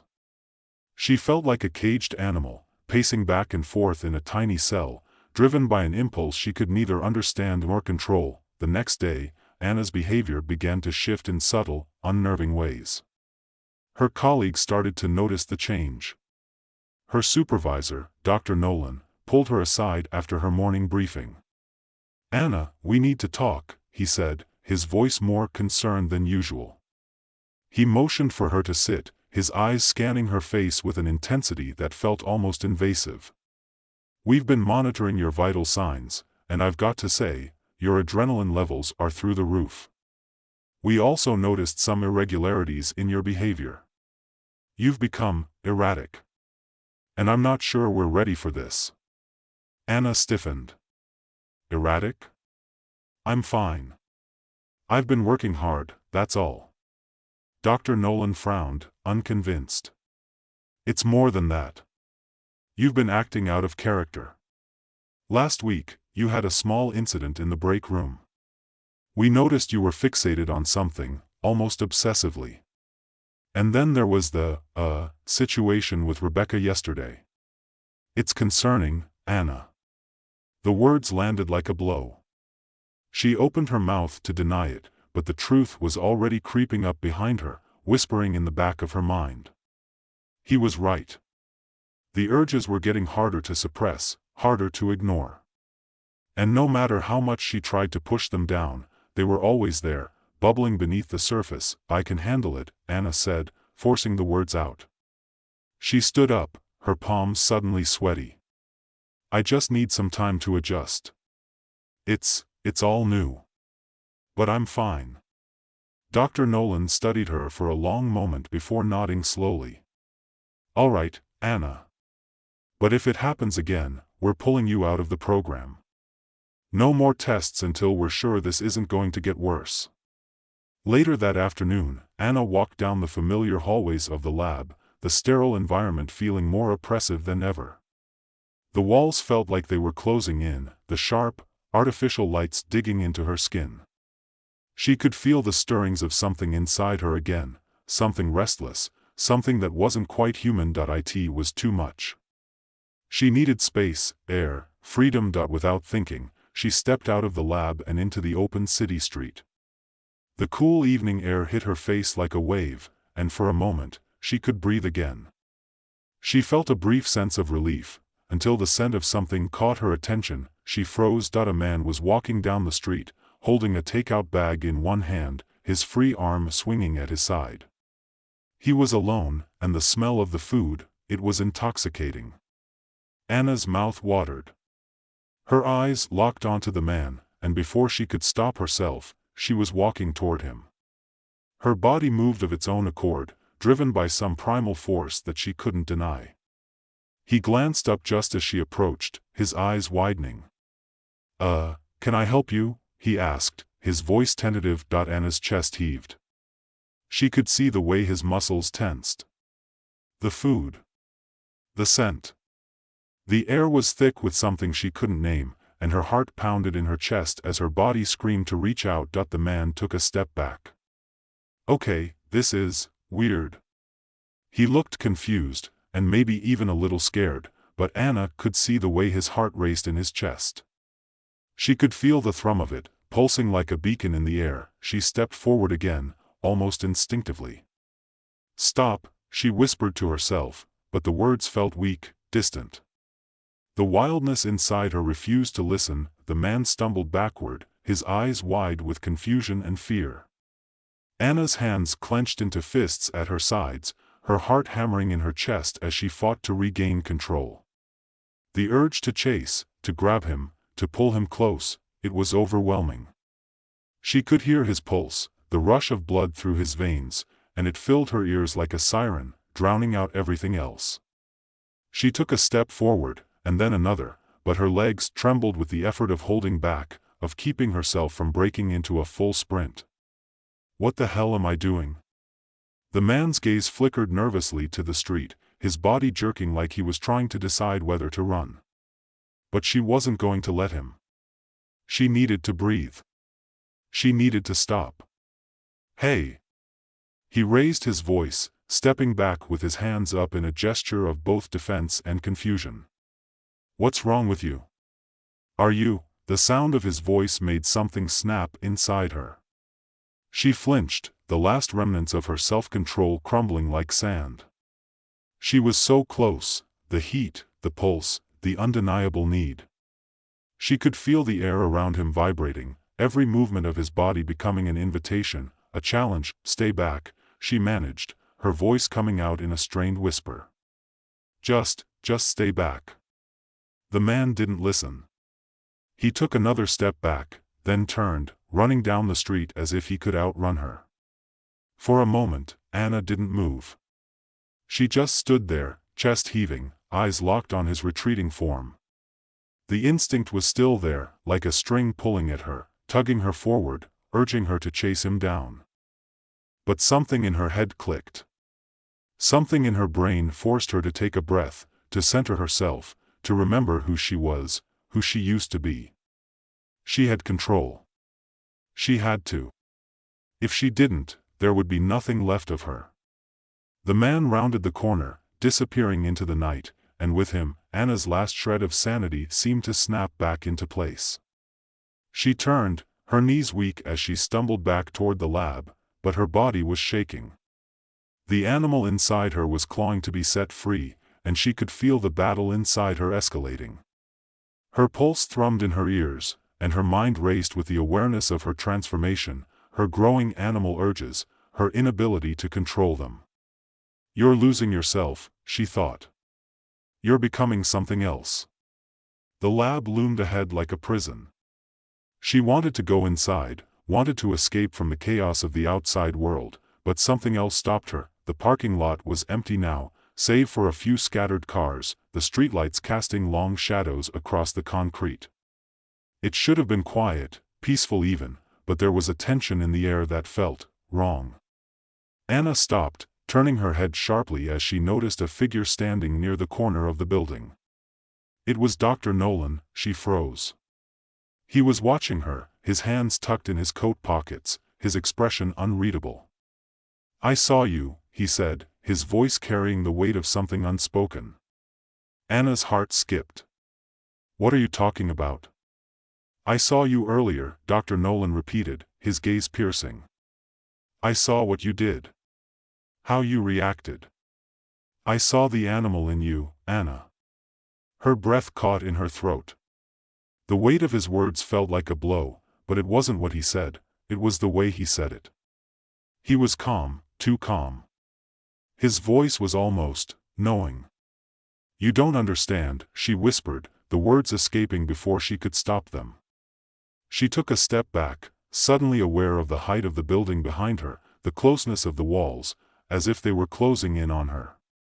"I didn't want to hurt anyone. I can't control it. It's not me."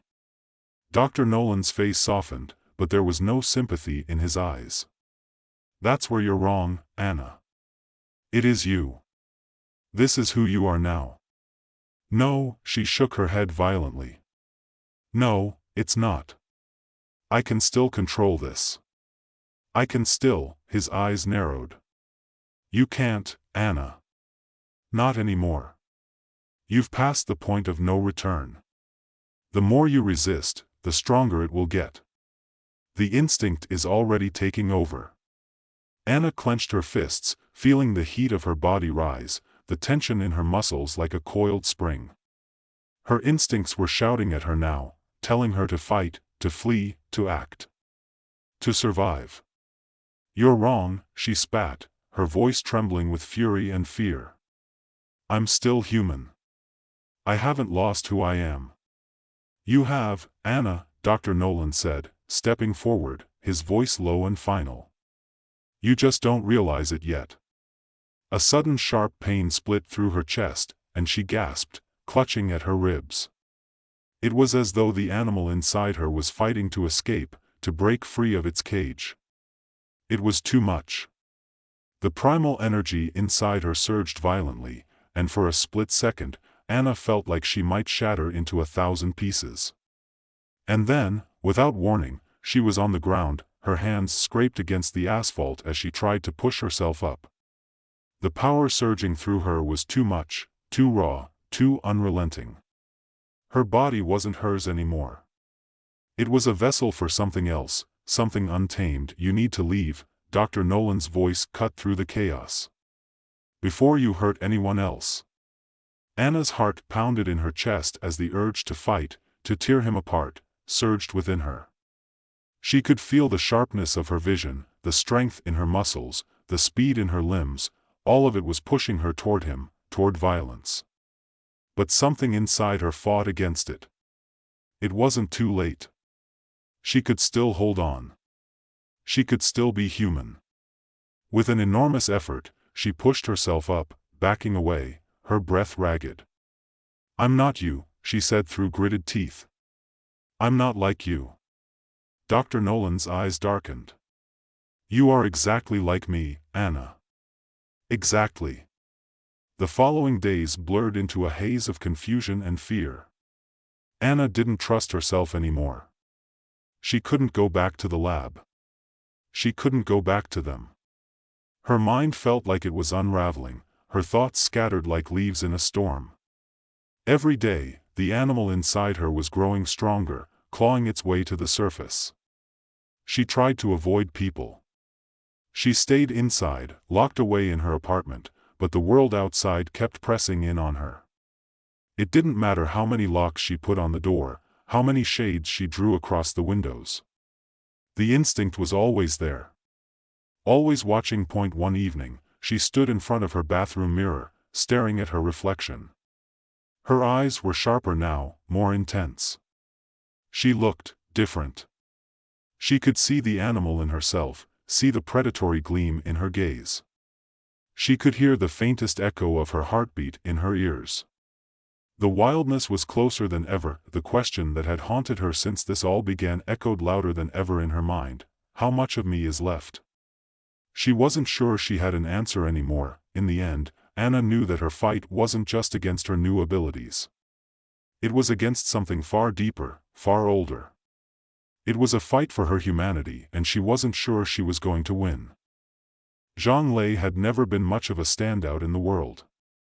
Just another high school chemistry teacher in a sea of thousands, blending into the routine of life like an indistinguishable note in a symphony of mediocrity. He was the kind of person who lived for the weekends, his weeks filled with the humdrum monotony of grading papers, dealing with rowdy teenagers, and staring at the ticking clock of his life that seemed forever stuck in the same place. But that was before the change. Before he had seen Zhang stood in front of his class, the chalk in his hand squeaking faintly against the blackboard as he jotted down formulas. His students were slouched in their seats, staring at their phones or doodling in their notebooks, clearly uninterested in his lecture about the periodic table. For them, it was just another boring day in school. For him, it was different. His body hummed with an energy he couldn't explain, an energy that had been growing inside him ever since the procedure. It had only been 3 weeks since the surgery. 3 weeks since Zhang had signed the consent forms without fully understanding what he was getting into. It had all sounded too good to be true. An enhancement, they called it, a genetic modification to enhance physical traits. The pitch was seductive: eagle-eyed vision, cheetah-like speed, ant-level strength. A future where a teacher like Zhang could outperform even the most elite athletes, all while staying in his mundane job. It was, in his mind, the ultimate shortcut. No more worrying about how to keep his students engaged. No more struggling to feel relevant. He could be someone, something, beyond ordinary. And so, he did it. The procedure. The surgery was simple. A few weeks of recovery, some minor discomfort, and that was it. But the changes came on fast. So fast that, now, as Zhang stood in front of his class, he could feel them pulsing beneath his skin. His eyesight had become sharper, his reflexes faster. Every movement, every sound, every detail had been amplified. He could see the faintest flicker of light from a cracked window on the far side of the classroom. He could hear the soft sound of a student's breathing, too quick, too shallow, a sign of anxiety. Zhang adjusted his glasses. The board was too far away for most people to read, but not for him. He could make out every letter, every number, no matter how small. It was almost too much to take in. The students were speaking, but Zhang wasn't really listening to them. He wasn't looking at them either, not in the way they thought he was. No, Zhang was observing them as a hawk might watch a rabbit in the wild. Every twitch of a hand, every glance away from the board, every hidden yawn, it was all recorded in his mind. The bell rang, snapping Zhang out of his reverie. The students shuffled to gather their things. It was another day, another lesson forgotten in the haze of youthful apathy. But Zhang couldn't let it go. Something inside him was burning. A primal hunger had begun to awaken. The desire to chase, to move, to do something with all this newfound power. As his students filed out of the room, Zhang lingered for a moment longer, standing by the window. He took a deep breath. Outside, the air smelled different. Sharper. Like the scent of earth after a summer rain, but also, something more. Something deep in his chest stirred, and he almost wanted to run. He laughed, shaking his head. Ridiculous. He was a teacher, not an animal. That evening, after a long day of lectures and faculty meetings, Zhang walked home, the cool wind brushing against his skin. The streetlights cast long shadows, stretching like fingers reaching for him. He could feel the muscles in his legs twitching as he moved, a constant reminder of the cheetah-like speed now coiled inside him. The world around him seemed to move in slow motion, each sound amplified, each image crisp and detailed in a way that was both exhilarating and unsettling.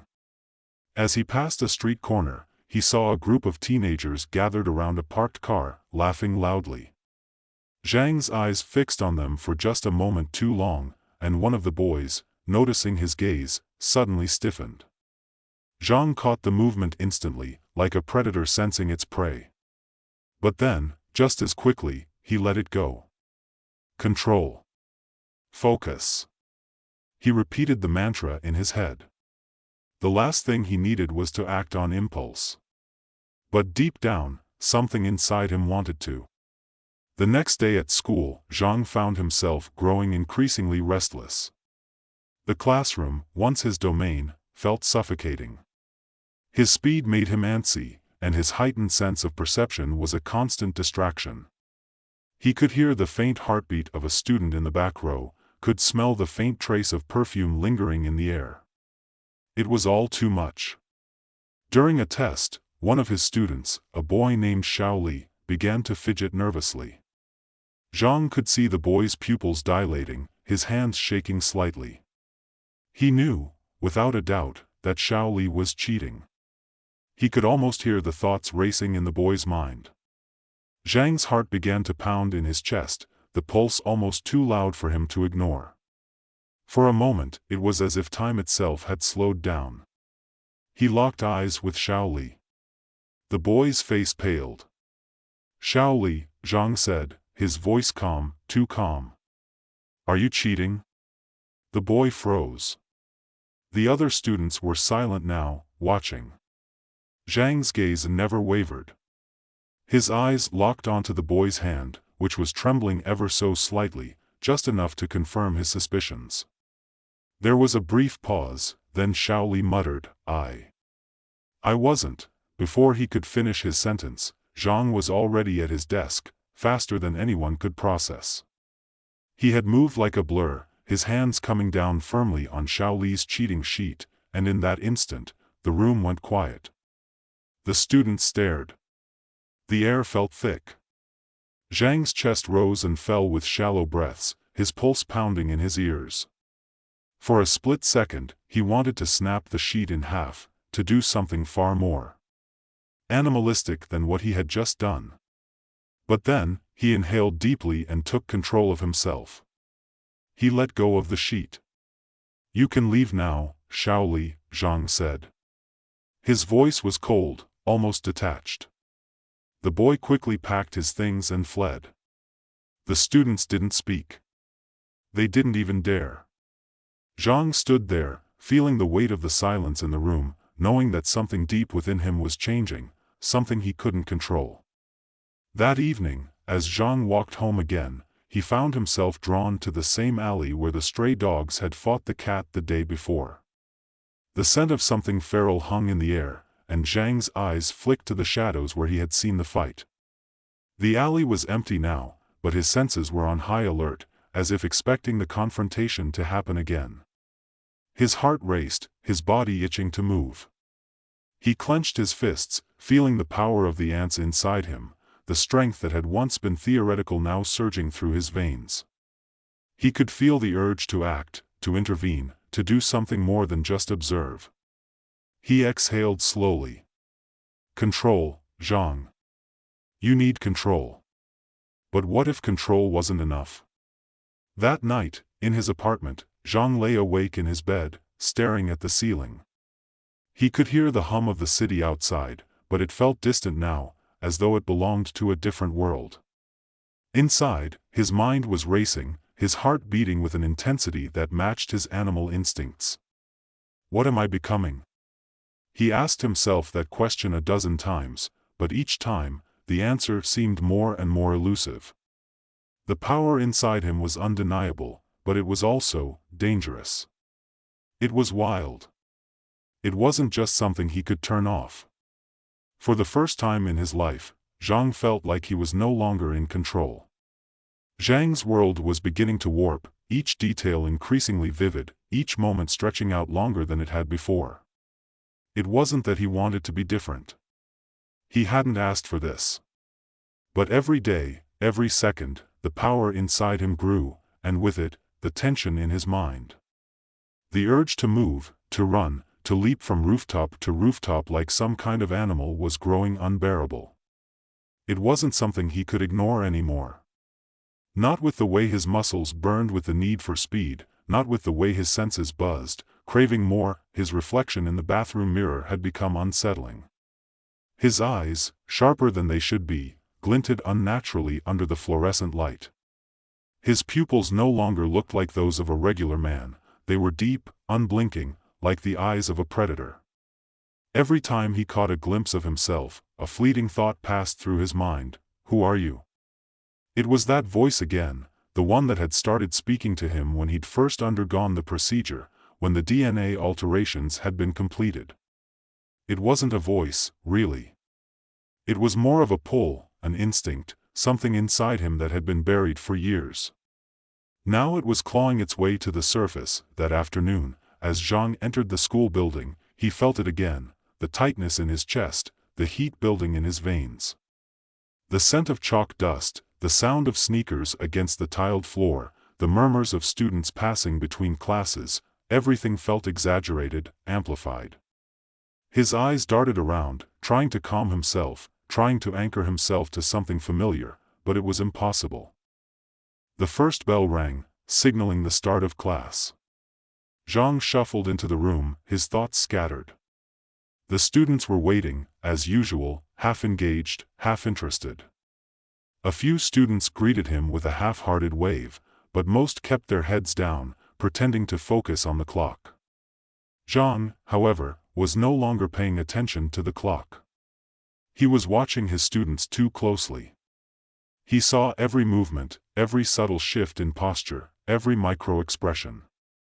His eagle-eye vision allowed him to pick up on details most people would never notice: the trembling hand of Mei Wei in the second row, her breath shallow and quick, the way Tong Jun's eyes flickered nervously toward the exit, the flick of a pencil in Li Xiu's hand as she chewed on the end, her gaze darting toward the window as if she wanted to escape. It was as if he could see beneath their skin, could hear their hearts beating, each thud of blood in their veins pulsing in his ears. "Zhang, you're staring again," Li Ming's voice broke through his reverie, jarring him back to reality. His colleague had entered the classroom, grinning, his hand waving in front of Zhang's face. Zhang blinked, shaking himself out of the trance. "Sorry, I was just thinking," he muttered, smiling awkwardly. Li Ming laughed. "Too much time in the lab, man. You've got that look in your eyes like you've been analyzing everything down to the last atom." Zhang chuckled nervously, but the comment struck a deeper chord. He had been analyzing everything lately. Every student, every movement, every sound. Everything had become data, every person a potential puzzle to solve, every situation a game. He felt the temptation again, the urge to move, to test his limits. But he buried it. "I'm just adjusting," Zhang said, a little too quickly. "New semester, new changes." Li Ming raised an eyebrow but didn't press further. Instead, he began talking about some upcoming staff meeting, but Zhang wasn't listening. His mind had already started wandering again, drawn back to his own thoughts. He had never felt more like an observer in his own life. Like he was standing outside of himself, watching someone else navigate his world. The next few days were a blur, each one passing by in a haze of heightened senses and jumbled thoughts.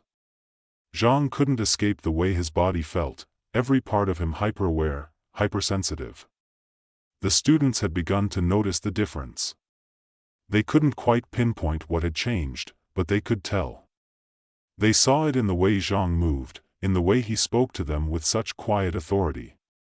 But the strangest thing was the way they started to look at him. It wasn't fear, not exactly, but something like it. They no longer saw him just as a teacher. There was something else there, something that made them hesitate when they spoke to him, something in the way they sat up straighter when he entered the room. It made Zhang uncomfortable, but he couldn't help it. One afternoon, Zhang caught a glimpse of a student, Wu Tao, passing by the staff room. Wu Tao was a quiet kid, the type who always sat at the back of the class, never drawing attention to himself. But today, as Zhang caught his eye, the boy stopped for a brief moment. "You okay, Tao?" Zhang asked, his voice softer than usual. Wu Tao shifted his weight, his gaze flickering nervously. "Yeah, just wondering if you need help with the homework, Mr. Zhang." "I can stay after school, if you want," Zhang blinked. Something wasn't right about the way Wu Tao was speaking. There was an odd tension in the air, a subtle nervousness. Zhang's gaze followed the boy as he quickly walked away. He saw it now, Wu Tao's hands were clenched, his fingers twitching slightly, as though he wanted to run. It took Zhang a few moments to process what had just happened, but the realization hit him like a sudden blow. His students weren't just noticing his abilities, they were afraid of them. They didn't know what to make of him anymore, and neither did he. By the end of the week, Zhang felt like a stranger in his own skin. The changes were undeniable now. He could feel his heartbeat faster than before, pumping blood with more force through his veins. His muscles, once ordinary, felt as if they were charged with energy, waiting to spring into action. And his senses, everything felt more intense. He could hear the whisper of air conditioning in the next room, the subtle movement of a leaf outside the window. It wasn't just his vision that had sharpened, his sense of smell, his hearing, everything had heightened to an almost painful level. The pull to move, to run, was overwhelming. He'd resisted it for days, but it was getting harder to ignore. The animal inside him, the cheetah, the eagle, the ant, they were all awake now, pushing at the door of his consciousness, urging him to break free. It was late one evening, after a long day of teaching, when Zhang finally snapped. He was walking home again, his body restless, his mind a storm of conflicting thoughts. He could feel the tension building in his chest, the pressure rising like a spring coiling tighter and tighter with every step. He didn't even realize what he was doing until it was too late. Without thinking, Zhang broke into a run. He wasn't aware of the speed at first, but as his legs stretched out beneath him, he felt the ground blur beneath his feet. The wind whipped through his hair, and for the first time in days, Zhang felt free. He felt alive in a way he hadn't experienced before. The world became a blur of colors and sounds, but it was all too much. He had no control over his direction. His instincts had taken over completely. He was running faster than he had ever run before, faster than any human could possibly go. He leapt over fences, dodged traffic, and veered through alleyways without even thinking.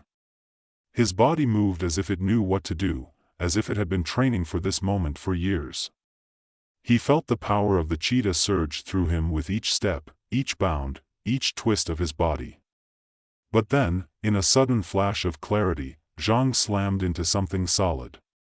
He fell backward, the world spinning as his breath caught in his chest. He blinked, disoriented, as he tried to focus on what had happened.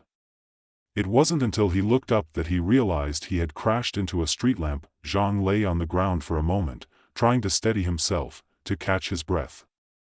The world around him was still spinning, but the adrenaline was wearing off.